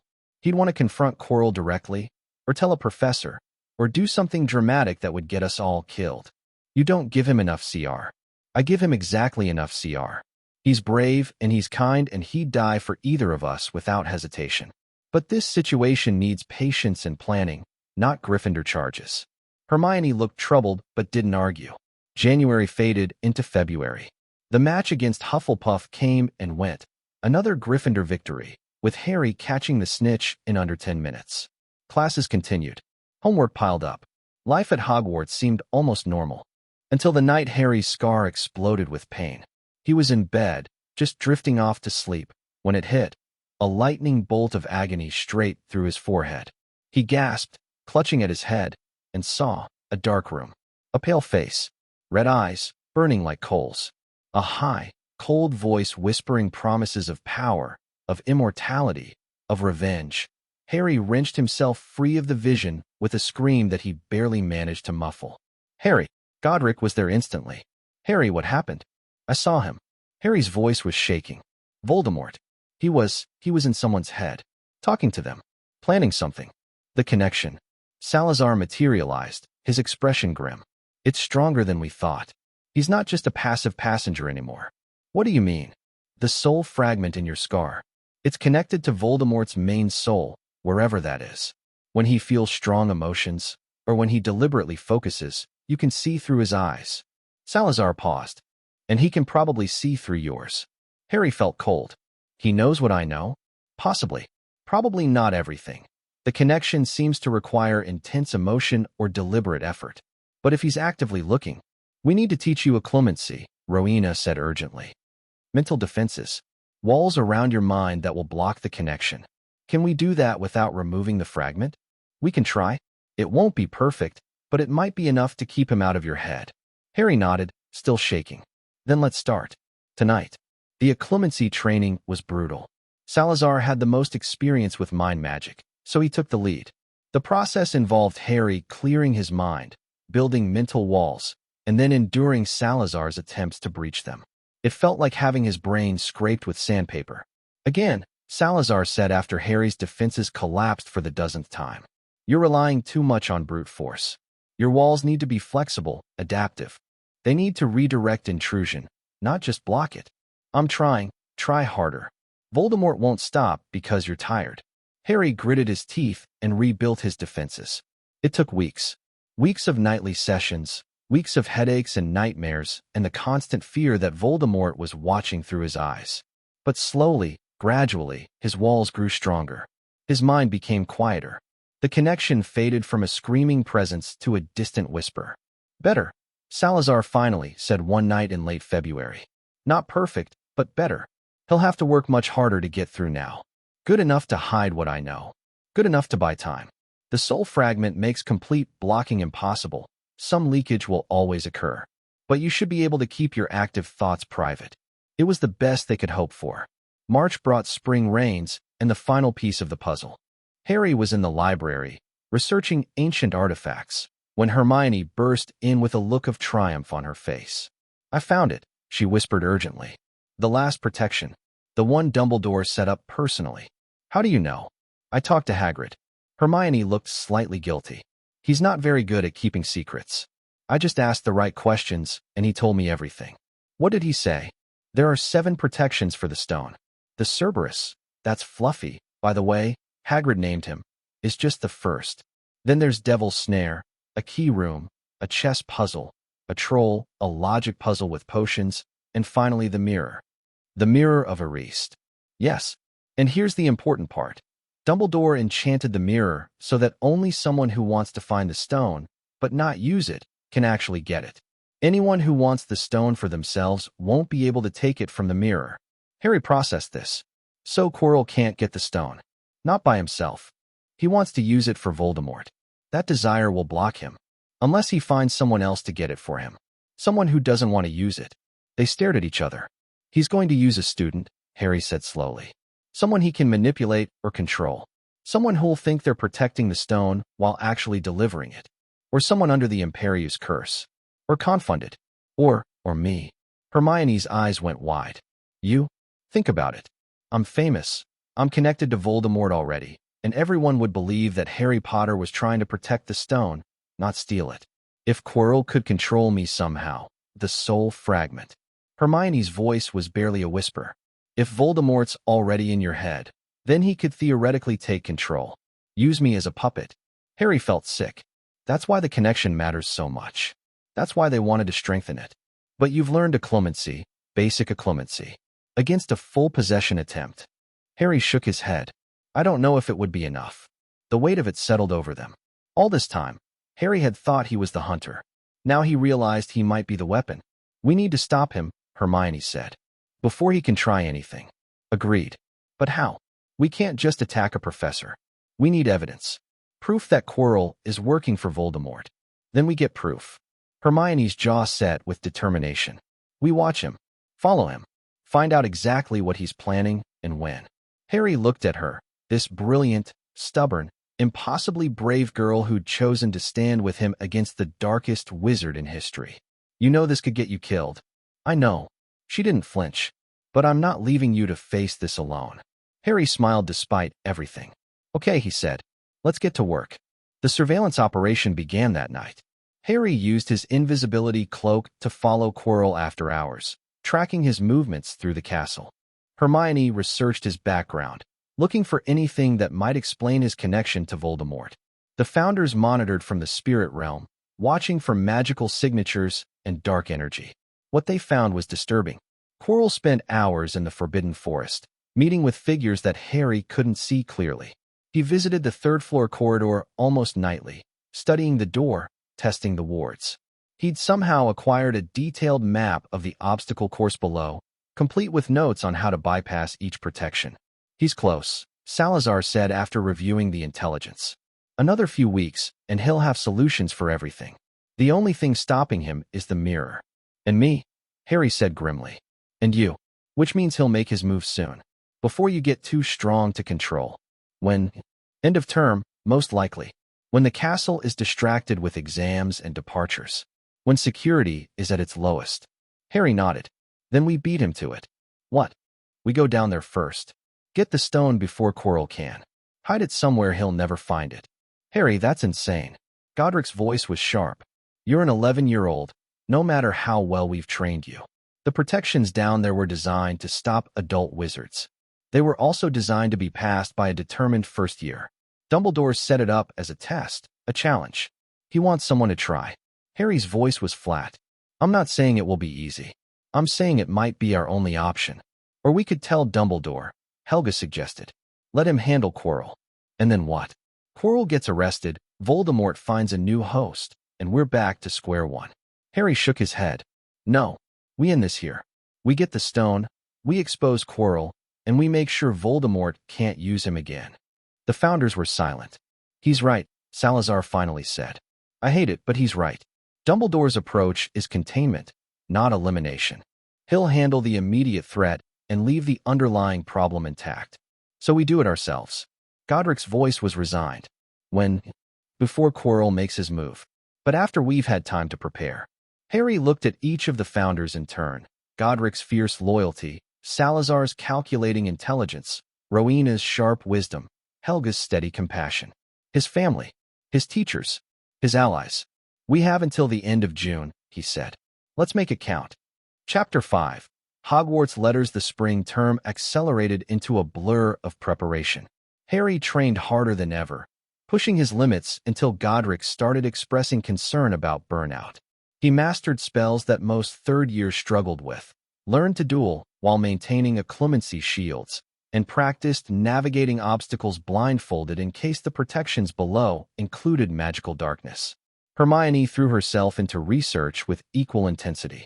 She compiled dossiers on every known protection, cross-referenced historical accounts of similar challenges, and created contingency plans for scenarios they hadn't even imagined yet. Her notes filled 3 enchanted notebooks that automatically organized themselves by topic. Ron remained in the dark, though his suspicions were growing. "You two are up to something," he said one evening in the common room, watching Harry and Hermione exchange meaningful looks over their homework. "Don't think I haven't noticed." "It's nothing," Harry said automatically. "Right? That's why Hermione's been practically living in the library, and you disappear every night after dinner, and both of you jump every time Quirrell walks past." Ron's eyes narrowed. "I'm not stupid, Harry. Whatever's going on, I want in." Harry hesitated. "Tell him," Hermione said quietly. "He deserves to know, and we might need his help." She was right. Harry had been putting this off, protecting Ron from knowledge that could put him in danger. But Ron was already involved just by association. Keeping him ignorant only made him more vulnerable. "Not here," Harry said. "Tonight. The room of requirement. Come with us after dinner." Ron's expression shifted from suspicious to curious to determined. Finally, the revelation went better than Harry expected. Ron listened to the whole story, the founders, the training, Quirrell, the stone, without interrupting. His face cycled through disbelief, shock, anger, and finally settled on a fierce sort of resolve. "So let me get this straight," he said when Harry finished. "You know who is possessing Quirrell. There's a magical stone that grants immortality hidden under a 3-headed dog, and you're planning to steal it before the Dark Lord can." "That's the summary, yes." "Brilliant." Ron's grin was slightly manic. "When do we start?" "Ron, this is serious. I know it's serious. My dad fought in the First War, remember? I know what you know who does to people." Ron's expression hardened. "You're my best mate, Harry. You think I'm going to let you face that alone?" "I told you," Hermione said, slightly smug. "He's braver than you give him CR for." Harry looked at Ron. This gangly, awkward boy who'd befriended him on a train without knowing anything about his fame or his secrets, who'd stayed his friend through months of weirdness and disappearing acts, who was now volunteering to help fight the most dangerous dark wizard in history. "Okay," Harry said. "You're in. But you follow my lead. No Gryffindor charges, no heroic stupidity. If I tell you to run, you run. Same goes for you, mate. Deal?" They shook on it. And just like that, the Golden Trio became something more than a nickname. April brought exams and escalating tension. Quirrell's behavior was changing. He'd stopped stuttering in private. Harry had observed this through carefully positioned surveillance, and his nervousness had given way to barely concealed impatience. Whatever timeline he was working on was running short. "He's getting pressure from Voldemort," Salazar observed. "The connection between them is strengthening. I can feel the dark magic building." "How long do we have?" "Days. Maybe a week. He's going to move soon." Harry called an emergency meeting in the room of requirement. Hermione and Ron arrived looking worried. The founders manifested around them, their expressions grim. "It's time," Harry said. "We go tonight." "Tonight?" Hermione's voice was sharp. "Harry, we haven't finished preparing. The chess puzzle alone. Ron can handle the chess." Harry looked at his friend. "You're the best player in Gryffindor. Possibly the best in the school." Ron went slightly pink. "I'm decent. You beat McGonagall's enchanted set last week. While doing homework. That was just, okay, fine. I'm good at chess." Ron straightened. "I can handle whatever puzzle they've set up." "Hermione, you've got the logic puzzle. Potions riddle, you said? I've been studying magical logic problems for months. If it's anything like the ones in the books, I can solve it. And I'll handle the rest." Harry's hand moved to his wand. The U1, the Warrior's Wand. "The founders will guide me through anything we haven't anticipated." "What about the Cerberus?" Hermione asked. "Fluffy. Music puts it to sleep. Hagrid let that slip weeks ago." Harry pulled a small wooden flute from his pocket, the one Hagrid had given him for Christmas. "I've been practicing. And the troll? Trolls we can handle. We proved that at Halloween." Hermione still looked uncertain, but she nodded. Ron's expression was a mixture of fear and excitement, the classic Weasley approach to dangerous situations. "There's one more thing," Harry said. "If this goes wrong, if Quirrell catches us, or if something happens to me, you two get out. Don't try to be heroes. Don't try to save me. Just run. Like hell." Ron said immediately. I mean it, Ron. If Voldemort takes control of me, I become the enemy. You can't hesitate. Harry, promise me. Harry's voice was hard. Both of you. Promise me that if it comes down to it, you'll save yourselves. A long silence. I promise, Hermione said finally, her voice barely above a whisper. Ron's jaw tightened, but he nodded. Fine. But it won't come to that. Let's make sure it doesn't. They moved at midnight. The castle was silent, the corridors dark except for the occasional torch. Harry led the way under his invisibility cloak, the Hallow, not the replica, with Ron and Hermione pressed close behind him. The third-floor corridor was empty. The door to Fluffy's room was locked, but Harry's whispered Alohomora handled that easily. The three-headed dog was awake. All three heads swiveled toward them as they entered, 6 eyes gleaming in the darkness. A low growl rumbled through the room, building towards something much louder. Harry put the flute to his lips and played. He wasn't talented. 3 months of practice hadn't made him a musician, but the tune was simple enough. A lullaby that Helga had taught him, ancient and soothing, designed specifically for calming magical beasts. Fluffy's growl faded. Its eyes drooped. Within moments, all 3 heads had sunk to the floor, snoring softly. Quickly, Harry whispered. It won't last long. They pulled open the trapdoor and dropped into darkness. The landing was soft, too soft. Harry recognized the sensation immediately. Devil's snare, Hermione hissed. Don't struggle. It'll only make it worse. The plant was already wrapping around them, thick tendrils coiling around arms and legs. Ron was thrashing, which only made the snare tighten faster. Ron, stop. You need to relax. Relax? It's trying to kill me. Devil's snare hates light and heat, Hermione said, forcing herself to go limp. If we can just... Harry didn't wait. His U-wand was in his hand, and a jet of blue-white flame erupted from its tip. Not normal fire, but the kind Salazar had taught him, hot enough to melt stone. The devil's snare recoiled, its tendrils writhing away from the heat. They dropped through the loosened coils and landed on a stone floor below. Blimey, Ron gasped, rubbing his arms. Warn me next time you're going to do that. No time. Keep moving. The next room was the key chamber. Hundreds of winged keys fluttered near the ceiling, circling like a flock of metallic birds. Broomsticks waited by the door.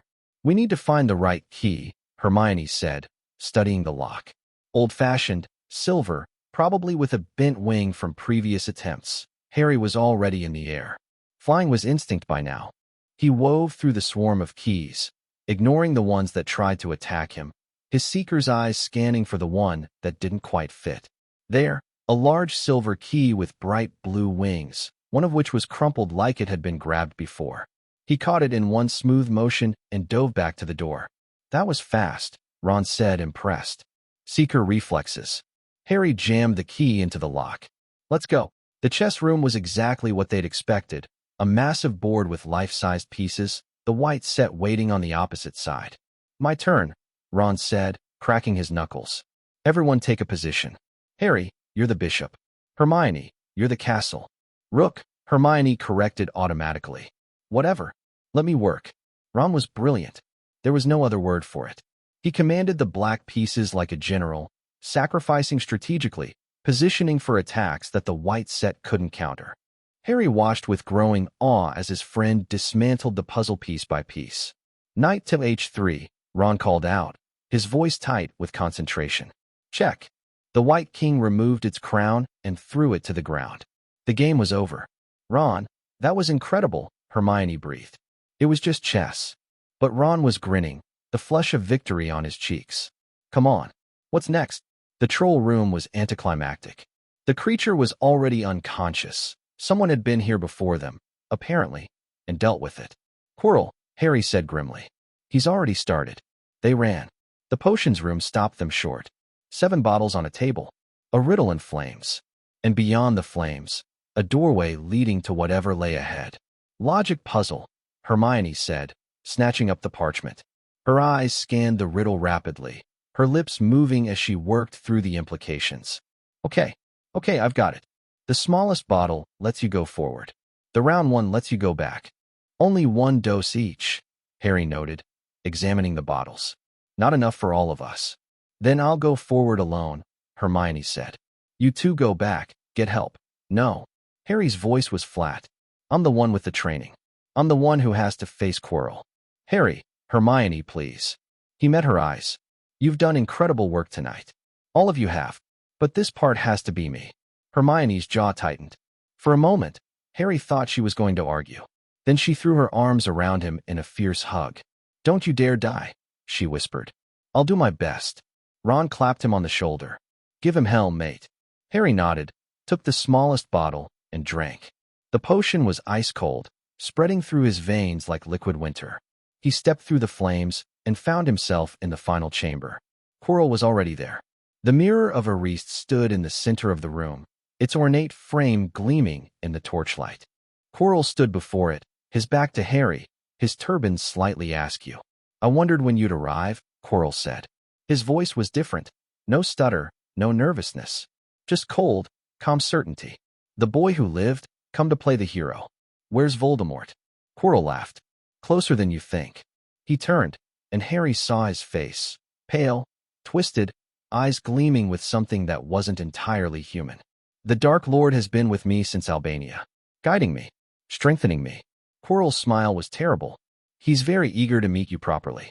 The feeling isn't mutual. No, I suppose it isn't. Quirrell moved toward the mirror, studying his reflection. The stone is in here somewhere. I can feel it. But every time I look, I only see myself presenting it to my master. I can't actually take it. Dumbledore's enchantment, Harry said. Only someone who doesn't want to use the stone can get it. Precisely. Quirrell's eyes shifted to Harry. Which is where you come in. I'm not helping you. You don't have a choice. Quirrell raised his wand. Harry was faster. A shield charm snapped into place just as the curse left Quirrell's lips. The spell splashed harmlessly against the barrier. Impressive, Quirrell said. But futile. He attacked in earnest now, spells flying fast and vicious. Harry dodged, blocked, returned fire where he could. The founders were shouting instructions. Left. Watch your flank. Counter curse now. The pillar. Use it for cover. Harry fought like they'd trained him, using the environment, staying mobile, never letting Quirrell pin him down. But Quirrell was a grown wizard, powered by something darker than skill alone. Harry was losing ground. Enough, a voice hissed. It wasn't Quirrell. It was higher, colder, coming from. Let me speak to him, the voice said. Face to face. Quirrell reached up and began unwrapping his turban.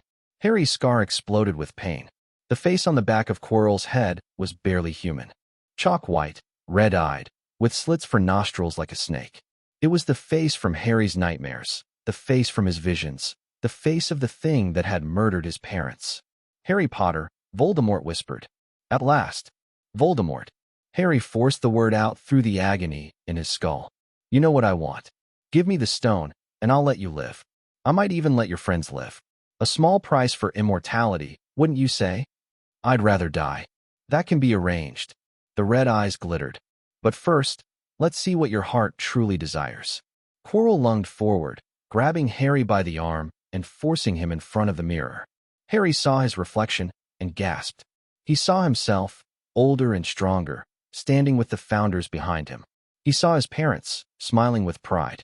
He saw Ron and Hermione, safe and whole. And he saw himself reach into his pocket and pull out a blood-red stone. The Real Harry felt something heavy appear in his pocket. He had the stone.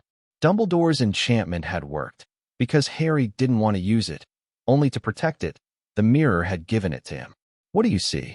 Voldemort demanded. Harry's mind raced. I see myself winning the House Cup. Liar. Voldemort's voice was sharp. Show me. Quirrell's hands grabbed Harry's shoulders, trying to turn him, and screamed. His hands were blistering, burning. Where they touched Harry's skin, smoke rose and flesh blackened. What is this? Voldemort shrieked. What magic? Your mother's protection? Helga's voice said urgently. Her sacrifice. It's still active in your blood. He can't touch you. Harry didn't hesitate. He grabbed Quirrell's face with both hands. The screaming was inhuman. Quirrell thrashed, trying to break free, but Harry held on. He could feel the dark magic writhing, feel Voldemort's fury pounding against his mental shields, but he didn't let go. Quirrell crumbled. One moment he was fighting, the next he was collapsing, his body disintegrating into ash and shadow. Something dark and formless rose from the remains. A wraith, a specter, the remnant of what Voldemort had become. It flew at Harry with a sound like tearing silk. Harry's occlumency shields slammed into place. The wraith hit them like a wave against a seawall. Powerful, overwhelming, but not quite enough to break through. For a long, terrible moment, they struggled, Harry's trained mind against Voldemort's desperate fury. Then the wraith was gone, fleeing through the walls, leaving nothing but cold and silence behind. Harry fell to his knees. His scar was still burning, his hands were shaking, and his vision was swimming. But he was alive. He'd won. Harry, Hermione's voice, somewhere behind him. Harry, are you okay? He tried to answer, couldn't find the words. The last thing he saw before darkness took him was the Founders' faces. Worried, proud, relieved. Then nothing. Harry woke in the hospital wing. Sunlight streamed through the windows. The familiar smell of healing potions filled the air. And sitting in a chair beside his bed, watching him with those twinkling blue eyes, was Albus Dumbledore. "Good afternoon, Harry," Dumbledore said. "I was beginning to wonder when you'd wake." "How long?" 3 days. Madame Pomfrey was quite concerned. "You exhausted your magical core almost completely." Dumbledore's expression was mild, but there was something deeper in his eyes. "You've had quite an adventure. Quirrell is dead. As you know." Dumbledore's voice softened. "You handled yourself remarkably well, Harry. Better than any first year should have been able to." Harry struggled to sit up, his body protesting every movement. "The stone. Destroyed." Dumbledore held up a hand, forestalling Harry's question. "Nicholas and I had a little chat. We decided that, all things considered, it was best to ensure the stone could never be used again. Nicholas has enough elixir stored to put his affairs in order, and then, well, he's had a very long life. Voldemort will find another way to come back." "Yes, almost certainly." Dumbledore's expression was grave. "But not today, and not through the stone. You've bought us time, Harry. Precious time." Harry studied the old man's face, looking for signs of the manipulator Salazar always warned about. He saw intelligence, certainly, power, and something that might have been genuine concern, or might have been very good acting. "You knew," Harry said slowly. "You knew I'd come down there. You set the whole thing up as a test. I suspected you might try something." Dumbledore didn't deny it. "The protections were designed to be challenging, but not insurmountable. I wanted to see what you were capable of. That's a dangerous game." "Yes, but sometimes dangerous games are necessary." Dumbledore leaned forward. "Harry, I know you don't trust me. I know you have reasons, good reasons, for that distrust. But I need you to understand something. Everything I've done, everything I've put into motion, has been for one purpose: to prepare the world for what's coming." "The prophecy." Dumbledore's eyebrows rose slightly. "You know about that?" "I know enough." "Then you know that one day, you'll have to face Voldemort again. Not his shade, not his servants, him. The full power of the darkest wizard in history." "I know. And you know that when that day comes, you'll need every advantage you can get. Every skill, every ally, every piece of knowledge." Harry met Dumbledore's eyes. "Is that why you left me with the Dursleys? To make me stronger through suffering?" Something flickered in Dumbledore's expression. Pain, maybe, or regret. "That was a mistake," he said quietly. "One of many I've made over the years. I believed the Blood Wards would protect you. I believed your aunt's family would." He stopped, shook his head. "I was wrong. I'm not infallible, Harry. I'm just a man trying to do what's right in impossible circumstances. That's not an excuse." "No, it's not." Dumbledore's voice was heavy. "If it helps, I've learned from it. I won't make the same mistake twice." "And what about the next mistake? The one you haven't made yet?" Dumbledore smiled slightly. "That's what people like you are for. To catch me when I fall." He stood, his purple robes rustling. "Get some rest, Harry. You've earned it. We'll talk more when you're recovered." He walked toward the door, then paused. "One more thing. Your friends, Miss Granger and Mr. Weasley, they've been quite worried about you. I believe they're waiting outside. Should I send them in?" "Yes, please." Dumbledore nodded and left. A moment later, Hermione and Ron burst through the door. "You're alive."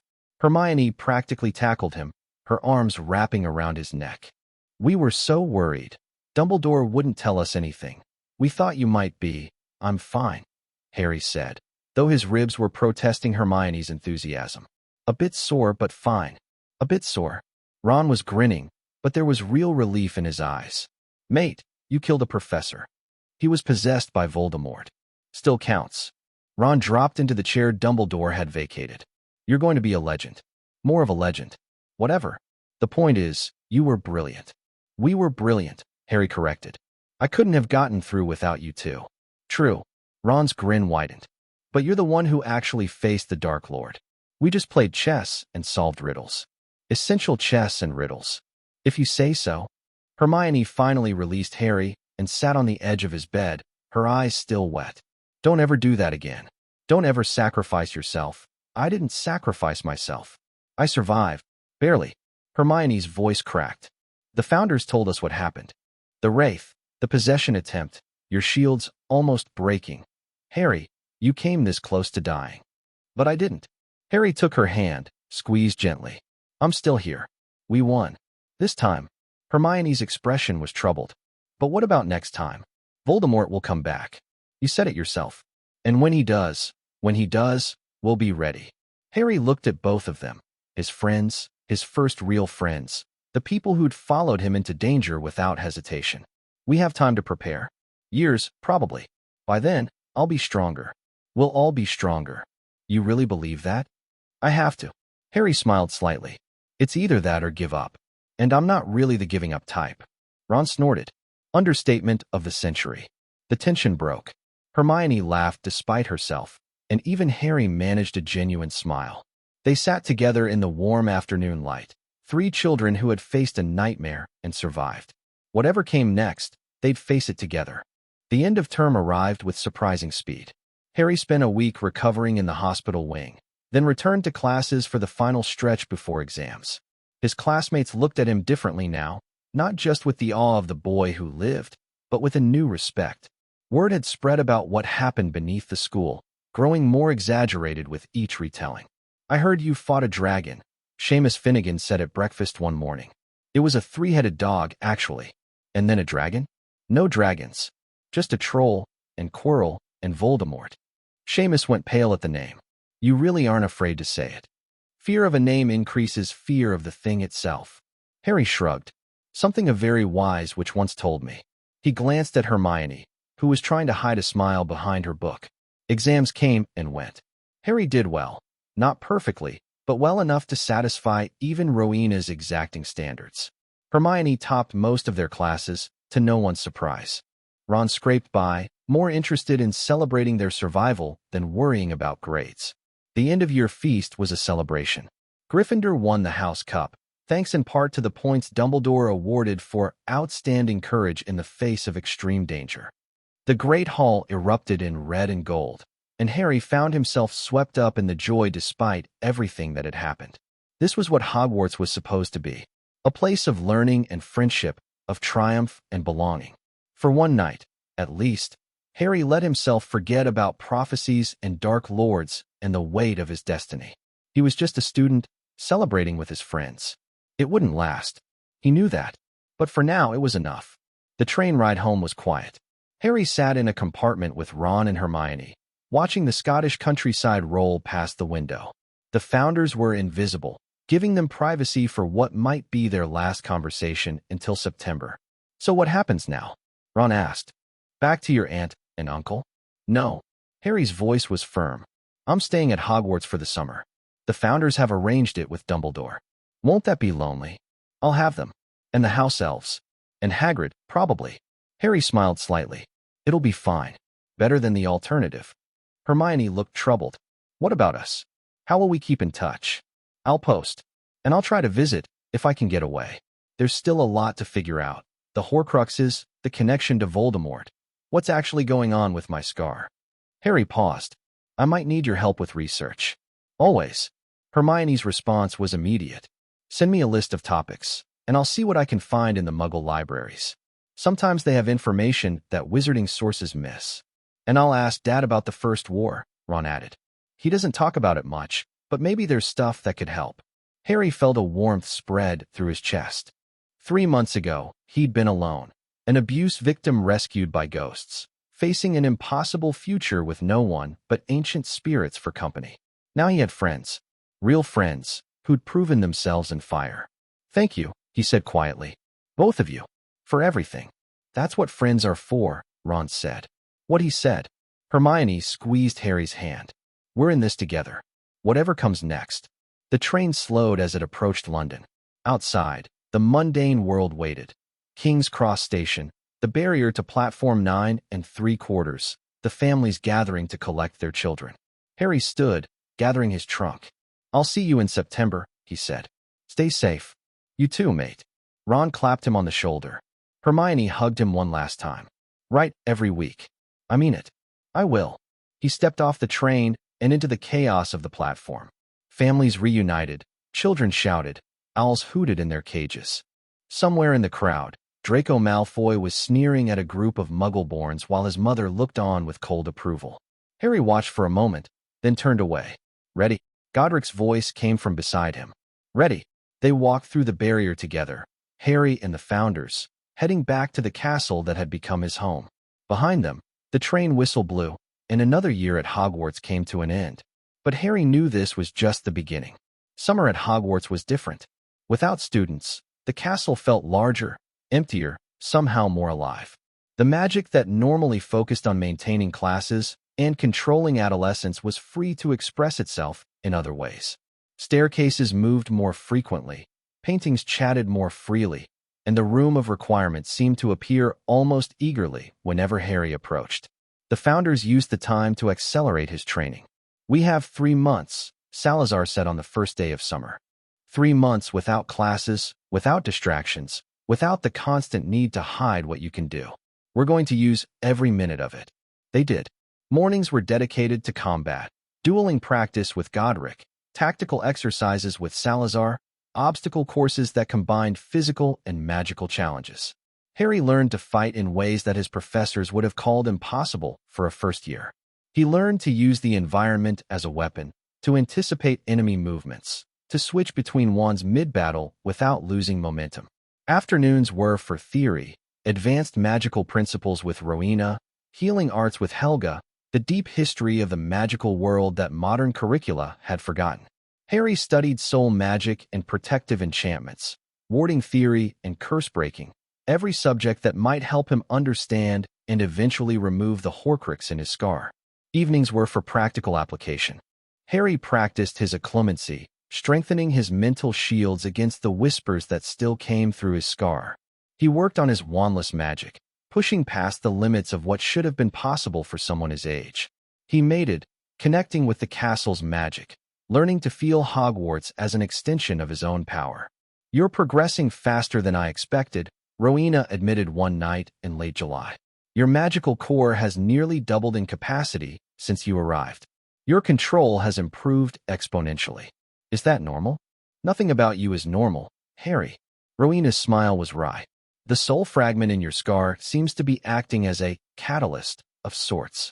Your body is responding to its presence by growing stronger, fighting to survive. So Voldemort's Horcrux is actually helping me? In a twisted way, yes. It's trying to integrate with your soul, but your natural defenses are resisting. The conflict is forcing your magic to evolve. Rowena paused. It's also probably why your connection to Voldemort is so strong. The fragment recognizes its origin. It wants to reunite. But it can't. Not without your consent. Soul magic requires willingness, true willingness, not coercion. As long as you refuse to submit, the fragment remains trapped. Harry absorbed this. And if I ever stopped resisting, then the fragment would merge with your soul. You'd become something. Hybrid. Not quite Harry, not quite Voldemort. Something new. Rowena's expression was grave. That must never happen. I won't let it. I know you won't. But Voldemort will try to force the issue. When he returns, and he will return, he'll come for you specifically. Not just to kill you, but to reclaim what he lost. Then I'd better be ready. August brought an unexpected visitor. Harry was practicing dueling forms in the courtyard when he felt the castle's wards shift. Someone was approaching, someone with authorization to pass the summer barriers. A moment later, Severus Snape swept into view. Potter. His voice was as cold as ever, his expression as unreadable. The headmaster informed me you'd be here. Professor Snape. Harry didn't lower his wand. What brings you to Hogwarts in August? Official business. Not that it concerns you. Snape's dark eyes swept over Harry's training stance, his ready wand, his carefully controlled breathing. Something flickered in his expression, surprise, maybe, or grudging recognition. You've been practicing. All summer. With whom? Family tutors. The standard answer, delivered without hesitation. Snape studied him for a long moment. Family tutors. Yes, I've heard that excuse before. The question is, what family has tutors capable of teaching a first year to hold a proper dueling stance? Harry met his gaze. Does it matter? Perhaps. Perhaps not. Snape's voice dropped. I know you don't trust me, Potter. You have no reason to. I was cruel to you this year, prejudiced by old grudges and older wounds. But you should know, whatever you think of me, I swore an oath to protect you. To your mother. My mother? We were friends once. Before Hogwarts. Before everything went wrong. Snape's jaw tightened. I owed her a debt I can never repay. That debt extends to you. Harry didn't know what to say. This was more honesty than he'd ever gotten from Snape. More emotion, more vulnerability. Why are you telling me this? Because you faced the Dark Lord and survived. Because you showed more courage and skill than any student I've taught. And because, Snape paused, seeming to struggle with himself. Because you deserve to know that not everyone who opposes you is your enemy. And not everyone who helps me is my friend. Precisely. Snape's lips curved in something that was almost a smile. You're learning, Potter. Perhaps you're not entirely hopeless after all. He swept away without another word, leaving Harry staring after him. That was interesting, Salazar observed. Snape is more complicated than I thought. He loved my mother, Harry said slowly. That's what this is about. He's protecting me because of her. Love is a powerful motivator.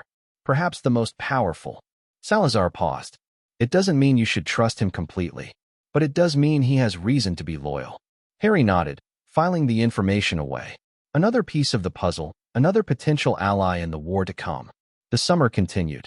The week before term began, Harry received his Hogwarts letter.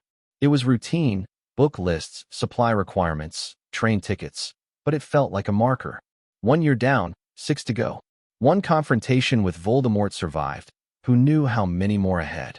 You're doing that thing again, Hermione's voice said. Harry looked up from the letter. She was standing in the doorway of the room of requirement, her trunk floating behind her. Hermione, what are you? Dumbledore let me come early. I told him I had research to do in the library, and he gave me permission. She grinned. The real reason is I couldn't wait another week to see you. Harry hugged her, surprised by how much he'd missed her physical presence. Outpost was one thing, but actually having his friend here was something else entirely. Ron sends his regards, Hermione said. He'll be on the train as usual. Something about family traditions and gnome degnoming, and I'm not sure what else. Sounds like Ron. Exactly like Ron. Hermione looked around the room of requirement, taking in the training equipment, the floating combat dummies, the stacks of advanced magical texts. You've been busy. Every day? The founders don't believe in vacation. Neither do I. Hermione's eyes were gleaming with familiar academic hunger. Show me what you've learned. They spent the last week of summer together, training, researching, preparing for whatever the new year would bring.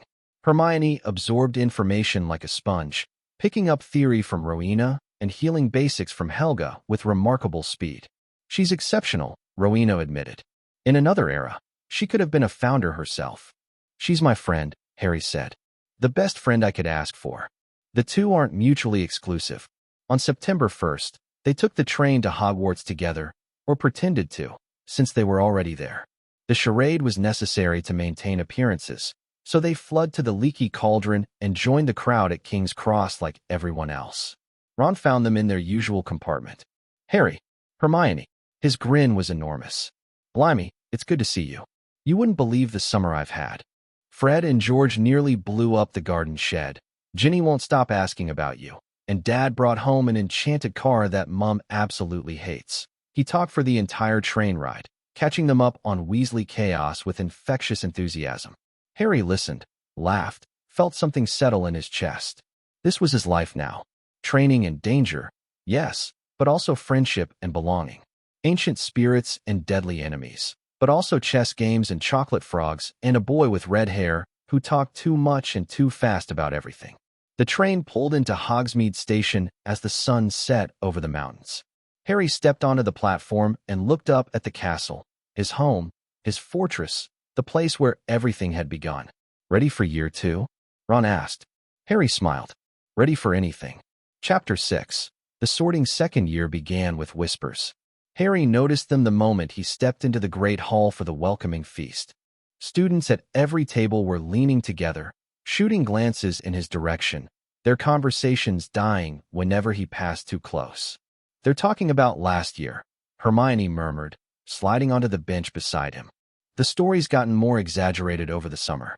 I heard one version where you fought 3 trolls and a dragon. Still no dragons. Harry helped himself to roast chicken, keeping his expression neutral. Just the one troll, and it was already unconscious. That's not the version going around. Ron dropped into the seat across from them, his plate already piled high. Seamus told me you dueled Quirrell for an hour before finally overpowering him. Dean's version has you using some kind of ancient blood magic.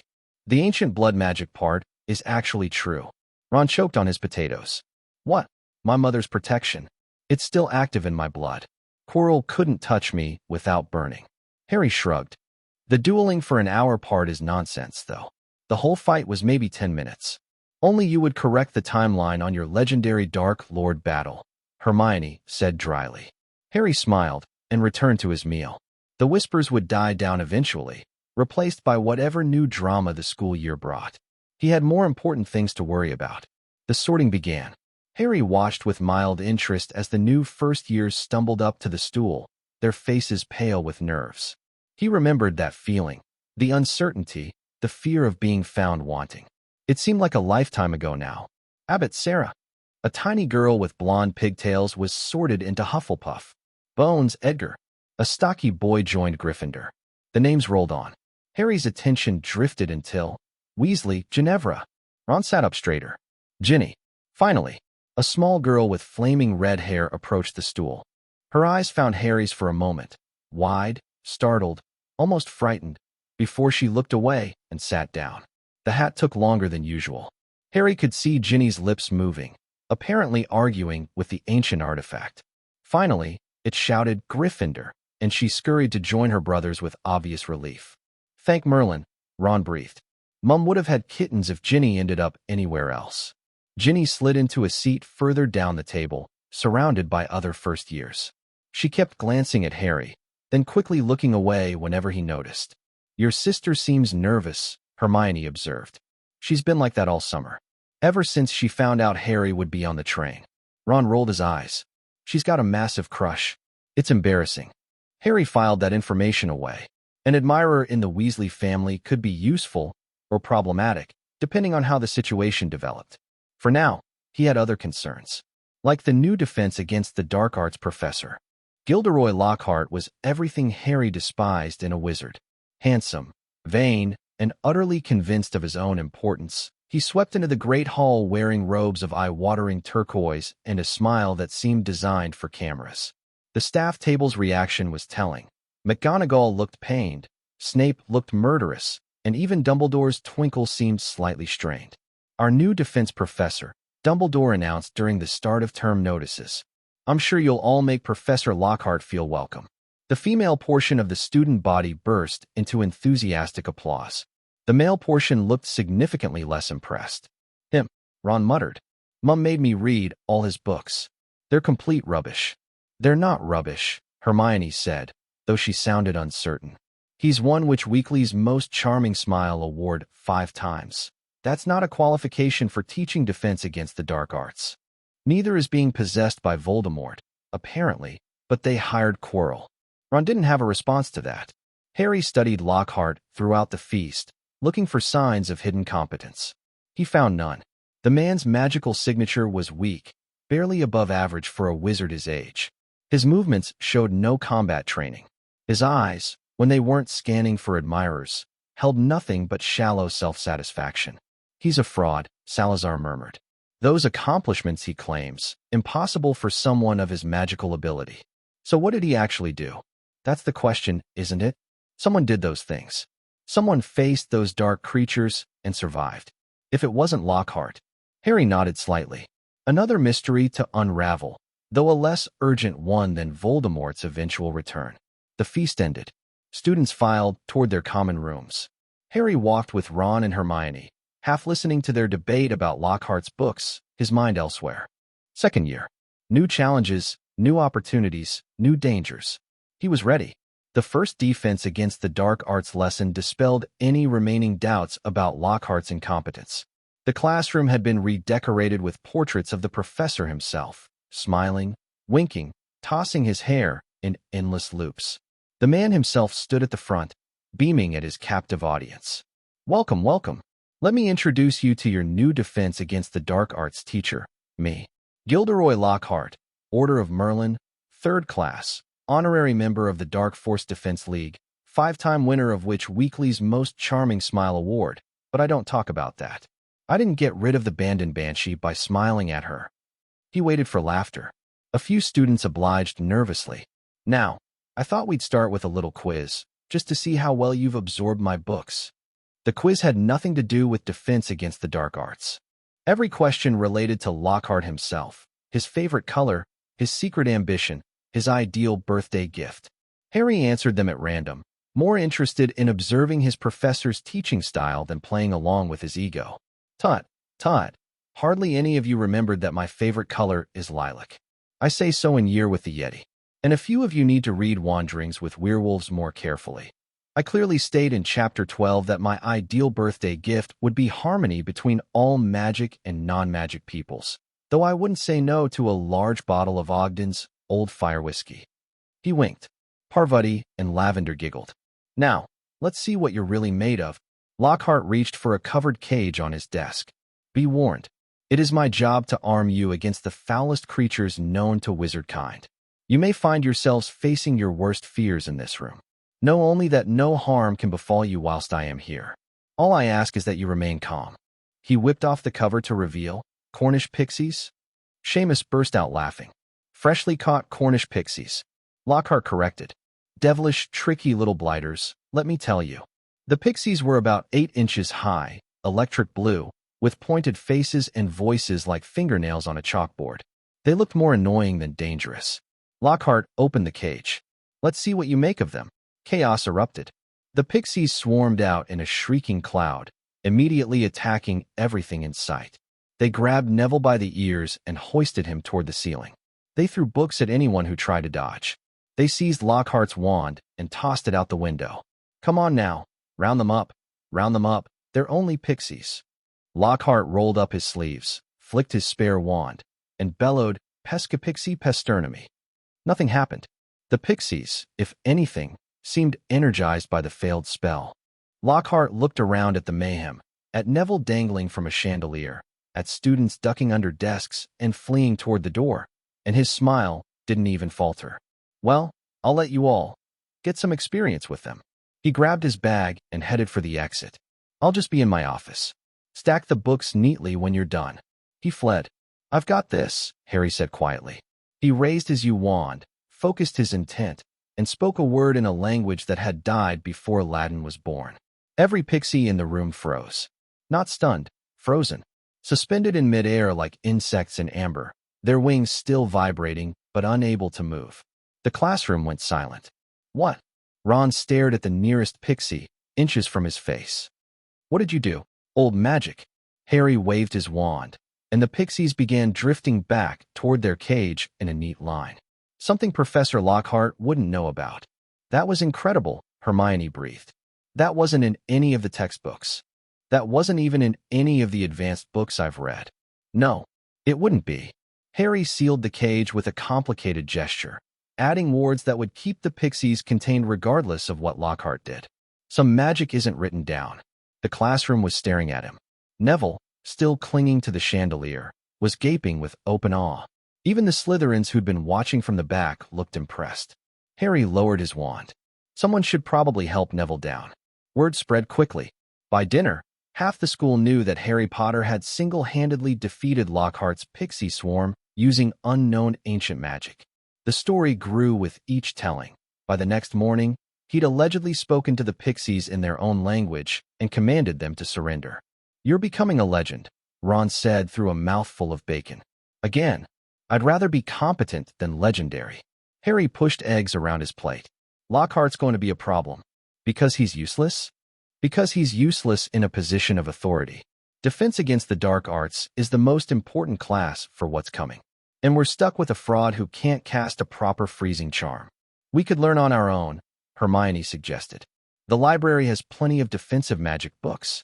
And you've been training all summer. You could teach us. Harry considered this. Teaching Ron and Hermione was one thing. He already did that informally during their study sessions.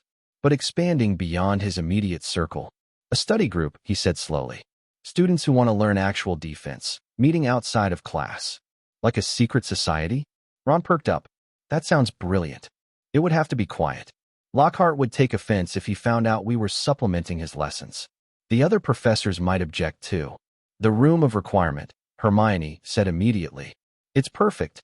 It only appears for people who need it, so anyone looking for trouble wouldn't be able to find us. Harry nodded. Let me think about it. Talk to a few people, see if there's interest. If we do this, we do it right. The study group took shape over the following weeks. Harry started with people he trusted. Neville Longbottom, who'd shown surprising courage during the Pixie incident. The Weasley twins, who approached him directly and demanded inclusion. Susan Bones, whose aunt ran the Department of Magical Law Enforcement and who had a practical interest in defense. Hannah Abbott, who was Susan's best friend and refused to be left out. By October, they had a dozen members meeting twice a week in the room of requirement. Harry taught them the basics, shield charms, disarming spells, the fundamental footwork of dueling. The founders helped when they could, appearing to Harry alone with suggestions and corrections. You're a natural teacher, Helga observed after one particularly successful session. You explain things clearly, adapt to different learning styles. It's a gift. I'm just sharing what you taught me. No, it's more than that. You understand that teaching isn't about showing off your own knowledge. It's about helping others find theirs. Helga smiled. Your mother was the same way. She tutored younger students in charms. Made even the struggling ones feel capable. Harry filed that away. Another piece of information about his parents. Another connection to a past he'd never known. The group grew. Dean Thomas joined. Then Lavender Brown. Then a handful of older students who'd heard rumors and wanted to see for themselves. Harry was careful about who he admitted. Anyone who seemed likely to report back to Lockhart or the administration was politely redirected. This is becoming something real, Ron said one evening, watching Harry demonstrate a counter-curse to a rapt audience. Not just a study group. A movement. Don't get ahead of yourself. I'm serious. These people look at you like, Ron struggled for words. Like you're actually going to save them someday. Like they believe in you. Harry didn't respond. He knew what Ron was seeing. He just wasn't sure how he felt about it. Halloween approached with its usual mix of celebration and underlying tension. Harry couldn't forget what had happened the previous year. The troll, the bathroom, the beginning of everything that led to Quirrell's confrontation. This Halloween felt different somehow. Charged. Like the castle itself was holding its breath. You're being paranoid, Hermione said when he mentioned his unease. Probably. But last time I was paranoid, there was a possessed professor trying to steal an immortality artifact. Fair point. The Halloween feast was as spectacular as ever. Pumpkins the size of small cars, floating candles, a cloud of live bats swooping over the tables. Harry ate mechanically, his senses alert for anything unusual. Nothing happened during dinner. Nothing happened as they walked back to Gryffindor Tower. Harry was starting to think his instincts had failed him when, what's that? Hermione had stopped in the middle of a corridor, staring at the wall ahead. Water covered the floor, seeping from under a bathroom door, and written on the stones in what looked like blood were words. The Chamber of Secrets has been opened. Enemies of the air, beware. Below the message, hanging from a torch bracket by her tail, was Mrs. Norris. The caretaker's cat was stiff as a board, her eyes wide and glassy. Is she dead? Ron whispered. Harry moved closer, studying the cat with senses both magical and mundane. No. Petrified, I think. There's magic here. Old magic, very powerful. The Chamber of Secrets, Hermione said, her voice tight. That's from the legend. Salazar Slytherin's secret room, the one he supposedly built before he left Hogwarts. She stopped abruptly. Harry knew why. She was remembering what he'd told her about the Founders, about Salazar being one of his guardians. We need to go, Harry said quietly. Before someone finds us here and thinks we did this. Too late. Footsteps echoed from both ends of the corridor. Students were arriving from the feast, drawn by some instinct or rumor. Within moments, a crowd had formed, staring at the message, at the petrified cat, at Harry and his friends standing in the middle of it all. Draco Malfoy pushed to the front, his pale face gleaming with malicious delight. Enemies of the heir, beware. He read the message aloud, then turned to smirk at Harry. You'll be next, mudbloods. That's enough. Professor McGonagall's voice cut through the noise. She strode through the crowd, her face pale but composed. Everyone back to your dormitories. Now. Except you three. She pointed at Harry, Ron, and Hermione. You'll stay?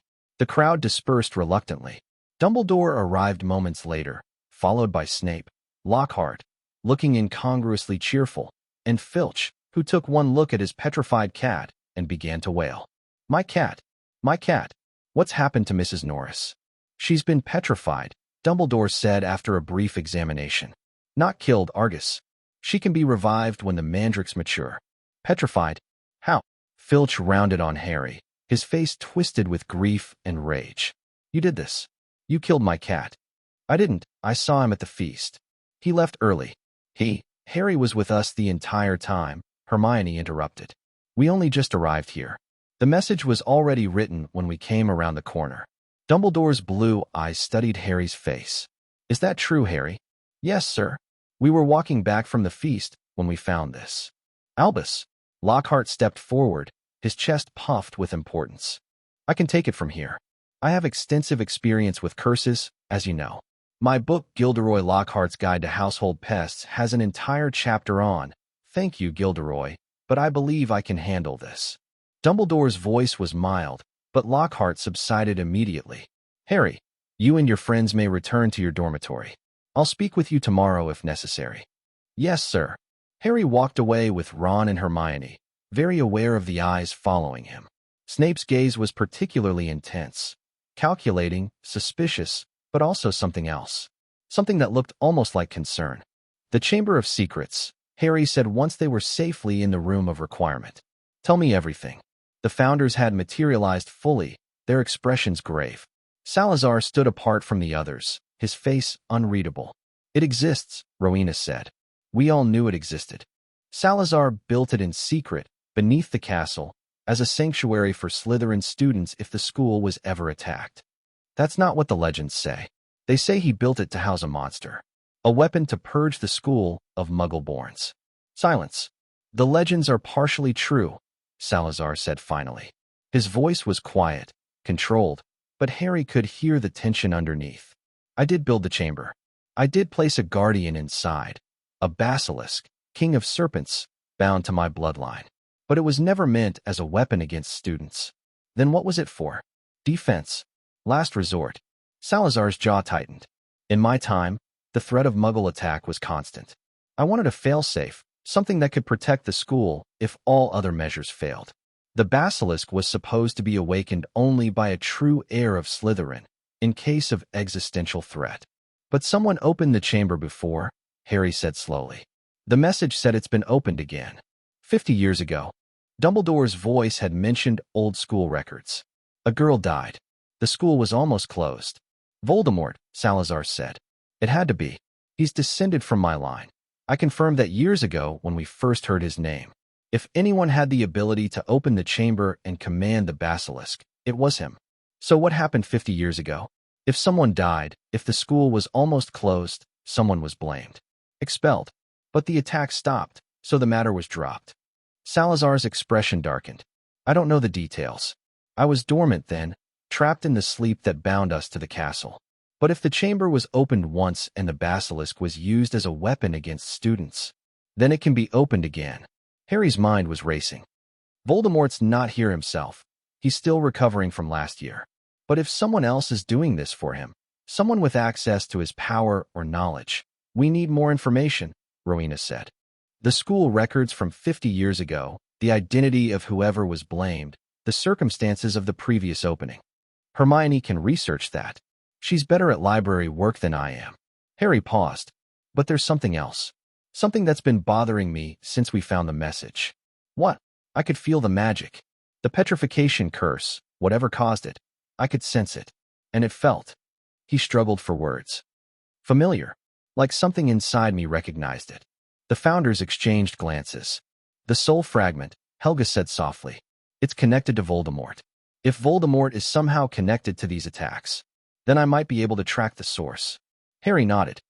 That's what I'm thinking. The connection goes both ways. We've established that. If I can follow it, find where it leads. That's dangerous, Godric said immediately. Opening yourself to the connection, deliberately seeking out Voldemort's presence. You could expose yourself to possession. I know, but we need answers, and this might be the fastest way to get them. No. Salazar's voice was sharp. Not yet. Not until we understand what we're dealing with.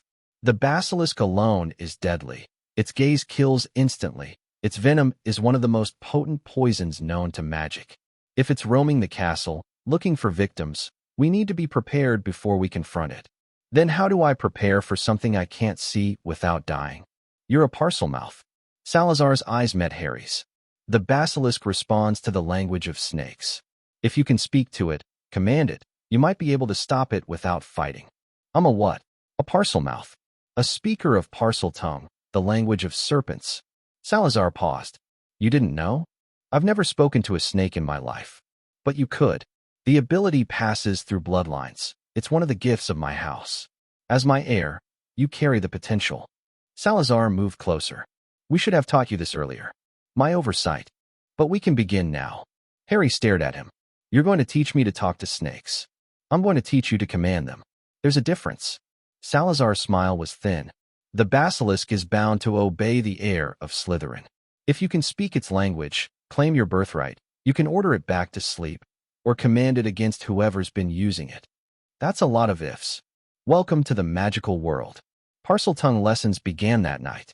The language was strange, not really a language at all, in the conventional sense. It was more like shifting your mind into a different mode, thinking in patterns that had no human equivalent.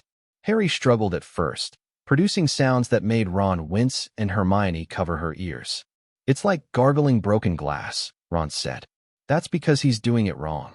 Salazar demonstrated, a flowing hiss that seemed to curl through the air like smoke. Feel the intent, Harry. Parseltongue isn't just about sounds, it's about connection. You're not speaking to a snake, you're thinking at it. Harry tried again. This time, something clicked. The sound that emerged from his throat was different, smoother. It felt natural in a way that English never quite did, like scratching an itch he hadn't known he had. Better, Salazar said. Again. They practiced for hours. By dawn, Harry could hold a basic conversation in Parseltongue. Greetings, commands, simple questions. It wasn't fluency, but it was a start. The basilisk will respond to your bloodline regardless of your linguistic skill, Salazar said as they wrapped up. But the better you speak, the more precisely you can communicate. Precision could mean the difference between stop and sleep for 1,000 years. I'll keep practicing. See that you do. November brought more attacks. Colin Creevey, a first-year Gryffindor who'd been following Harry with a camera, was found petrified in a corridor. His camera was destroyed, the film inside melted. Whatever had attacked him, he'd tried to photograph it. The basilisk's gaze is reflected in mirrors and lenses, Rowena explained. Colin didn't look at it directly. He saw it through his camera. That's why he was only petrified instead of killed. Small comfort. Agreed. But it's also useful information. If the basilisk can be blocked by indirect viewing, then mirrors could be a defense. Hermione immediately started researching methods to enchant reflective surfaces. Within a week, she'd created a prototype, a small hand mirror that would automatically position itself to show whatever was directly ahead of the holder. It's not perfect, she admitted. You'd still need to keep the mirror between you and the basilisk at all times. But it's something. It's brilliant. Harry examined the mirror, impressed. Can you make more? Given time and resources, yes. But I'd need help. The enchantment work is complex. I'll talk to the study group. Some of them might be willing to assist. The study group had grown even more since the attacks began. Fear was a powerful motivator, and students who'd previously been skeptical of Harry's informal defense lessons were now eager to learn anything that might protect them. What do we know about the monster? Neville asked during one session, his voice trembling slightly. Is it really a basilisk? Because I read about those, and they're supposed to be impossible to fight. Not impossible, Harry said. Difficult, yes. But there are ways to survive an encounter. Hermione's working on mirror defenses. I'm learning to communicate with it in Parseltongue. And there are spells that can affect serpents specifically, even magical ones. Parseltongue. Susan Bones looked startled. You can speak to snakes? Harry hesitated. This wasn't widely known. He'd been careful to keep his founder heritage secret. But the study group had proven trustworthy so far, and they needed to understand what they were facing. Yes, it's a Hirari ability. Runs in certain bloodlines. He met Susan's eye steadily, including Slytherin's. Murmurs rippled through the group. Harry could see the connections being made. The Chamber of Secrets, the heir of Slytherin, the Parseltongue ability. I'm not the one opening the chamber, he said firmly. I'm trying to stop whoever is. But yes, I have some of the same abilities they do. That's why I might be able to help. If you're not the heir, who is? Dean Thomas asked. That's what we're trying to find out. December brought the dueling club. Lockhart announced it with his usual fanfare, posting flyers throughout the castle promising instruction from the world's foremost expert on magical combat. The actual event was held in the Great Hall, with tables pushed to the sides and students crammed in to watch their professor make a fool of himself. Now, Professor Dumbledore has given me permission to start this little dueling club, Lockhart said, pacing the raised platform with theatrical flair. Professor Snape has kindly agreed to assist me. Don't worry, you'll still have your potions master when I'm through with him. Snape's expression suggested that Lockhart should be worrying about himself. They demonstrated a disarming spell, or tried to. Lockhart's performance was embarrassing, his wand flying out of his hand before he could complete his incantation. Snape looked disgusted. Perhaps we should have some student volunteers? Lockhart suggested, clearly hoping to distract from his humiliation. Potter, Weasley up here. Weasley's wand causes devastation with the simplest spells, Snape interrupted smoothly. I suggest Malfoy as Potter's opponent. Draco climbed onto the platform with a smirk, his pale eyes gleaming with malice. Harry stepped up to face him, keeping his expression neutral. Scared, Potter? Of you? No. They bowed, barely, and raised their wands. On 3. Lockhart counted. 1, 2. Draco attacked on 2. Serpensortia. A black snake burst from his wand, landing on the platform between them. It was large, angry, and immediately began slithering toward the nearest cluster of students. Screams. Panic. Lockhart stepped forward with his wand raised. Allow me, don't. Harry shouted, but too late. Lockhart's spell hit the snake and sent it flying into the air, enraging it further. It landed in front of Justin Finch-Fletchley, rearing back to strike. Harry didn't think. He just spoke. Stop. Leave him alone. Come to me. The words came out as a flowing hiss, the Parseltongue that Salazar had been teaching him for weeks. The snake froze, its hood lowering, and turned toward Harry with something like recognition in its eyes. Come here. Sleep. The snake slithered across the platform, coiled at Harry's feet, and went still. Dead silence. Harry looked up. Everyone was staring at him. Students, professors, Lockhart, Snape. Their expressions ranged from shock to fear to naked suspicion. Justin Finch-Fletchley was backing away, his face pale. You spoke to it, he stammered. You're a Parselmouth. You're the heir of Slytherin, someone in the crowd whispered. He's the one opening the chamber. I'm not, but the damage was done. Students were already fleeing, pushing toward the exits, shooting terrified glances over their shoulders. Within moments, the Great Hall was nearly empty.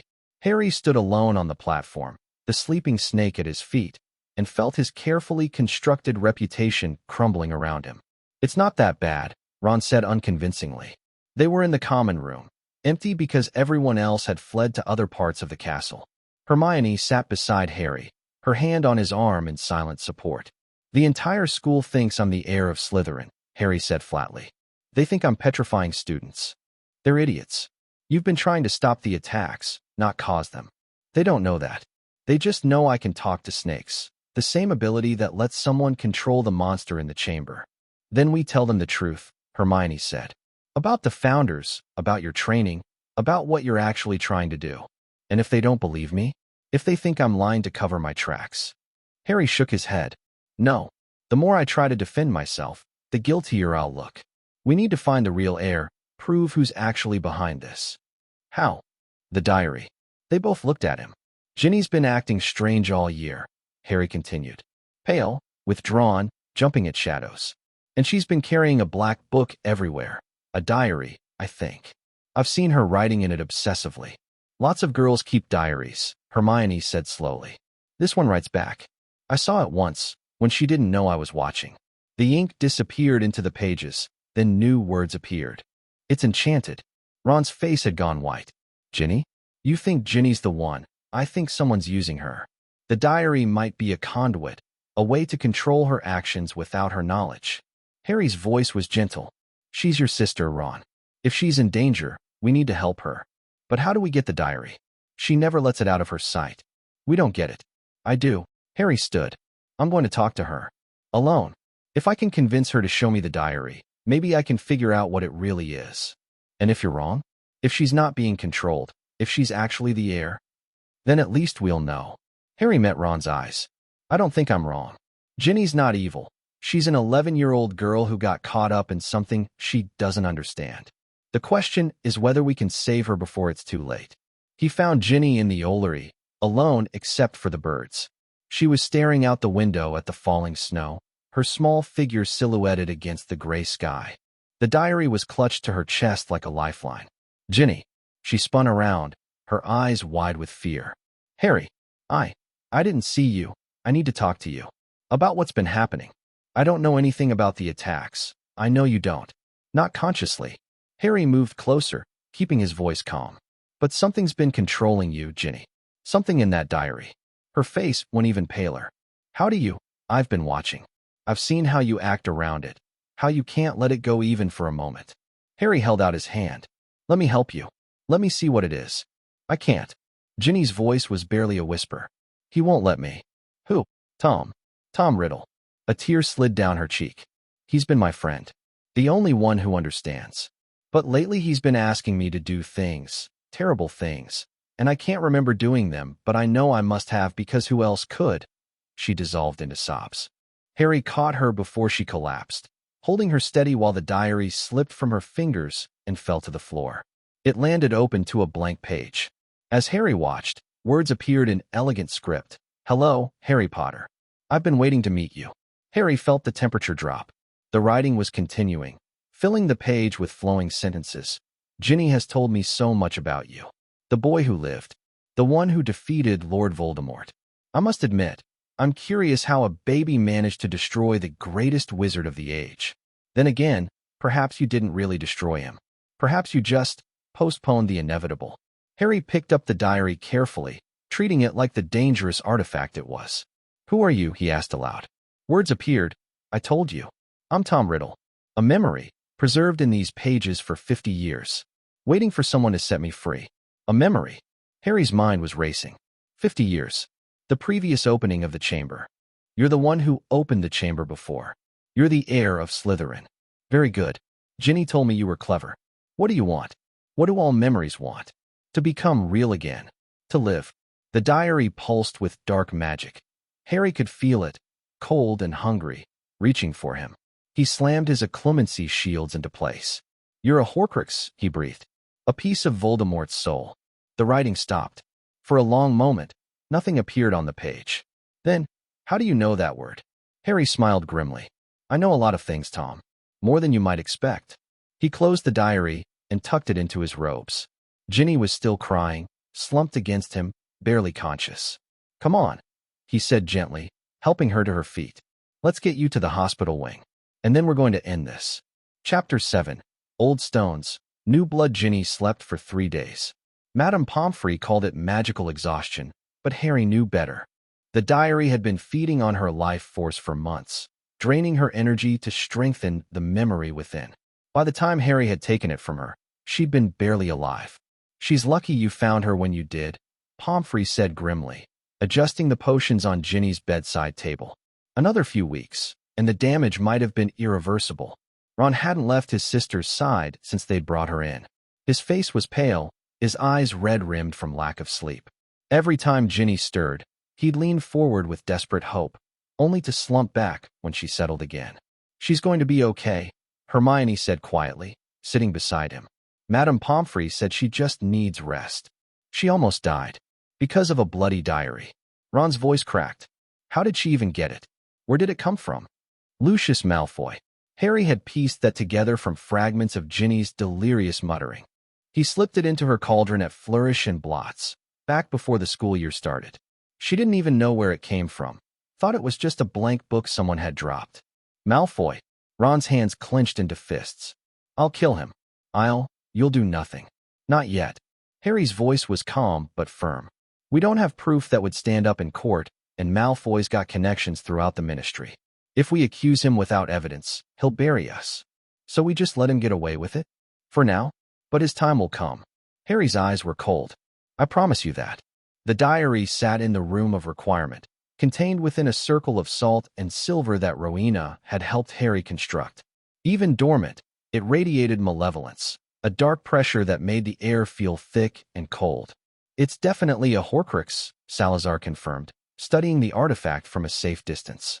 I can feel the soul fragment inside. Same signature as the one in your scar, but stronger. More complete.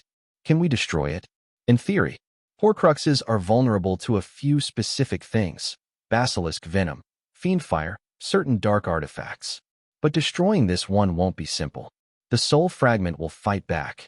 Harry remembered the words that had appeared on the page, the hungry intelligence behind them. Tom Riddle, young Voldemort, preserved in ink and paper, waiting to be reborn. He was trying to possess Ginny, he said slowly, using her to open the chamber, drain her life force, make himself solid again. If he'd succeeded, there would have been a second Voldemort, a younger one, from before the original was weakened. Rowena's voice was grim. The implications are disturbing. How many of these did he make? How many pieces of his soul are scattered across the world? The one in my scar. This diary. That's at least 2. Harry paused. You said he'd made Horcruxes, plural. Do you know how many? 7. The voice came from Salazar, and it carried the weight of certainty. Voldemort was obsessed with the number 7, the most powerfully magical number. If he followed the patterns I'd expect, he created 7 Horcruxes. 7 pieces of his soul. 6 intentional, plus the accidental fragment in your scar. Salazar's expression was dark. To destroy him permanently, all 7 would need to be eliminated. As long as even one remains, he cannot truly die. Harry absorbed this. 7 Horcruxes. 6 unknown locations. A quest that could take years, decades even. One thing at a time, he said finally. First, we stop the attacks. Then we deal with this diary. Then we figure out the rest. The chamber, Godric said. You need to go down there. Confront the basilisk. Take control of it before Riddle's memory can use Ginny, or someone else, to open it again. I know. You'll need backup. The basilisk is too dangerous to face alone, even for someone with your training. I know that too. Harry looked at the founders, his teachers, his family, the spirits who had shaped him into what he was becoming. But you can't come with me. Not all the way. The chamber was built to keep everyone out except the heir of Slytherin. Then we go as far as we can, Helga said firmly, and we wait for you to return. And if I don't return, then we'll find a way to finish what you started. Godric's voice was fierce. But that's not going to happen. You're the best prepared wizard to face that creature in 1,000 years. You're going to go down there, you're going to command that basilisk, and you're going to come back. Understood. Harry managed a small smile. Understood. The entrance to the chamber was in Moaning Myrtle's bathroom. Harry had figured that out through a combination of research and intuition. Myrtle, the ghost who haunted the second-floor girls' lavatory, had died 50 years ago, the same year the chamber was opened.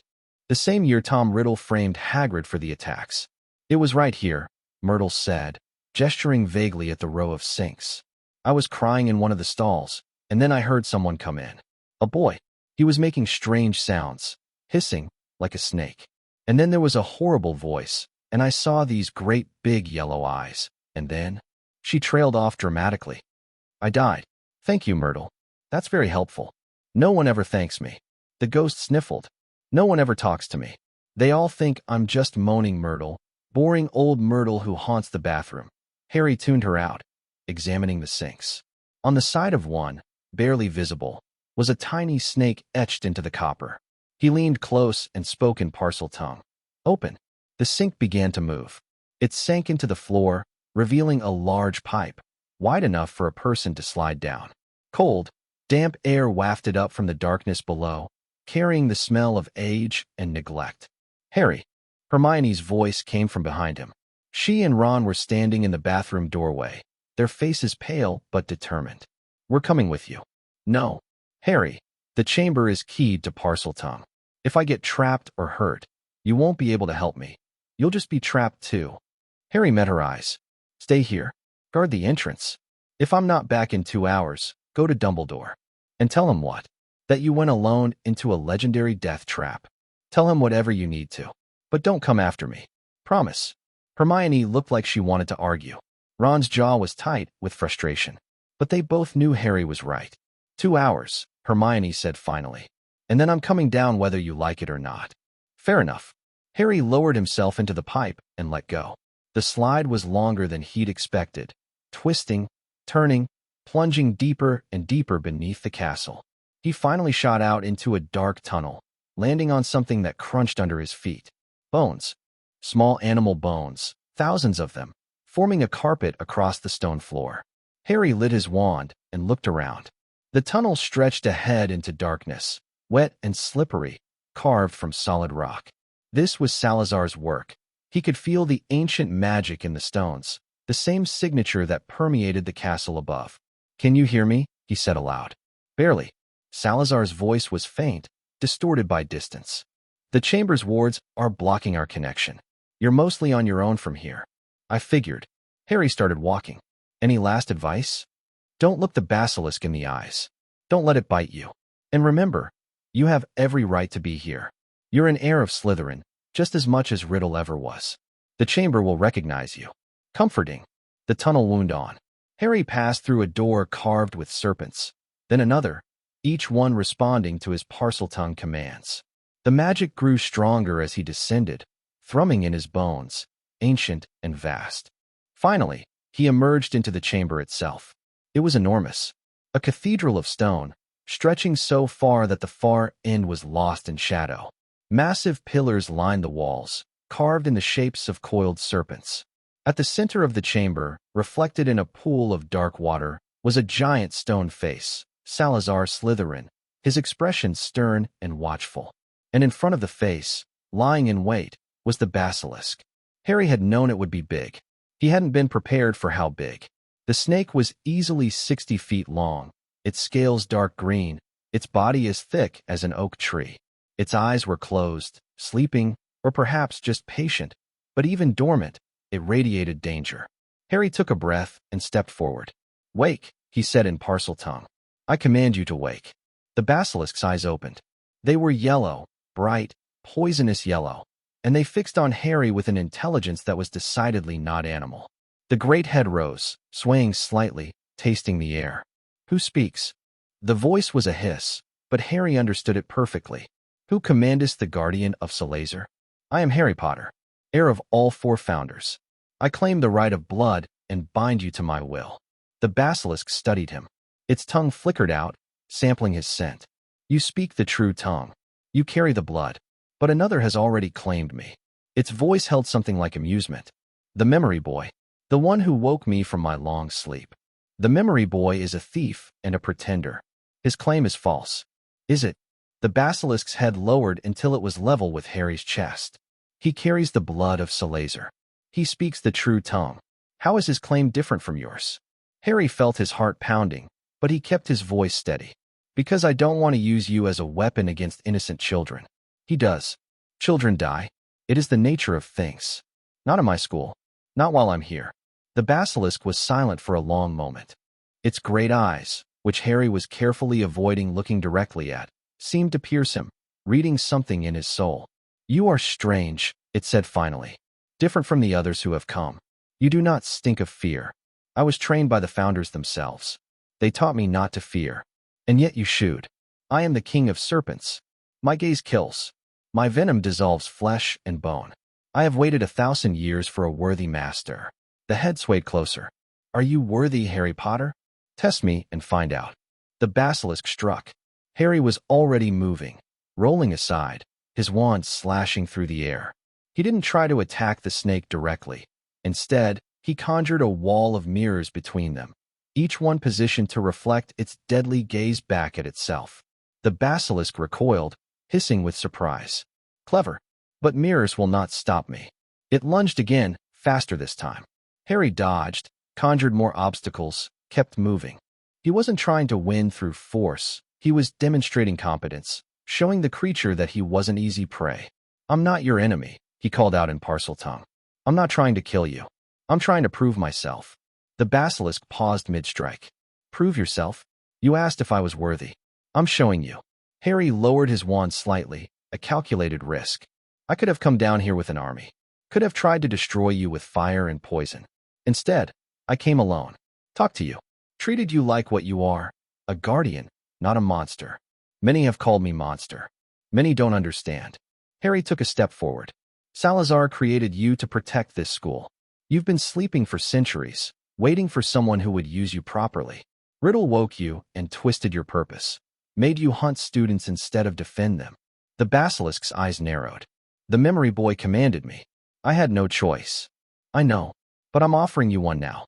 Harry held the snake's gaze, not directly at the eyes, but close enough to show he wasn't afraid.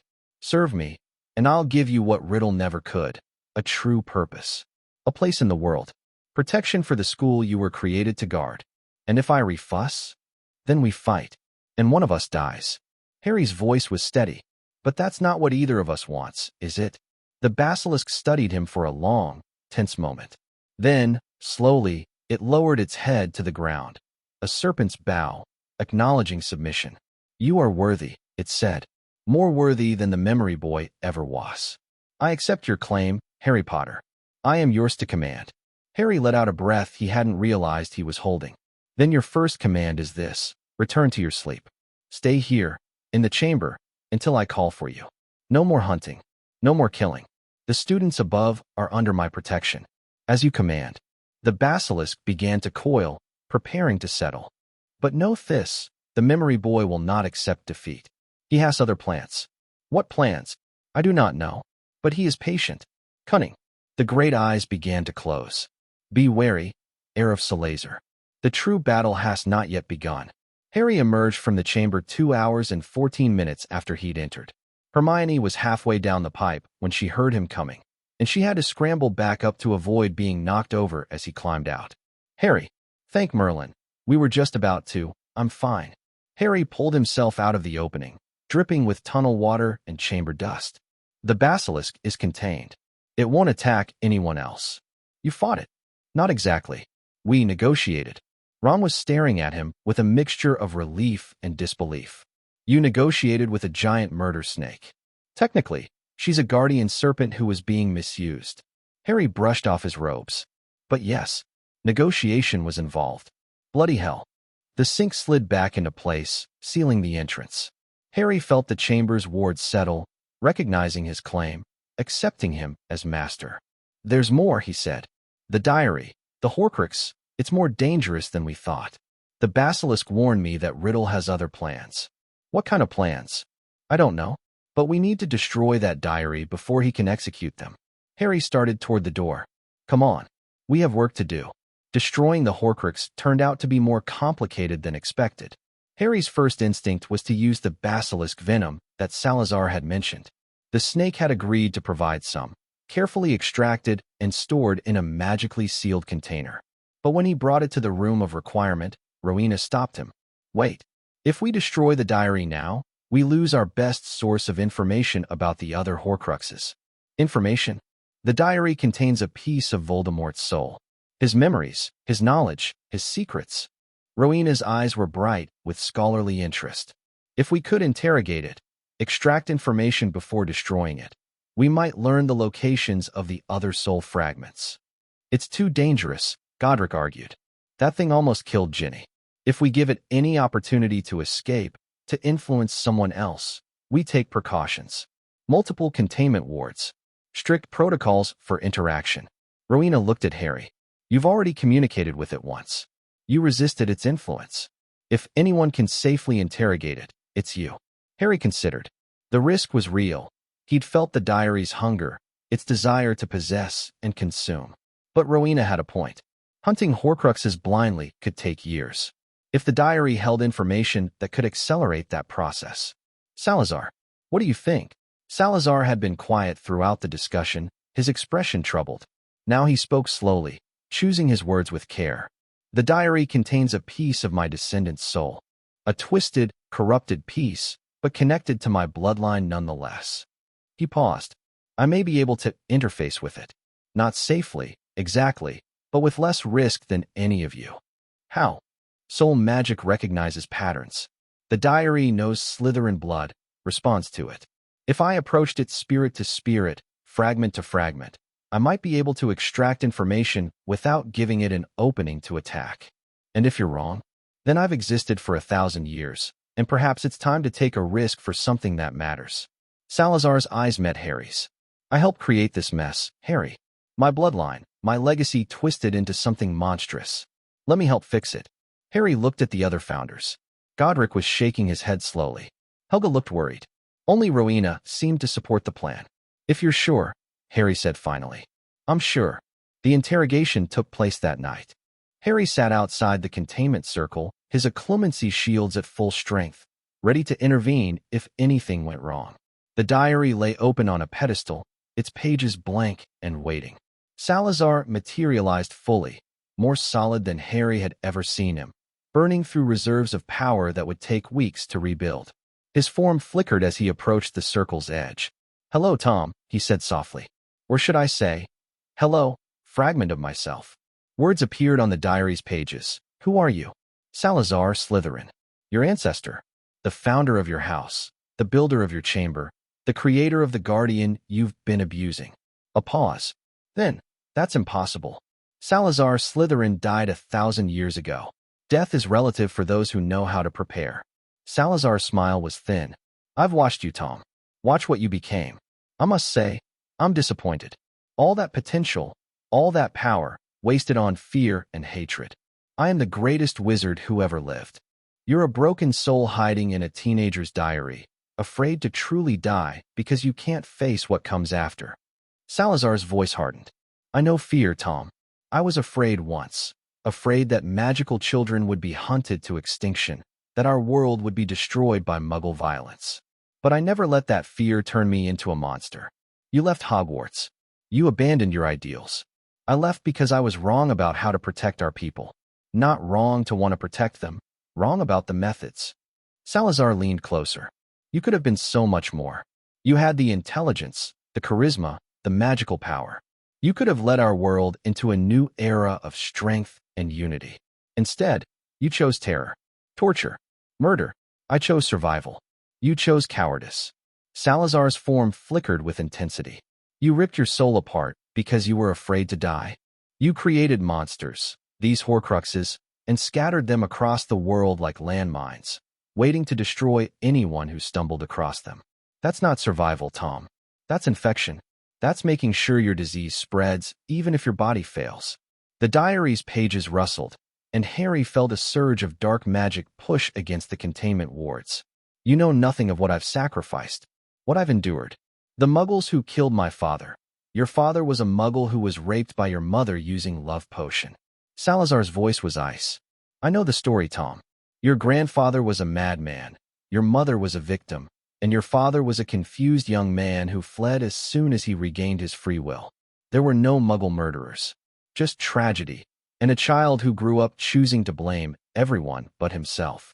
Silence from the diary. Now, Salazar continued. You're going to tell me what I want to know. The other Horcruxes. Where are they? What are they?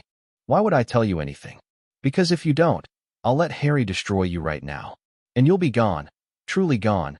Not sleeping, not preserved. Just ended. But if you cooperate, I'll make sure the destruction is quick. Painless. Salazar paused. That's more mercy than you've ever shown anyone else. The diary was silent for a long moment. Harry could feel it thinking, calculating, searching for an angle. There are 6 others, it finally wrote, including the scar. A ring belonging to my grandfather, hidden in the gaunt shack. A locket that was Slytherin's, placed in a cave by the sea. A cup that belonged to Hufflepuff, given to a trusted follower. A diadem that was Ravenclaw's, hidden somewhere I thought no one would look. And Nagini, my familiar, when I have a body again. A snake as a Horcrux? Living vessels are possible, if difficult.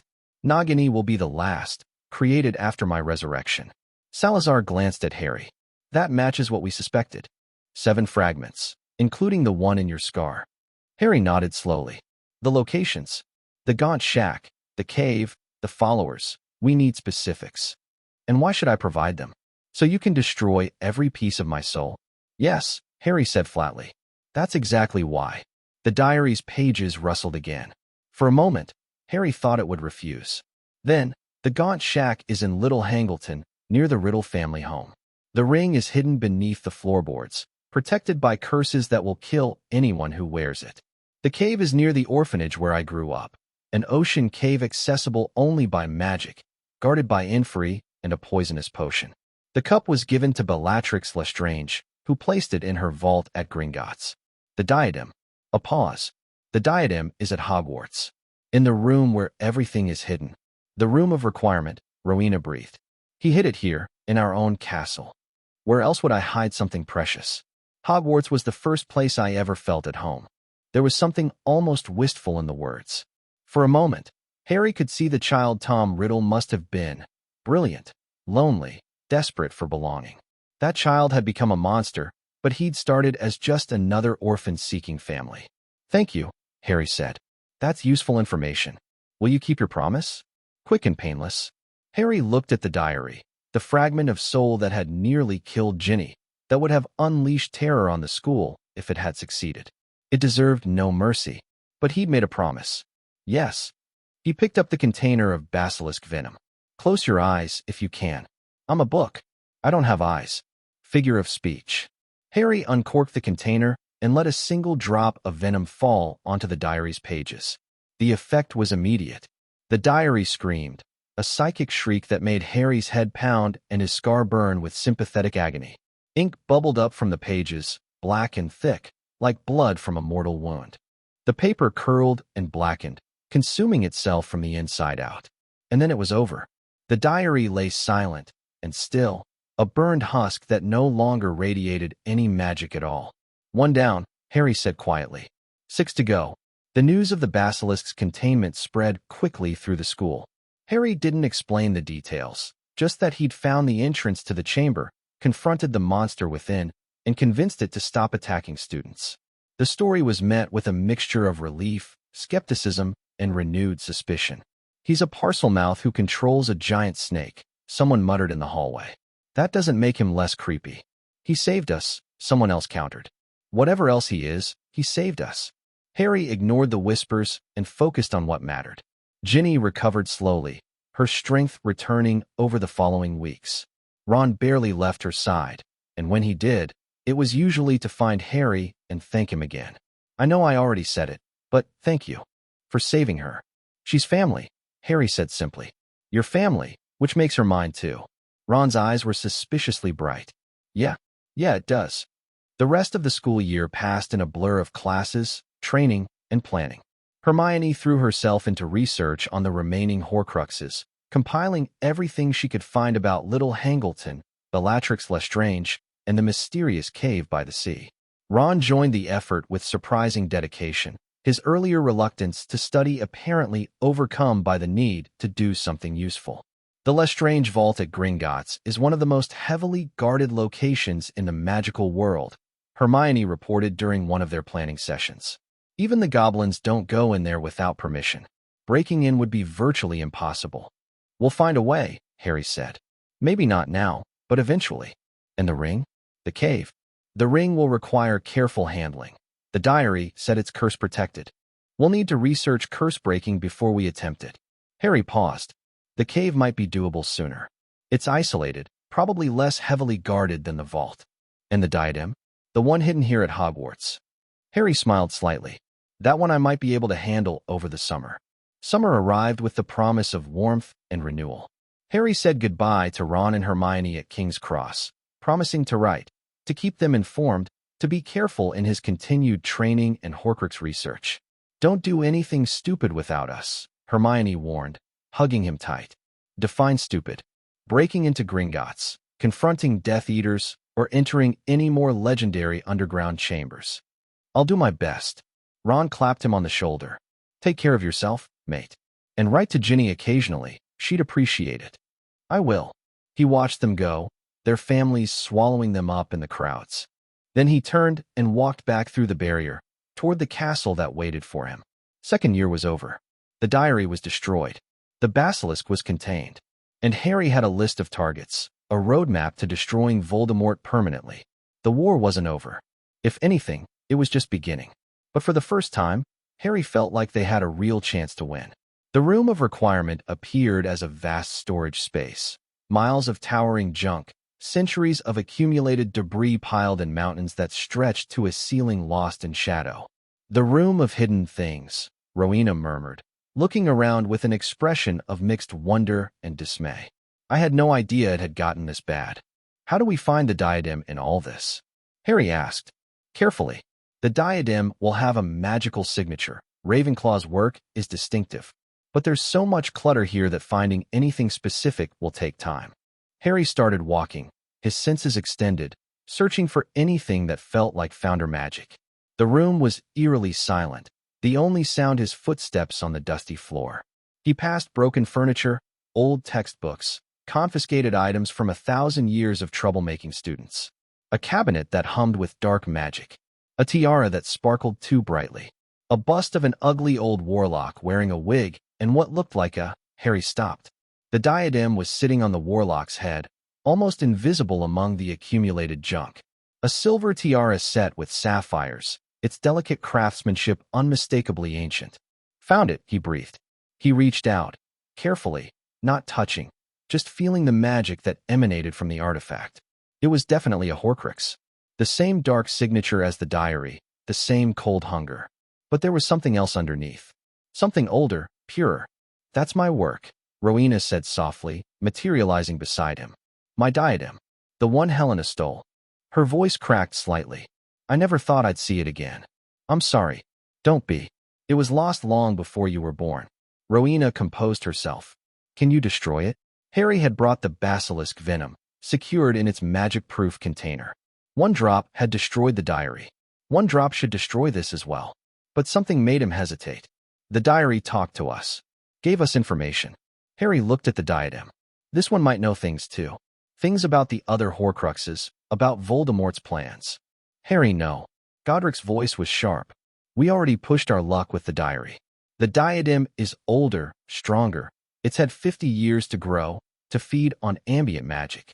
Interrogating it would be suicide. I'm not talking about interrogation. I'm talking about... Harry struggled to articulate. Reading it. Passively.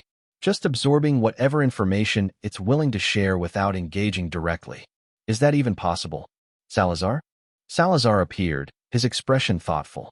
Theoretically, soul fragments retain memories of their creation, their travels, their experiences. A skilled Legilimens might be able to extract surface information without triggering the fragment's defenses. And if I'm not skilled enough, then the fragment attacks you, and we're back to fighting for your sanity.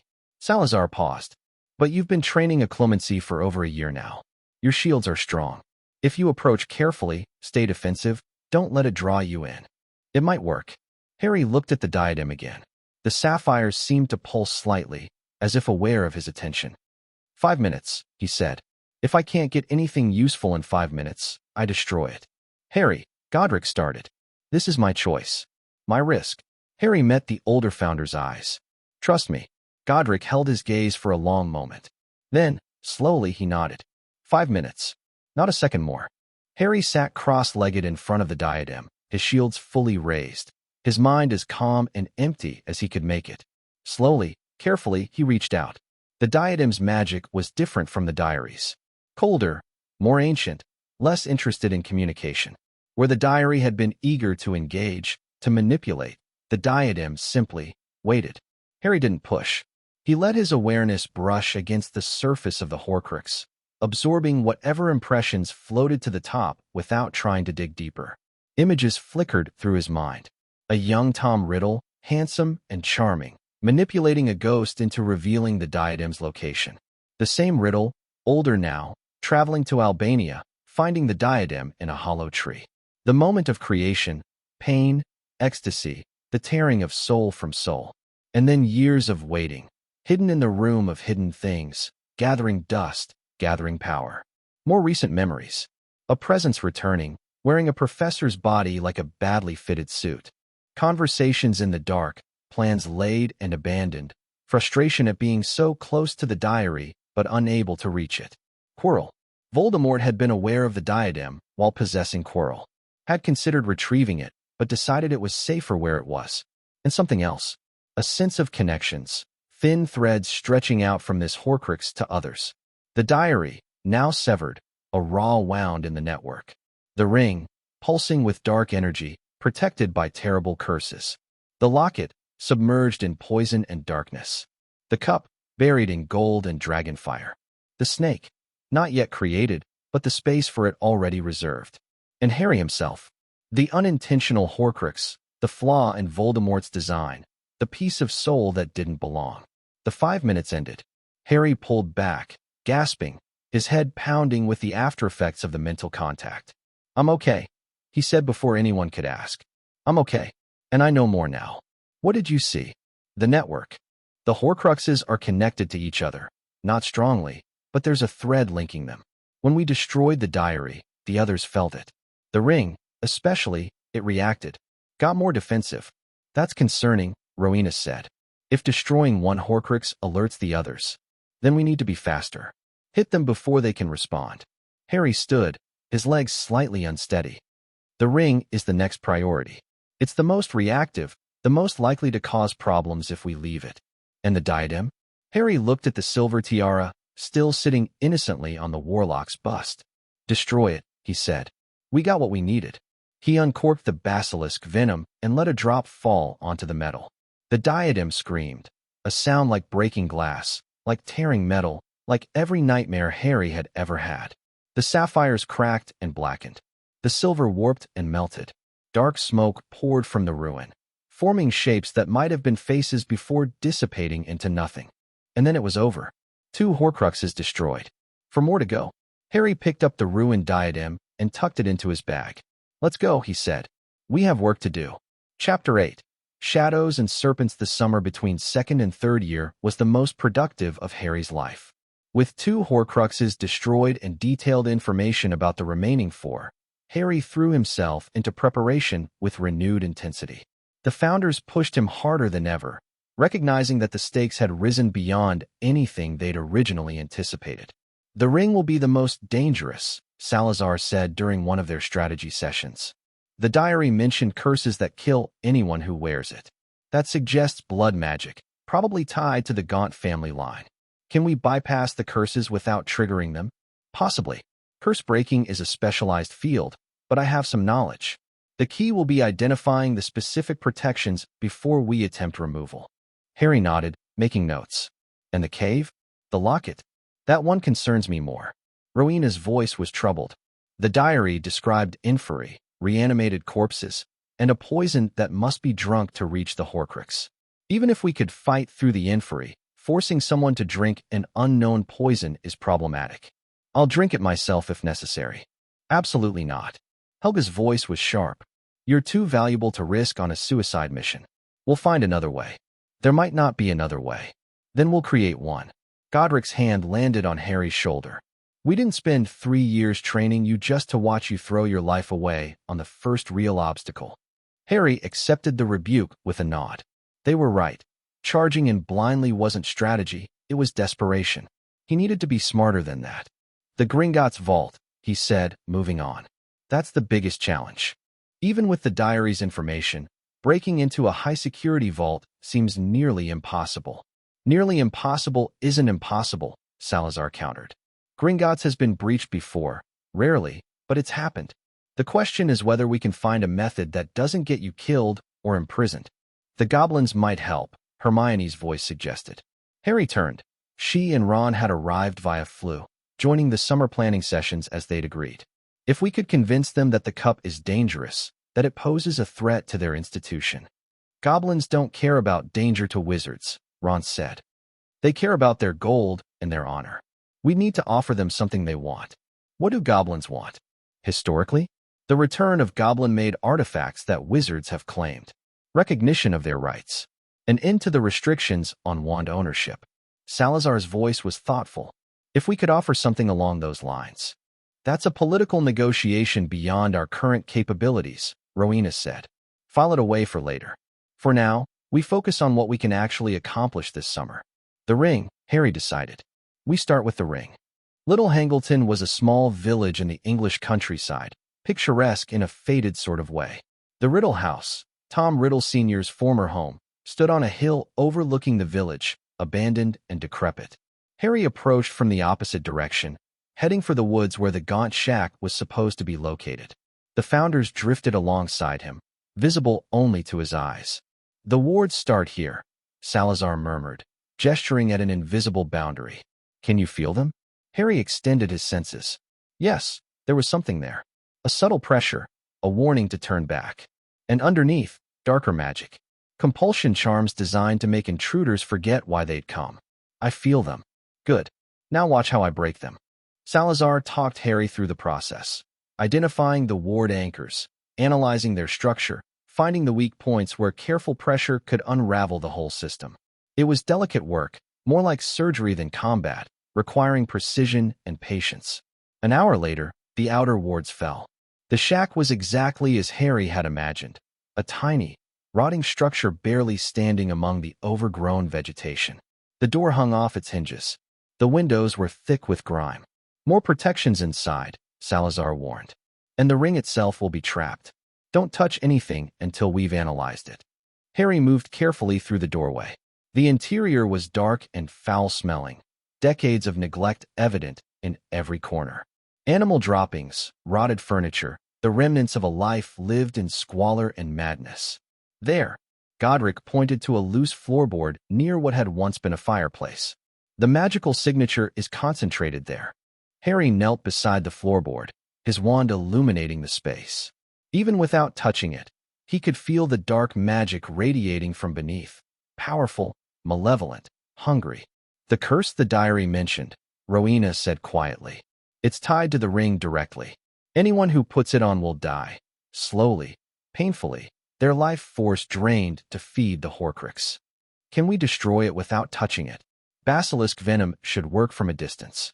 But the ring is also protected by physical barriers. If we just pour venom on the floorboard, it might not reach the actual Horcrux. Harry thought for a moment. What if I use magic to lift the ring out? Levitation or summoning? The curses might trigger on any magical contact. Then I'll use something non-magical. Harry pulled a pair of dragonhide gloves from his bag, standard protective equipment that Hermione had insisted he bring. These should provide some insulation, right? Some, Salazar acknowledged. But if the curse is powerful enough, then we'll deal with it. Harry pulled on the gloves and carefully pried up the floorboard.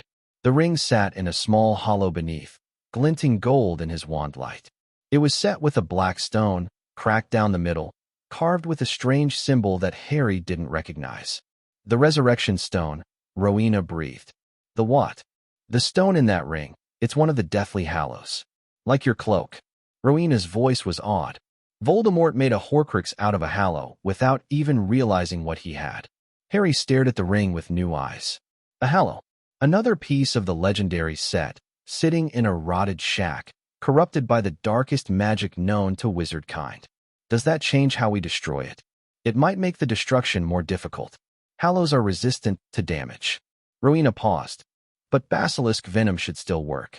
The venom destroys souls, and the Horcrux is tied to the ring itself, not the stone. Harry reached into the hollow, his gloved fingers closing around the ring. Pain exploded through his hand. The curse was faster than he'd expected, more powerful. It raced up his arm like liquid fire, heading for his heart. Harry's vision went white with agony. Harry! Multiple voices, shouting. He couldn't respond. The curse was consuming him, draining his life force, feeding on his magic. He could feel himself dying. Fight it. Salazar's voice, sharp and commanding. Use your clemency. The curse is partially mental. You can resist it.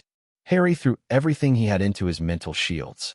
The curse hit them and rebounded, confused by the unexpected resistance. It was still draining him, still killing him, but slower now. He had time. With his free hand, he grabbed the basilisk venom container and wrenched it open. One drop. That was all he needed.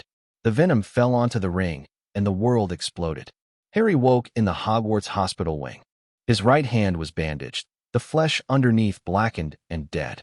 Madame Pomfrey was bustling around his bed, muttering darkly about students who ought to know better.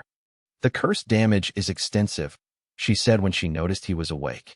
"I've contained it to your hand, but the flesh is necrotized. It won't heal naturally. Can you remove it?" "The dead tissue?"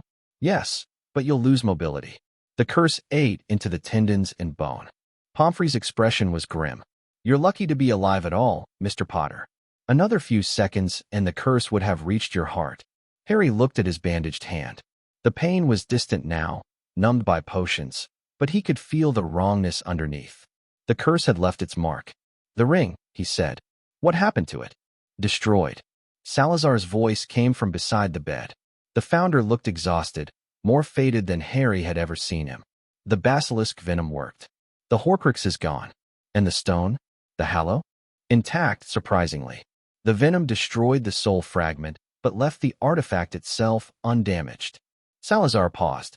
"It's in your bag, along with what's left of the ring. We thought you'd want to examine it once you recovered." 3 Horcruxes destroyed. For more to go. And Harry was lying in a hospital bed with a cursed hand that might never work properly again. "How long until I can leave?" "A week, at minimum." Pomfrey's voice was firm. "And that's only if you follow my instructions to the letter. No training, no spellcasting, no heroics." "I don't have a week. You have however long your body needs to heal." Helga's voice was gentle but unyielding. "Harry, you almost died. Again. The curse came within seconds of killing you. If Salazar hadn't been there to guide your occlumency, if the venom had taken a moment longer to work." She didn't finish the sentence. She didn't need to. Harry slumped back against his pillows, frustration and exhaustion warring in his chest. "The other Horcruxes," he said. "We can't just stop. We're not stopping. We're pausing." Rowena's voice was calm. "The locket and the cup have been hidden for decades. They'll keep a few more weeks. The snake hasn't been created yet, and the fragment in your scar isn't going anywhere. So we wait. We prepare. There's a difference." Rowena moved closer, her ghostly form settling into the chair beside his bed. "Rest, Harry. Heal. Let us do the planning while you recover." Harry wanted to argue. Every instinct screamed that time was running out, that Voldemort was gathering strength, that waiting was weakness. But his body was betraying him, his eyelids growing heavy, the potions in his system pulling him towards sleep. "1 week," he murmured. "Then we move." "1 week," Rowena agreed. Harry closed his eyes and let the darkness take him. The week passed slowly. Hermione and Ron visited daily, bringing news from the outside world and helping Harry pass the time. The study group sent cards and well wishes, though none of them knew the real reason for his hospitalization. The official story was a potions accident during independent research. "Draco Malfoy has been asking questions," Hermione reported during one visit. "He seems suspicious about your injury. He was overheard telling Crabbe and Goyle that he didn't believe the accident story. Let him ask. He won't find anything. Still, we should be careful. If Lucius finds out what you've been doing." "Lucius can't touch me." "Not directly." Harry flexed his bandaged hand, wincing at the stiffness. "But you're right. We need to be more discreet going forward." The founders used the time productively, researching the remaining Horcruxes and refining their plans. Salazar focused on the cave, analyzing what little information they had about its defenses. Rowena studied the Gringotts problem, looking for angles they might have missed. Godric worked on combat scenarios, preparing Harry for whatever resistance they might face. Helga concentrated on Harry's recovery. "The curse damage is permanent," she admitted one evening, examining his hand with her healing magic. "The dark magic has bonded with your flesh in ways that can't be fully reversed. But we can minimize the impact, teach you to compensate, to work around the limitation." "How bad is it?" "You'll retain most of your finger mobility, but the grip strength will be reduced by perhaps 30%. Fine motor control will be affected." Helga met his eyes. "For most wizards, this would be career-ending. For you, it's an inconvenience. Because of the wandless magic." "Exactly. You're not dependent on wand movements the way most wizards are. Your magic flows from intent, not gesture. The hand damage will slow your dueling slightly, but it won't cripple you. Harry nodded slowly. It wasn't good news, but it wasn't catastrophic either. He could adapt. One more scar, he said quietly. One more reminder. One more proof that you're willing to sacrifice for what matters. Helga's voice was soft. That's not nothing, Harry. The day Harry was released from the hospital wing, he found the resurrection stone waiting on his bedside table. It was smaller than he'd expected, barely larger than his thumbnail, the crack down its center somehow, making it look more ancient rather than damaged. The symbol carved into its surface seemed to shift when he looked at it directly. The Stone of Legend, Rowena said, appearing beside him. Supposedly capable of summoning the spirits of the dead. Have you tested it? We're already spirits. The stone doesn't seem to affect us. Rowena paused. But for you it might work. If you wanted to speak with your parents, for instance. Harry's heart clenched. His parents. He could talk to them, see them, hear their voices. After all these years of photographs and stories, he could actually meet them. No. The word came out before he could think about it. No. Rowena sounded surprised. The stone summoned shades. Echoes of the dead, not the dead themselves. Harry remembered what the founders had taught him about soul magic. The people it brings back aren't really alive. They're memories, reflections. Using them to fill a void in my life would be wrong. Disrespectful to who they actually were. That's remarkably mature. I've had good teachers. Harry tucked the stone into the pouch around his neck, next to the shrunken invisibility cloak. Besides, I have family now. You, the others, Ron and Hermione. I don't need to summon ghosts when I have living connections. Rowena smiled, a rare, genuine expression that transformed her usually stern features. Your mother would be proud, she said. Harry hoped she was right. Third year began with a security crisis. Sirius Black had escaped from Azkaban. The news dominated the wizarding world for weeks before term started. Black was the first person to ever escape the wizard prison, and his reported target, Harry Potter, had the Ministry in a panic. He was your parents' secret keeper, Dumbledore explained during a private meeting before the welcome feast. He betrayed them to Voldemort, then murdered Peter Pettigrew and 12 Muggles when confronted. He's been in Azkaban for the past 12 years. And now he's free. Yes, the Dementors are searching for him, but so far they've found nothing. Dumbledore's expression was grave. I want you to be careful this year, Harry. Don't go looking for trouble. Trouble usually finds me without any help. All the more reason to be vigilant. Harry left the meeting with more questions than answers. Sirius Black, his parents' friend, their betrayer, the reason they were dead. The man had been in his life before Harry could remember, and now he was coming back. Something doesn't add up, he told the founders that night. Black was supposed to be their most trusted friend. Why would he betray them? People change, Salazar said. The pressure of war, the temptation of power, we've seen loyal allies become bitter enemies. But the Potters were supposed to be in hiding. Under Fidelius' charm, only the secret keeper could reveal their location. Harry frowned. Why would they choose someone unreliable? Perhaps they didn't know he was unreliable. Or perhaps, Rowena's voice was thoughtful. Perhaps the story we've been told isn't accurate. What do you mean? The official version comes from Ministry records, from witnesses, from the confession Black supposedly gave at the scene. But Black never received a trial. He was sent directly to Azkaban based on circumstantial evidence and public outrage. Rowena paused. What if there's more to the story? Harry considered this. The magical world had shown him repeatedly that official narratives couldn't always be trusted. Dumbledore had hidden the truth about the Dursleys. The Ministry had spread propaganda about both Harry himself and the Founder's return. Why would the Black case be any different? I need to learn more, he decided. About Black, about what really happened, about my parents' final days. Be careful, Helga warned. Black is dangerous regardless of whether he's guilty. Don't let curiosity put you in unnecessary danger. I won't. But I won't accept the easy story either. The Dementors arrived at Hogwarts the first week of term. Harry felt them before he saw them. A creeping cold that seeped into his bones, a despair that rose up from somewhere deep inside him. His happy memories seemed to fade, replaced by darkness and screaming and a flash of green light. The first time a Dementor came near him, on the Hogwarts Express, Harry collapsed. He woke to chocolate and concerned faces, Hermione and Ron hovering over him while a shabby-looking man in patched robes stood watch. "Eat this," the man said, pressing a piece of chocolate into Harry's hand. "It helps." "What happened?" "Dementors. They affect some people more than others." The man's eyes were kind but haunted. "My name is Remus Lupin. I'm the new Defense Against the Dark Arts teacher." "Harry Potter." "I know." Something flickered in Lupin's expression, recognition, pain, something else Harry couldn't identify. "Your parents were friends of mine, back in school. I've wanted to meet you for years." Harry studied the man more carefully.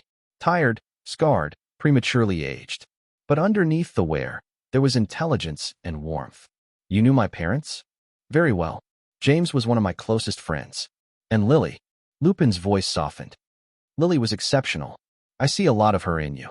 Everyone says I have her eyes. It's not just the eyes. It's the way you hold yourself.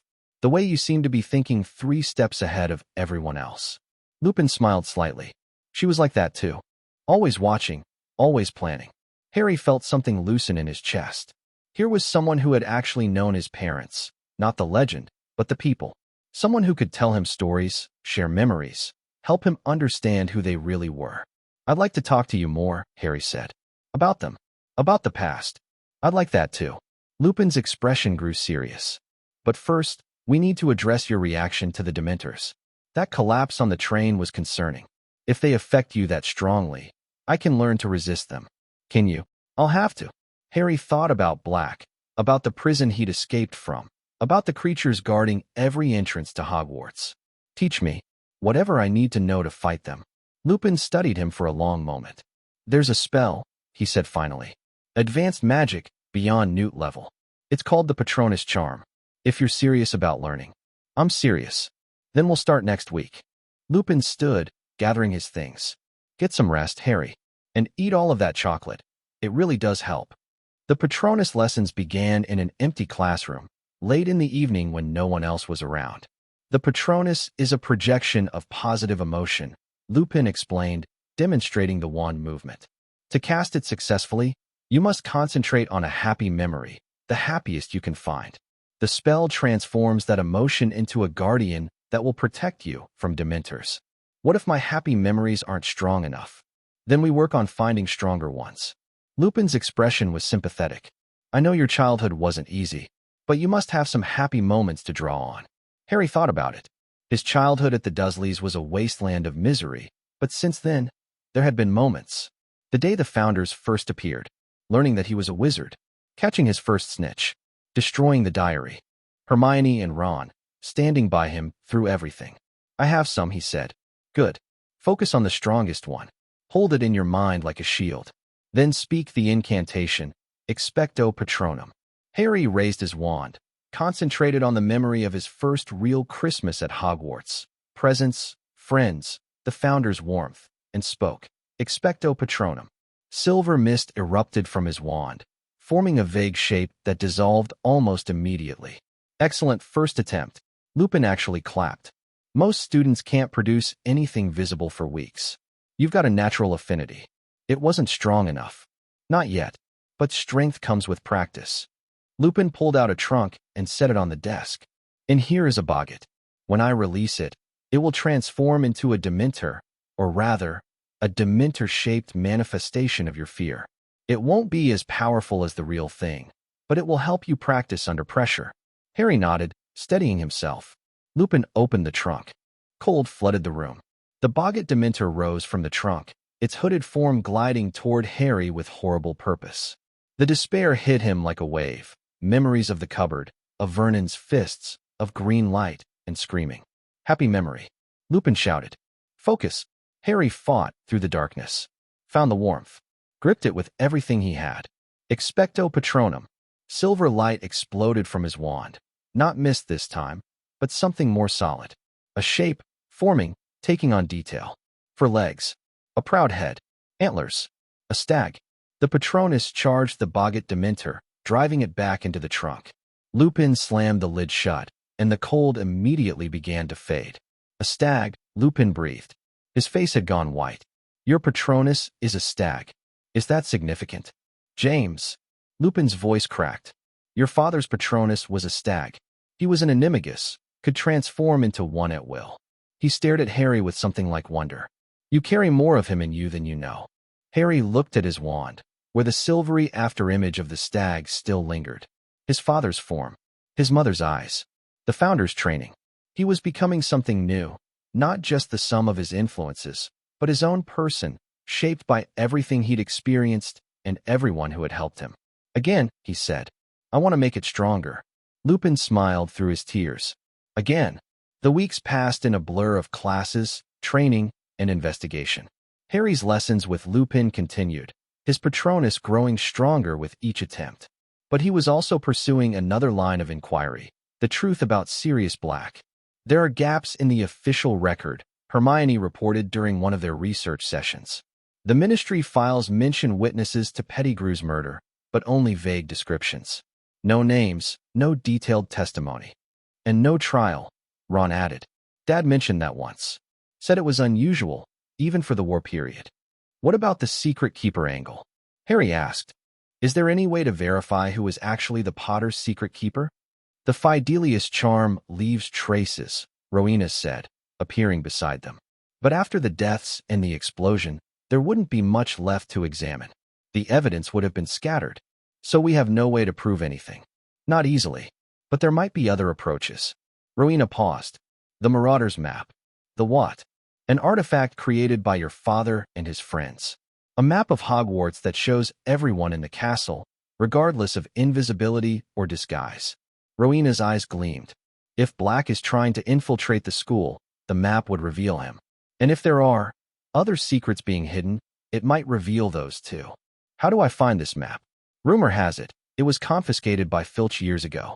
Check his office, specifically the drawer marked confiscated and highly dangerous. Harry grinned. I'll do that tonight. The Marauder's map was everything Rowena had promised and more. Harry retrieved it from Filch's office using the invisibility cloak, narrowly avoiding the caretakers patrolling rounds. The parchment looked blank at first, but when Harry spoke the activation phrase, which Fred and George Weasley had helpfully shared after Harry mentioned his interest, the map bloomed into existence. I solemnly swear that I am up to no good. Ink spread across the parchment, forming an incredibly detailed map of Hogwarts. Every corridor, every secret passage, every hidden room. And moving through it all, labeled dots representing every person in the castle. Harry found himself quickly, Harry Potter, standing in an empty classroom. He found Hermione in the library, Ron in Gryffindor Tower, Dumbledore in his office. And then he saw something impossible. In the first-year boys' dormitory, next to Ron's brother's dots, was a name that shouldn't exist. Peter Pettigrew. Harry stared at the map. Peter Pettigrew, the man Black had supposedly murdered 12 years ago. The man whose finger was all that remained after the explosion. He was at Hogwarts, right now, in the same room as Ron's little brother. That can't be right, he muttered. But the map didn't lie. Rowena had said it showed everyone, regardless of disguise. Which meant either the map was malfunctioning or Peter Pettigrew was alive. And if Pettigrew was alive, then Black hadn't killed him. Which meant everything else might be wrong too. Harry confronted Ron that night. Your brother's dormitory. Is there anything unusual about it? Any pets? Any visitors? Anything out of place? Ron looked confused. Just the usual. Percy's there sometimes, being annoying. And Scabbers is around, but he's not much trouble. Scabbers. Your rat. Yeah, why? Harry's blood went cold. How long have you had that rat? Since I was about 4. He was Percy's before that. Ron's confusion was deepening. Harry, what's going on? The map. The Marauder's map. Harry pulled out the parchment, activating it. Look at your brother's dormitory. Tell me what you see. Ron leaned in, squinting at the tiny dots. His face went white. Peter Pettigrew? But that's impossible. He's dead. Black killed him. Unless he didn't. Harry's mind was racing. Pettigrew was an animagus too. Could transform into a rat. What if he faked his own death, blamed Black, and has been hiding ever since? As Scabbers. Ron looked ill. I've been sleeping with a murderer for 3 years. We don't know he's a murderer, but we know he's alive when he shouldn't be. Harry started pacing. If Pettigrew is alive, then Black might be innocent. He might have escaped Azkaban not to kill me, but to get revenge on the real traitor. Or he could still be guilty, and Pettigrew is hiding from something else. Either way, we need answers. and there's only one person who can give them to us. They confronted Scabbers that night. Ron brought the rat to the room of requirement, where Harry had prepared containment wards and truth-revealing spells. The Founders were present, ready to intervene if necessary. How do we force the transformation? Ron asked, holding the squirming rat at arm's length. Reversal spell. It's complex, but Salazar knows it. Harry nodded to the ancient Slytherin. Whenever you're ready. Salazar raised his hand, concentrating. A beam of blue light shot from his palm, striking the rat directly. Scabbers began to change. The transformation was grotesque, fur receding, limbs elongating, features shifting. Within seconds, a small, balding man stood where the rat had been, his watery eyes darting around in panic. Please, he squeaked. Please, I can explain. You can explain to us. Harry's wand was leveled at Pettigrew's chest, starting with why you're alive when everyone thinks you're dead. I had to hide. Sirius was going to kill me. Why would Sirius want to kill you? Because Pettigrew's face crumpled. I was the secret keeper. I told the Dark Lord where the Potters were hiding. I betrayed them. The confession hung in the air like poison. Harry felt something cold settle in his chest. You. Not Black. I was weak. The Dark Lord was so powerful, so terrifying. He would have killed me if I hadn't. So you sacrificed my parents instead. Harry's voice was flat. And then you framed Black for everything. Let an innocent man rot in Azkaban for 12 years while you lived as a pet rat. I'm not proud of it. But what choice did I have? You could have died with honor instead of living as a coward. Salazar's voice was pure ice. You could have refused the Dark Lord and accepted the consequences. That's what real Slytherins do. Pettigrew flinched. I'm not brave. I never was. I wanted to survive. Survival at any cost isn't survival, Harry said. It's existence. And you've been barely existing for 12 years, hiding from your crimes. What are you going to do with me? Harry considered. The easy answer was to kill him. This pathetic creature had destroyed his family, ruined an innocent man's life, served Voldemort. He deserved death. But death was too easy, too clean. We're going to give you to the Ministry, Harry decided. With proof of what you've done. Sirius Black will be exonerated, and you'll face trial for your actual crimes. They'll give me to the Dementors, yes. They probably will. Harry's smile was grim. And you'll have the rest of eternity to think about what you did to my parents. The capture of Peter Pettigrew made front-page news. Within days, the story had spread throughout the wizarding world. Sirius Black, wrongfully imprisoned for 12 years, was officially exonerated. A new trial date was set for Pettigrew, and the Ministry was forced to admit that their rush to judgment had condemned an innocent man. Sirius came to Hogwarts the day after his name was cleared. Harry met him in Dumbledore's office, surrounded by the Founders, invisible to Sirius, and the weight of history. Sirius was thin, gaunt, marked by his years in Azkaban. But his eyes were bright with emotion as he looked at Harry. You look so much like James, he said, his voice rough. Same face, same hair. But your eyes are my mother's. I know. Sirius laughed, a harsh, barking sound. Everyone tells you that, don't they? Every single person. They stood in silence for a moment, two strangers connected by loss and betrayal. I'm your godfather, Sirius said finally. James and Lily made me that before you were born. If you want, and only if you want, I'd like to be part of your life. I'd like that too. Harry smiled slightly. But I should warn you, my life is complicated. More complicated than escaping Azkaban. Different complicated. I've been training with the Founders, destroying pieces of Voldemort's soul.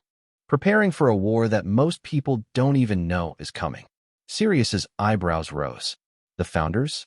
As in, Gryffindor, Slytherin, Hufflepuff, Ravenclaw. They're spirits now, bound to me. They've been teaching me since I was 7. That's... Sirius shook his head. That's incredible. And terrifying. And exactly what James would have expected his son to get into. Harry grinned. Tell me about him. About my mother. About everything. Sirius sat down, his expression softening. Where do I want to start? Chapter 9. The Chamber of Truth third year ended with Harry feeling more complete than he had since the Founders first appeared. Sirius moved into a cottage near Hogsmeade, close enough to visit regularly, but far enough to avoid suspicion. His exoneration had been public, but many still looked at him with distrust. 12 years of believing someone was a mass murderer didn't vanish overnight. Harry didn't care what others thought. He had a godfather now. Someone who had known his parents, who could tell stories about them, who looked at Harry and saw James and Lily instead of the boy who lived. "Your father was the most loyal friend I ever had," Sirius told him during one of their summer visits. "And the most reckless. The things we got up to at school, McGonagall nearly had heart attacks on a weekly basis. The Marauders map. That was you. Me, James, Remus, and..." Sirius's expression darkened briefly. "And Pettigrew. We called ourselves the Marauders. Thought we were so clever." "You were clever. The map is brilliant. James was the brilliant one. I just provided the charm and good looks." Sirius grinned, looking more like his old photographs for a moment. "But we made a good team. Until we didn't." Harry listened to story after story, building a picture of his parents that was richer and more complex than anything the history books provided. His father had been arrogant but fiercely protective. His mother had been brilliant but stubborn. Together, they'd been unstoppable until Voldemort had torn them apart. "They loved you more than anything," Sirius said quietly. "The night you were born, James walked around the hospital telling everyone he met that he had a son. Lily threatened to hex him if he didn't calm down. I wish I could have known them." "I know, but you carry them with you, Harry. In everything you do, everything you are." Sirius reached out and gripped Harry's shoulder. "They'd be proud of you. I'm proud of you." The summer was divided between Sirius's stories and the continuing Horcrux hunt. The locket remained the next priority. Harry had studied the diary's information thoroughly. A cave by the sea, Inferi Guardians, a poisonous potion that had to be drunk to reach the artifact. "We need a plan," he told the founders during a strategy session. "Something better than drink the poison and hope for the best." "The poison is designed to incapacitate, not kill," Rowena said. "Voldemort wanted anyone who reached the locket to suffer before dying. That gives us an advantage. If we can counteract the effects quickly enough, the drinker might survive." "Counteract how?" "Bezoar might help. Healing magic certainly. And if the drinker has strong mental defenses, a clemency training, they might be able to resist the psychological effects." Harry nodded slowly. "So I drink the potion while someone else stands ready with healing supplies." "Not you." Sirius's voice was firm. He'd been brought into the Horcrux discussions after Harry had decided he deserved to know what they were fighting for. "I'll drink it." "Sirius, I spent 12 years in Azkaban surrounded by Dementors. I know how to survive psychological torture." Sirius's jaw was set. "Let me do this, Harry. Let me help you destroy the bastard who killed James and Lily." Harry looked at the founders. Godric was nodding slowly. Helga looked worried but didn't object. Even Salazar seemed to accept the logic. "All right," Harry said finally. "But we prepare thoroughly. No rushing in. No heroics. No unnecessary risks." "Agreed." Sirius's smile was grim but genuine. "When do we leave?" The cave was exactly as horrible as the diary had described. They reached it by boat, Sirius, Harry, and the founders in their invisible forms, crossing a subterranean lake that felt wrong in ways Harry couldn't articulate. The water was too still, too dark, and he knew without being told that something was waiting beneath the surface. "Inferi," Salazar confirmed quietly. "Hundreds of them, maybe thousands. Don't touch the water." The boat reached a small island in the center of the lake. On the island stood a basin filled with glowing green liquid. "The potion." "I can feel the Horcrux," Harry said, his scar tingling with recognition. "It's at the bottom of the basin." "Then let's get to work." Sirius rolled up his sleeves, examining the basin. No way to remove the liquid without drinking it. Voldemort would have prevented that. "The potion is the price of access." Rowena's voice was grim. "Are you sure about this, Sirius?" "I've never been more sure of anything." Sirius picked up the shell-shaped cup that sat beside the basin. "Harry, whatever happens, don't stop me. Even if I beg. Even if I scream. The potion has to be completely drained." "I understand. And if something goes wrong, if the Inferi attack, if Voldemort somehow knows we're here, get out. Don't look back. Sirius, promise me." Harry met his godfather's eyes. There was fear there, but also determination. Love. The same fierce protectiveness that had driven him to survive 12 years in Azkaban for the chance at revenge. "I promise." Sirius dipped the cup into the potion and drank. The first cup went down easily. The second two. But by the third, Sirius was shaking, sweat beading on his forehead. By the fifth, he was crying, mumbling incoherently about things Harry couldn't understand. James, no, James, don't go. I'll protect him. I swear, keep drinking. Harry forced the cup to Sirius's lips, his heart breaking with every swallow. You're almost there. Just a few more. The dark. It's so dark. They're screaming. Harry, can't you hear them screaming? The seventh cup. The eighth. The basin was nearly empty now, the green glow fading. One more. Harry's voice cracked. One more, Sirius, and it's over. Sirius drank the final cup and collapsed. Harry caught him before he hit the stone, lowering him gently. Sirius was unconscious, his breathing shallow, his skin pale and clammy. But he was alive. The Horcrux. Harry reached into the basin and pulled out the locket. It was beautiful, golden, ornate, marked with a serpentine S that left no doubt about its origin. And it radiated darkness, the same cold hunger Harry had felt from the diary and diadem. Destroy it, Godric urged. Before it can influence anyone. Harry pulled out the basilisk venom. One drop, just like the others. But as the venom touched the metal, something unexpected happened. The locket screamed. Not just the psychic shriek of a dying Horcrux, an actual voice, speaking words that Harry could understand. Harry Potter, the locket howled. I have seen your heart, and it is mine. I have seen your desires, your fears, your secrets. You cannot destroy me without destroying yourself. Ignore it, Salazar commanded. It's trying to distract you. But the locket wasn't finished. I know about the fragment in your scar. I know how it calls to me, yearns to rejoin the whole. You are one of us, Harry Potter. You always have been. Harry pressed down harder, forcing more venom into the metal. I am Lord Voldemort's greatest treasure. His first anchor. Without me, he will. The voice cut off with a sound like shattering glass. The locket crumbled. Harry let out a breath he hadn't realized he was holding. For Horcrux is destroyed. 3 more to go. Harry. Helga's voice was urgent. Sirius needs healing. The potion damage is worse than we anticipated. Harry turned back to his godfather, pulling out the emergency potions they'd brought. Bezoar first, then pain relief, then the specialized antidote Rowena had brewed. Wake up, he muttered, feeding Sirius the potions one by one. Come on, wake up. For a long, terrible moment, nothing happened.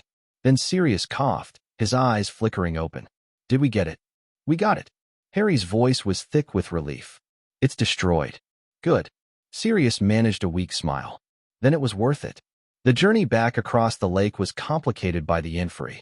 They'd sensed the destruction of the Horcrux, or perhaps just the disturbance of the potion, and had begun rising from the depths. Pale hands broke the surface, reaching for the boat.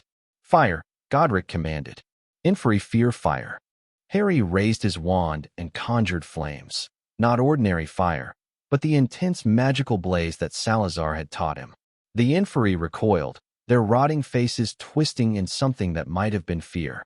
Keep moving, Harry told the boat, which was enchanted to respond to verbal commands. Faster. They reached the cave entrance just ahead of the pursuing corpses. Harry threw one final wave of fire behind them, then helped Sirius out of the boat and into the night air. They were safe. They'd done it. And they were one step closer to destroying Voldemort forever. 4th year brought the Triwizard Tournament. Harry learned about it on the train to Hogwarts, when Hermione showed him the Daily Prophet article announcing that the legendary competition would be held at the school. 3 schools, 3 champions, 3 deadly tasks, Hermione summarized. It's been banned for centuries because contestants kept dying. And they're bringing it back. Why? International cooperation. Ministry prestige. The usual political nonsense. Hermione's expression was skeptical. The age line is supposed to keep anyone under 17 from entering, but I don't trust it. Something always goes wrong at these events. She was more right than she knew. Halloween night, the Goblet of Fire selected its champions. Victor Krum for Durmstrang. Fleur Delacour for Beauxbatons. Cedric Diggory for Hogwarts. And then, impossibly, a 4th name emerged from the flames. Harry Potter. The Great Hall exploded into chaos. He cheated, someone shouted. He's not even 17. The goblet doesn't make mistakes. Harry sat frozen at the Gryffindor table, staring at the piece of parchment that bore his name in unfamiliar handwriting. He hadn't entered. He hadn't even considered entering. Someone had put his name in that goblet without his knowledge or consent. Mr. Potter. Dumbledore's voice cut through the noise. Please come to the front. Harry walked through the hostel stairs, his mind racing. Who could have done this? How? The age line was supposed to be impenetrable. He couldn't have entered himself. Hermione was insisting to anyone who would listen. Harry's been with me and Ron all day. He never went near the goblet. In the side chamber, the argument continued. The boy must compete, Barty Crouch declared. The goblet constitutes a binding magical contract. If he refuses, he loses his magic. That's barbaric, McGonagall protested. That's the rules. Harry watched the adults argue, his thoughts turning darker. Someone wanted him in this tournament. Someone had gone to considerable effort to bypass the protections and enter his name. Why? It's a trap, Salazar murmured, invisible beside him. Someone's trying to get you killed in a way that looks like an accident. Voldemort, or one of his servants. This has the hallmarks of a Death Eater plot. Harry nodded slightly. If Voldemort couldn't attack him directly, engineering his death in a dangerous tournament was exactly the kind of indirect approach he'd favor. Fine, Harry said aloud, interrupting the argument. I'll compete. Everyone turned to stare at him. I didn't enter myself. Someone else did this, probably someone who wants me dead. But if I have to compete anyway, I'm going to win. Harry's eyes were hard. And when this is over, I'm going to find out who set me up and make them regret it. The investigation began that night. The goblet accepted your name because it believed you were from a fourth school, Rowena explained. Someone confounded it, convinced it that 4 schools were competing instead of 3. Then they entered your name under the fake school. That's sophisticated magic. Very. Whoever did this knows magical artifacts intimately. They also knew the goblet would select you if given the chance. Your magical signature is distinctive. Because of the Horcrux? Possibly. Or because of your training, your bloodline, your general reputation. Rowena paused.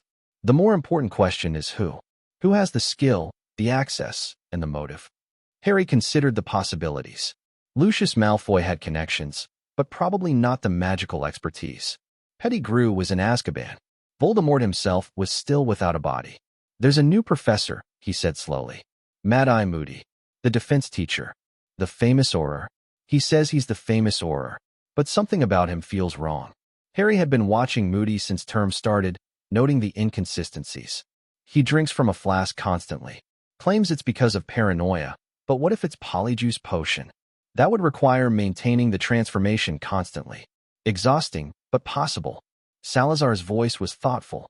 If someone has replaced Moody, they'd need access to the real one's hair and a very secure hiding place. Can you investigate? Without being noticed? We can try. The castle knows us. It might reveal what it's hiding. Harry nodded. Do it. And in the meantime, I'll prepare for the first task. The first task was dragons. Harry learned this through a combination of research, reconnaissance, and Hagrid's inability to keep secrets. For dragons, 1 for each champion, with golden eggs hidden among their clutches. You have to get past a nesting mother dragon, Hermione said faintly. That's insane. That's actually insane. It's doable. Harry had spent the week since learning about the task studying everything he could about dragons. They have weaknesses, vulnerabilities, and I have advantages most champions don't, such as Parseltongue might work. Dragons are related to serpents, not closely, but the magical resonance is there. Harry paused. And if that fails, I'm the best flyer in the school.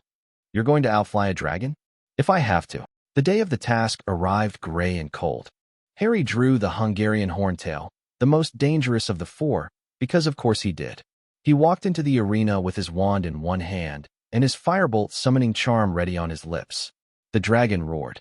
Harry didn't flinch. He'd faced worse. Voldemort's wraith, the basilisk, the despair of the Dementors. A dragon was just another obstacle.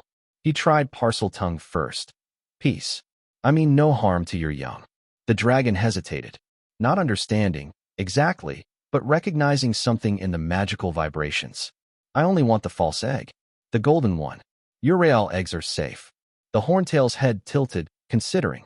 For a moment, Harry thought it might actually work. Then the dragon lunged. Accio firebolt. Harry dove aside as the broom shot into his hand.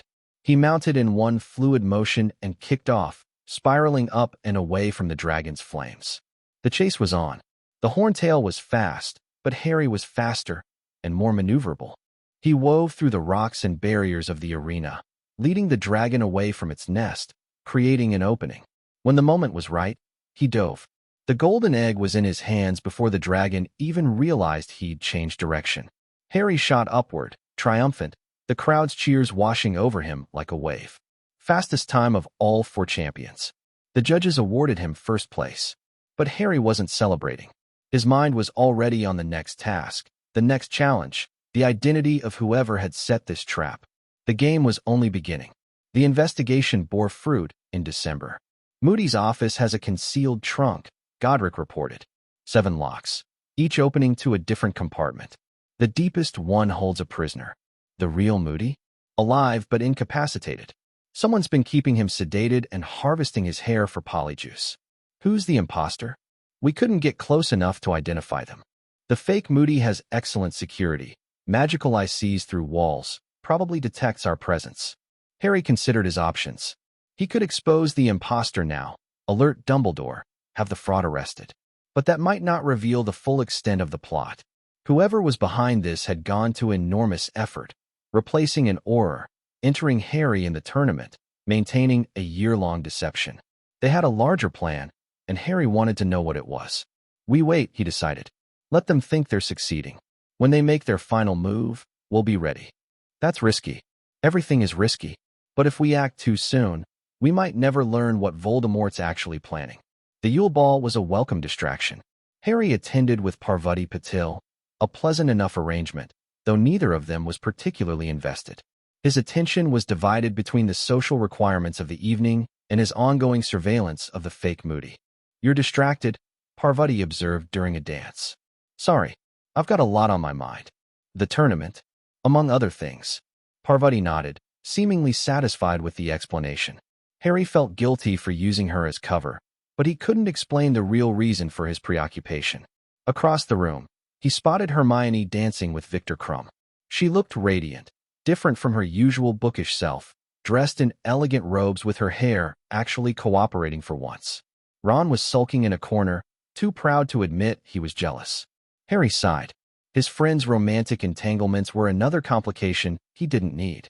Enjoying the party, Potter? Draco Malfoy had appeared beside him, flanked by his usual goons. But something was different about his expression, less sneering than usual, almost uncertain. What do you want, Malfoy? A word. In private.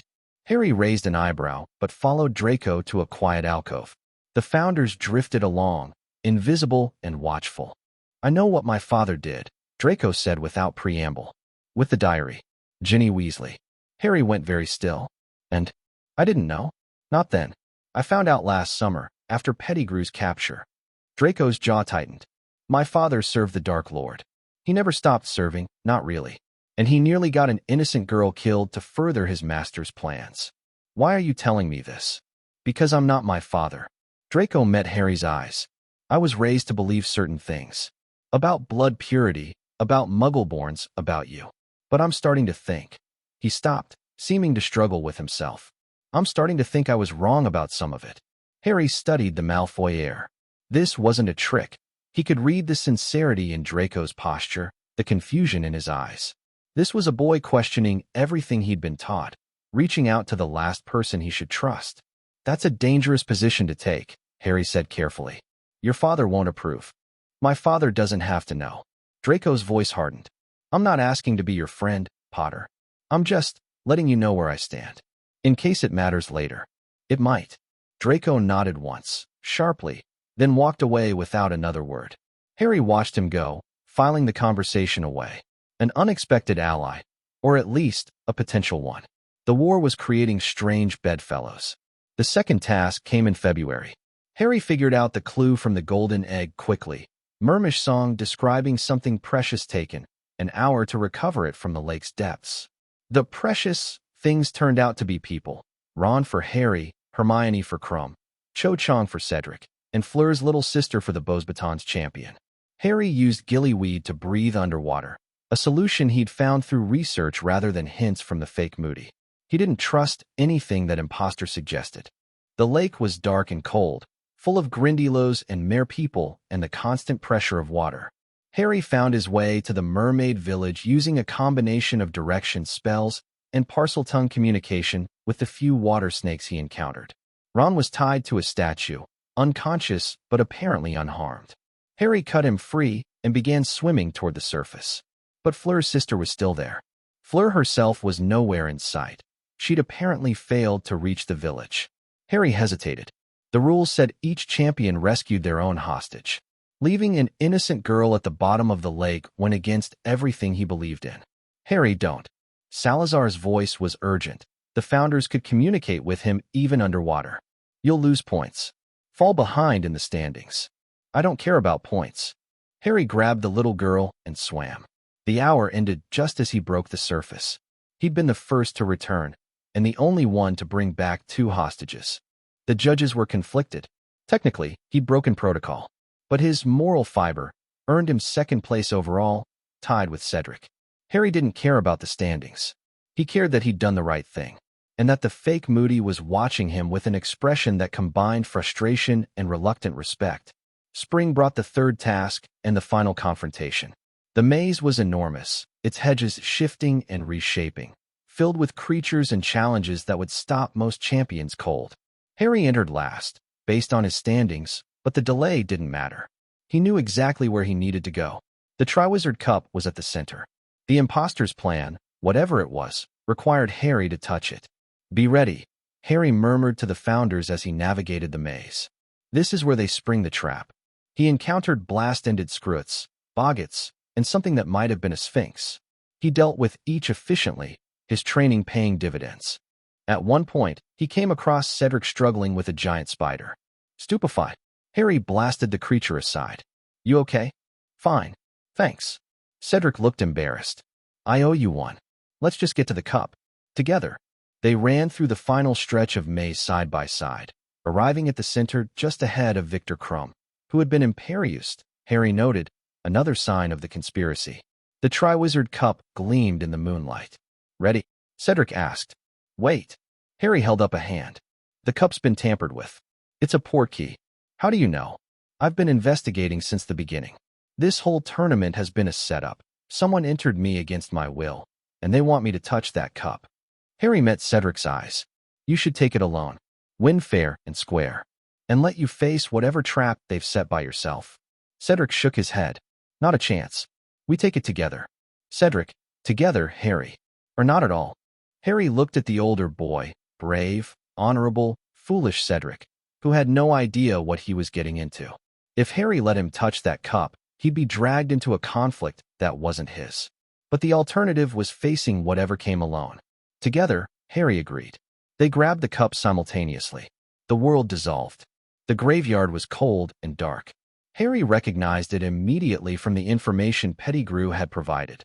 The cemetery where Voldemort's father was buried, the location of the ritual that would restore the Dark Lord to full power. Portkey, Cedric said, looking around in confusion. Where are we? Somewhere very bad. Harry's wand was already in his hand. Stay behind me. Figures emerged from the shadows. Death Eaters, their masks gleaming in the moonlight. And in the center of them, carrying a bundle that Harry knew contained Voldemort's diminished form, was Wormtail. Harry's voice was ice. I thought you were in Azkaban. I escaped. Pettigrew's voice was high and nervous. The Dark Lord freed me. He needs me for the ritual. Kill the spare. A high, cold voice commanded from the bundle. A Death Eater raised his wand toward Cedric. Harry was faster. Protego Maxima. The shield snapped into place just as the killing curse flew. The green light splashed against the barrier, deflected into the ground. Harry Potter. Voldemort's voice was almost amused. Still trying to save everyone. Still playing the hero. Get behind the tombstone, Harry told Cedric, his eyes never leaving the cluster of Death Eaters. Now. I can fight. You can die if you don't move. Go. Cedric went. Harry faced his enemies alone. The ritual, Voldemort commanded. Begin it now. Pettigrew scurried toward a massive cauldron that Harry hadn't noticed before. The Death Eaters spread out, surrounding him, their wands ready. You think this changes anything? Harry asked, his voice calm despite his racing heart. You've tried to kill me before. It never works. This time is different. Voldemort's bundle shifted. This time, I'll use your blood to return. Your protection will become my protection. And then, Harry Potter, I'll show you what real power looks like. My blood. Harry laughed. You think my mother's protection is the only thing keeping you from killing me? He raised his wand. Not the Holly one, but the U. His warrior's wand. His weapon. I've trained for years. I've destroyed 4 of your Horcruxes. I've learned magic you can't imagine, from teachers who built the very foundations of our world. Harry's eyes blazed. Come back to life, Tom. I dare you. Because when you do, I'm going to destroy you all over again. The duel began. Chapter 10. The Heir of 4 Final Confrontation.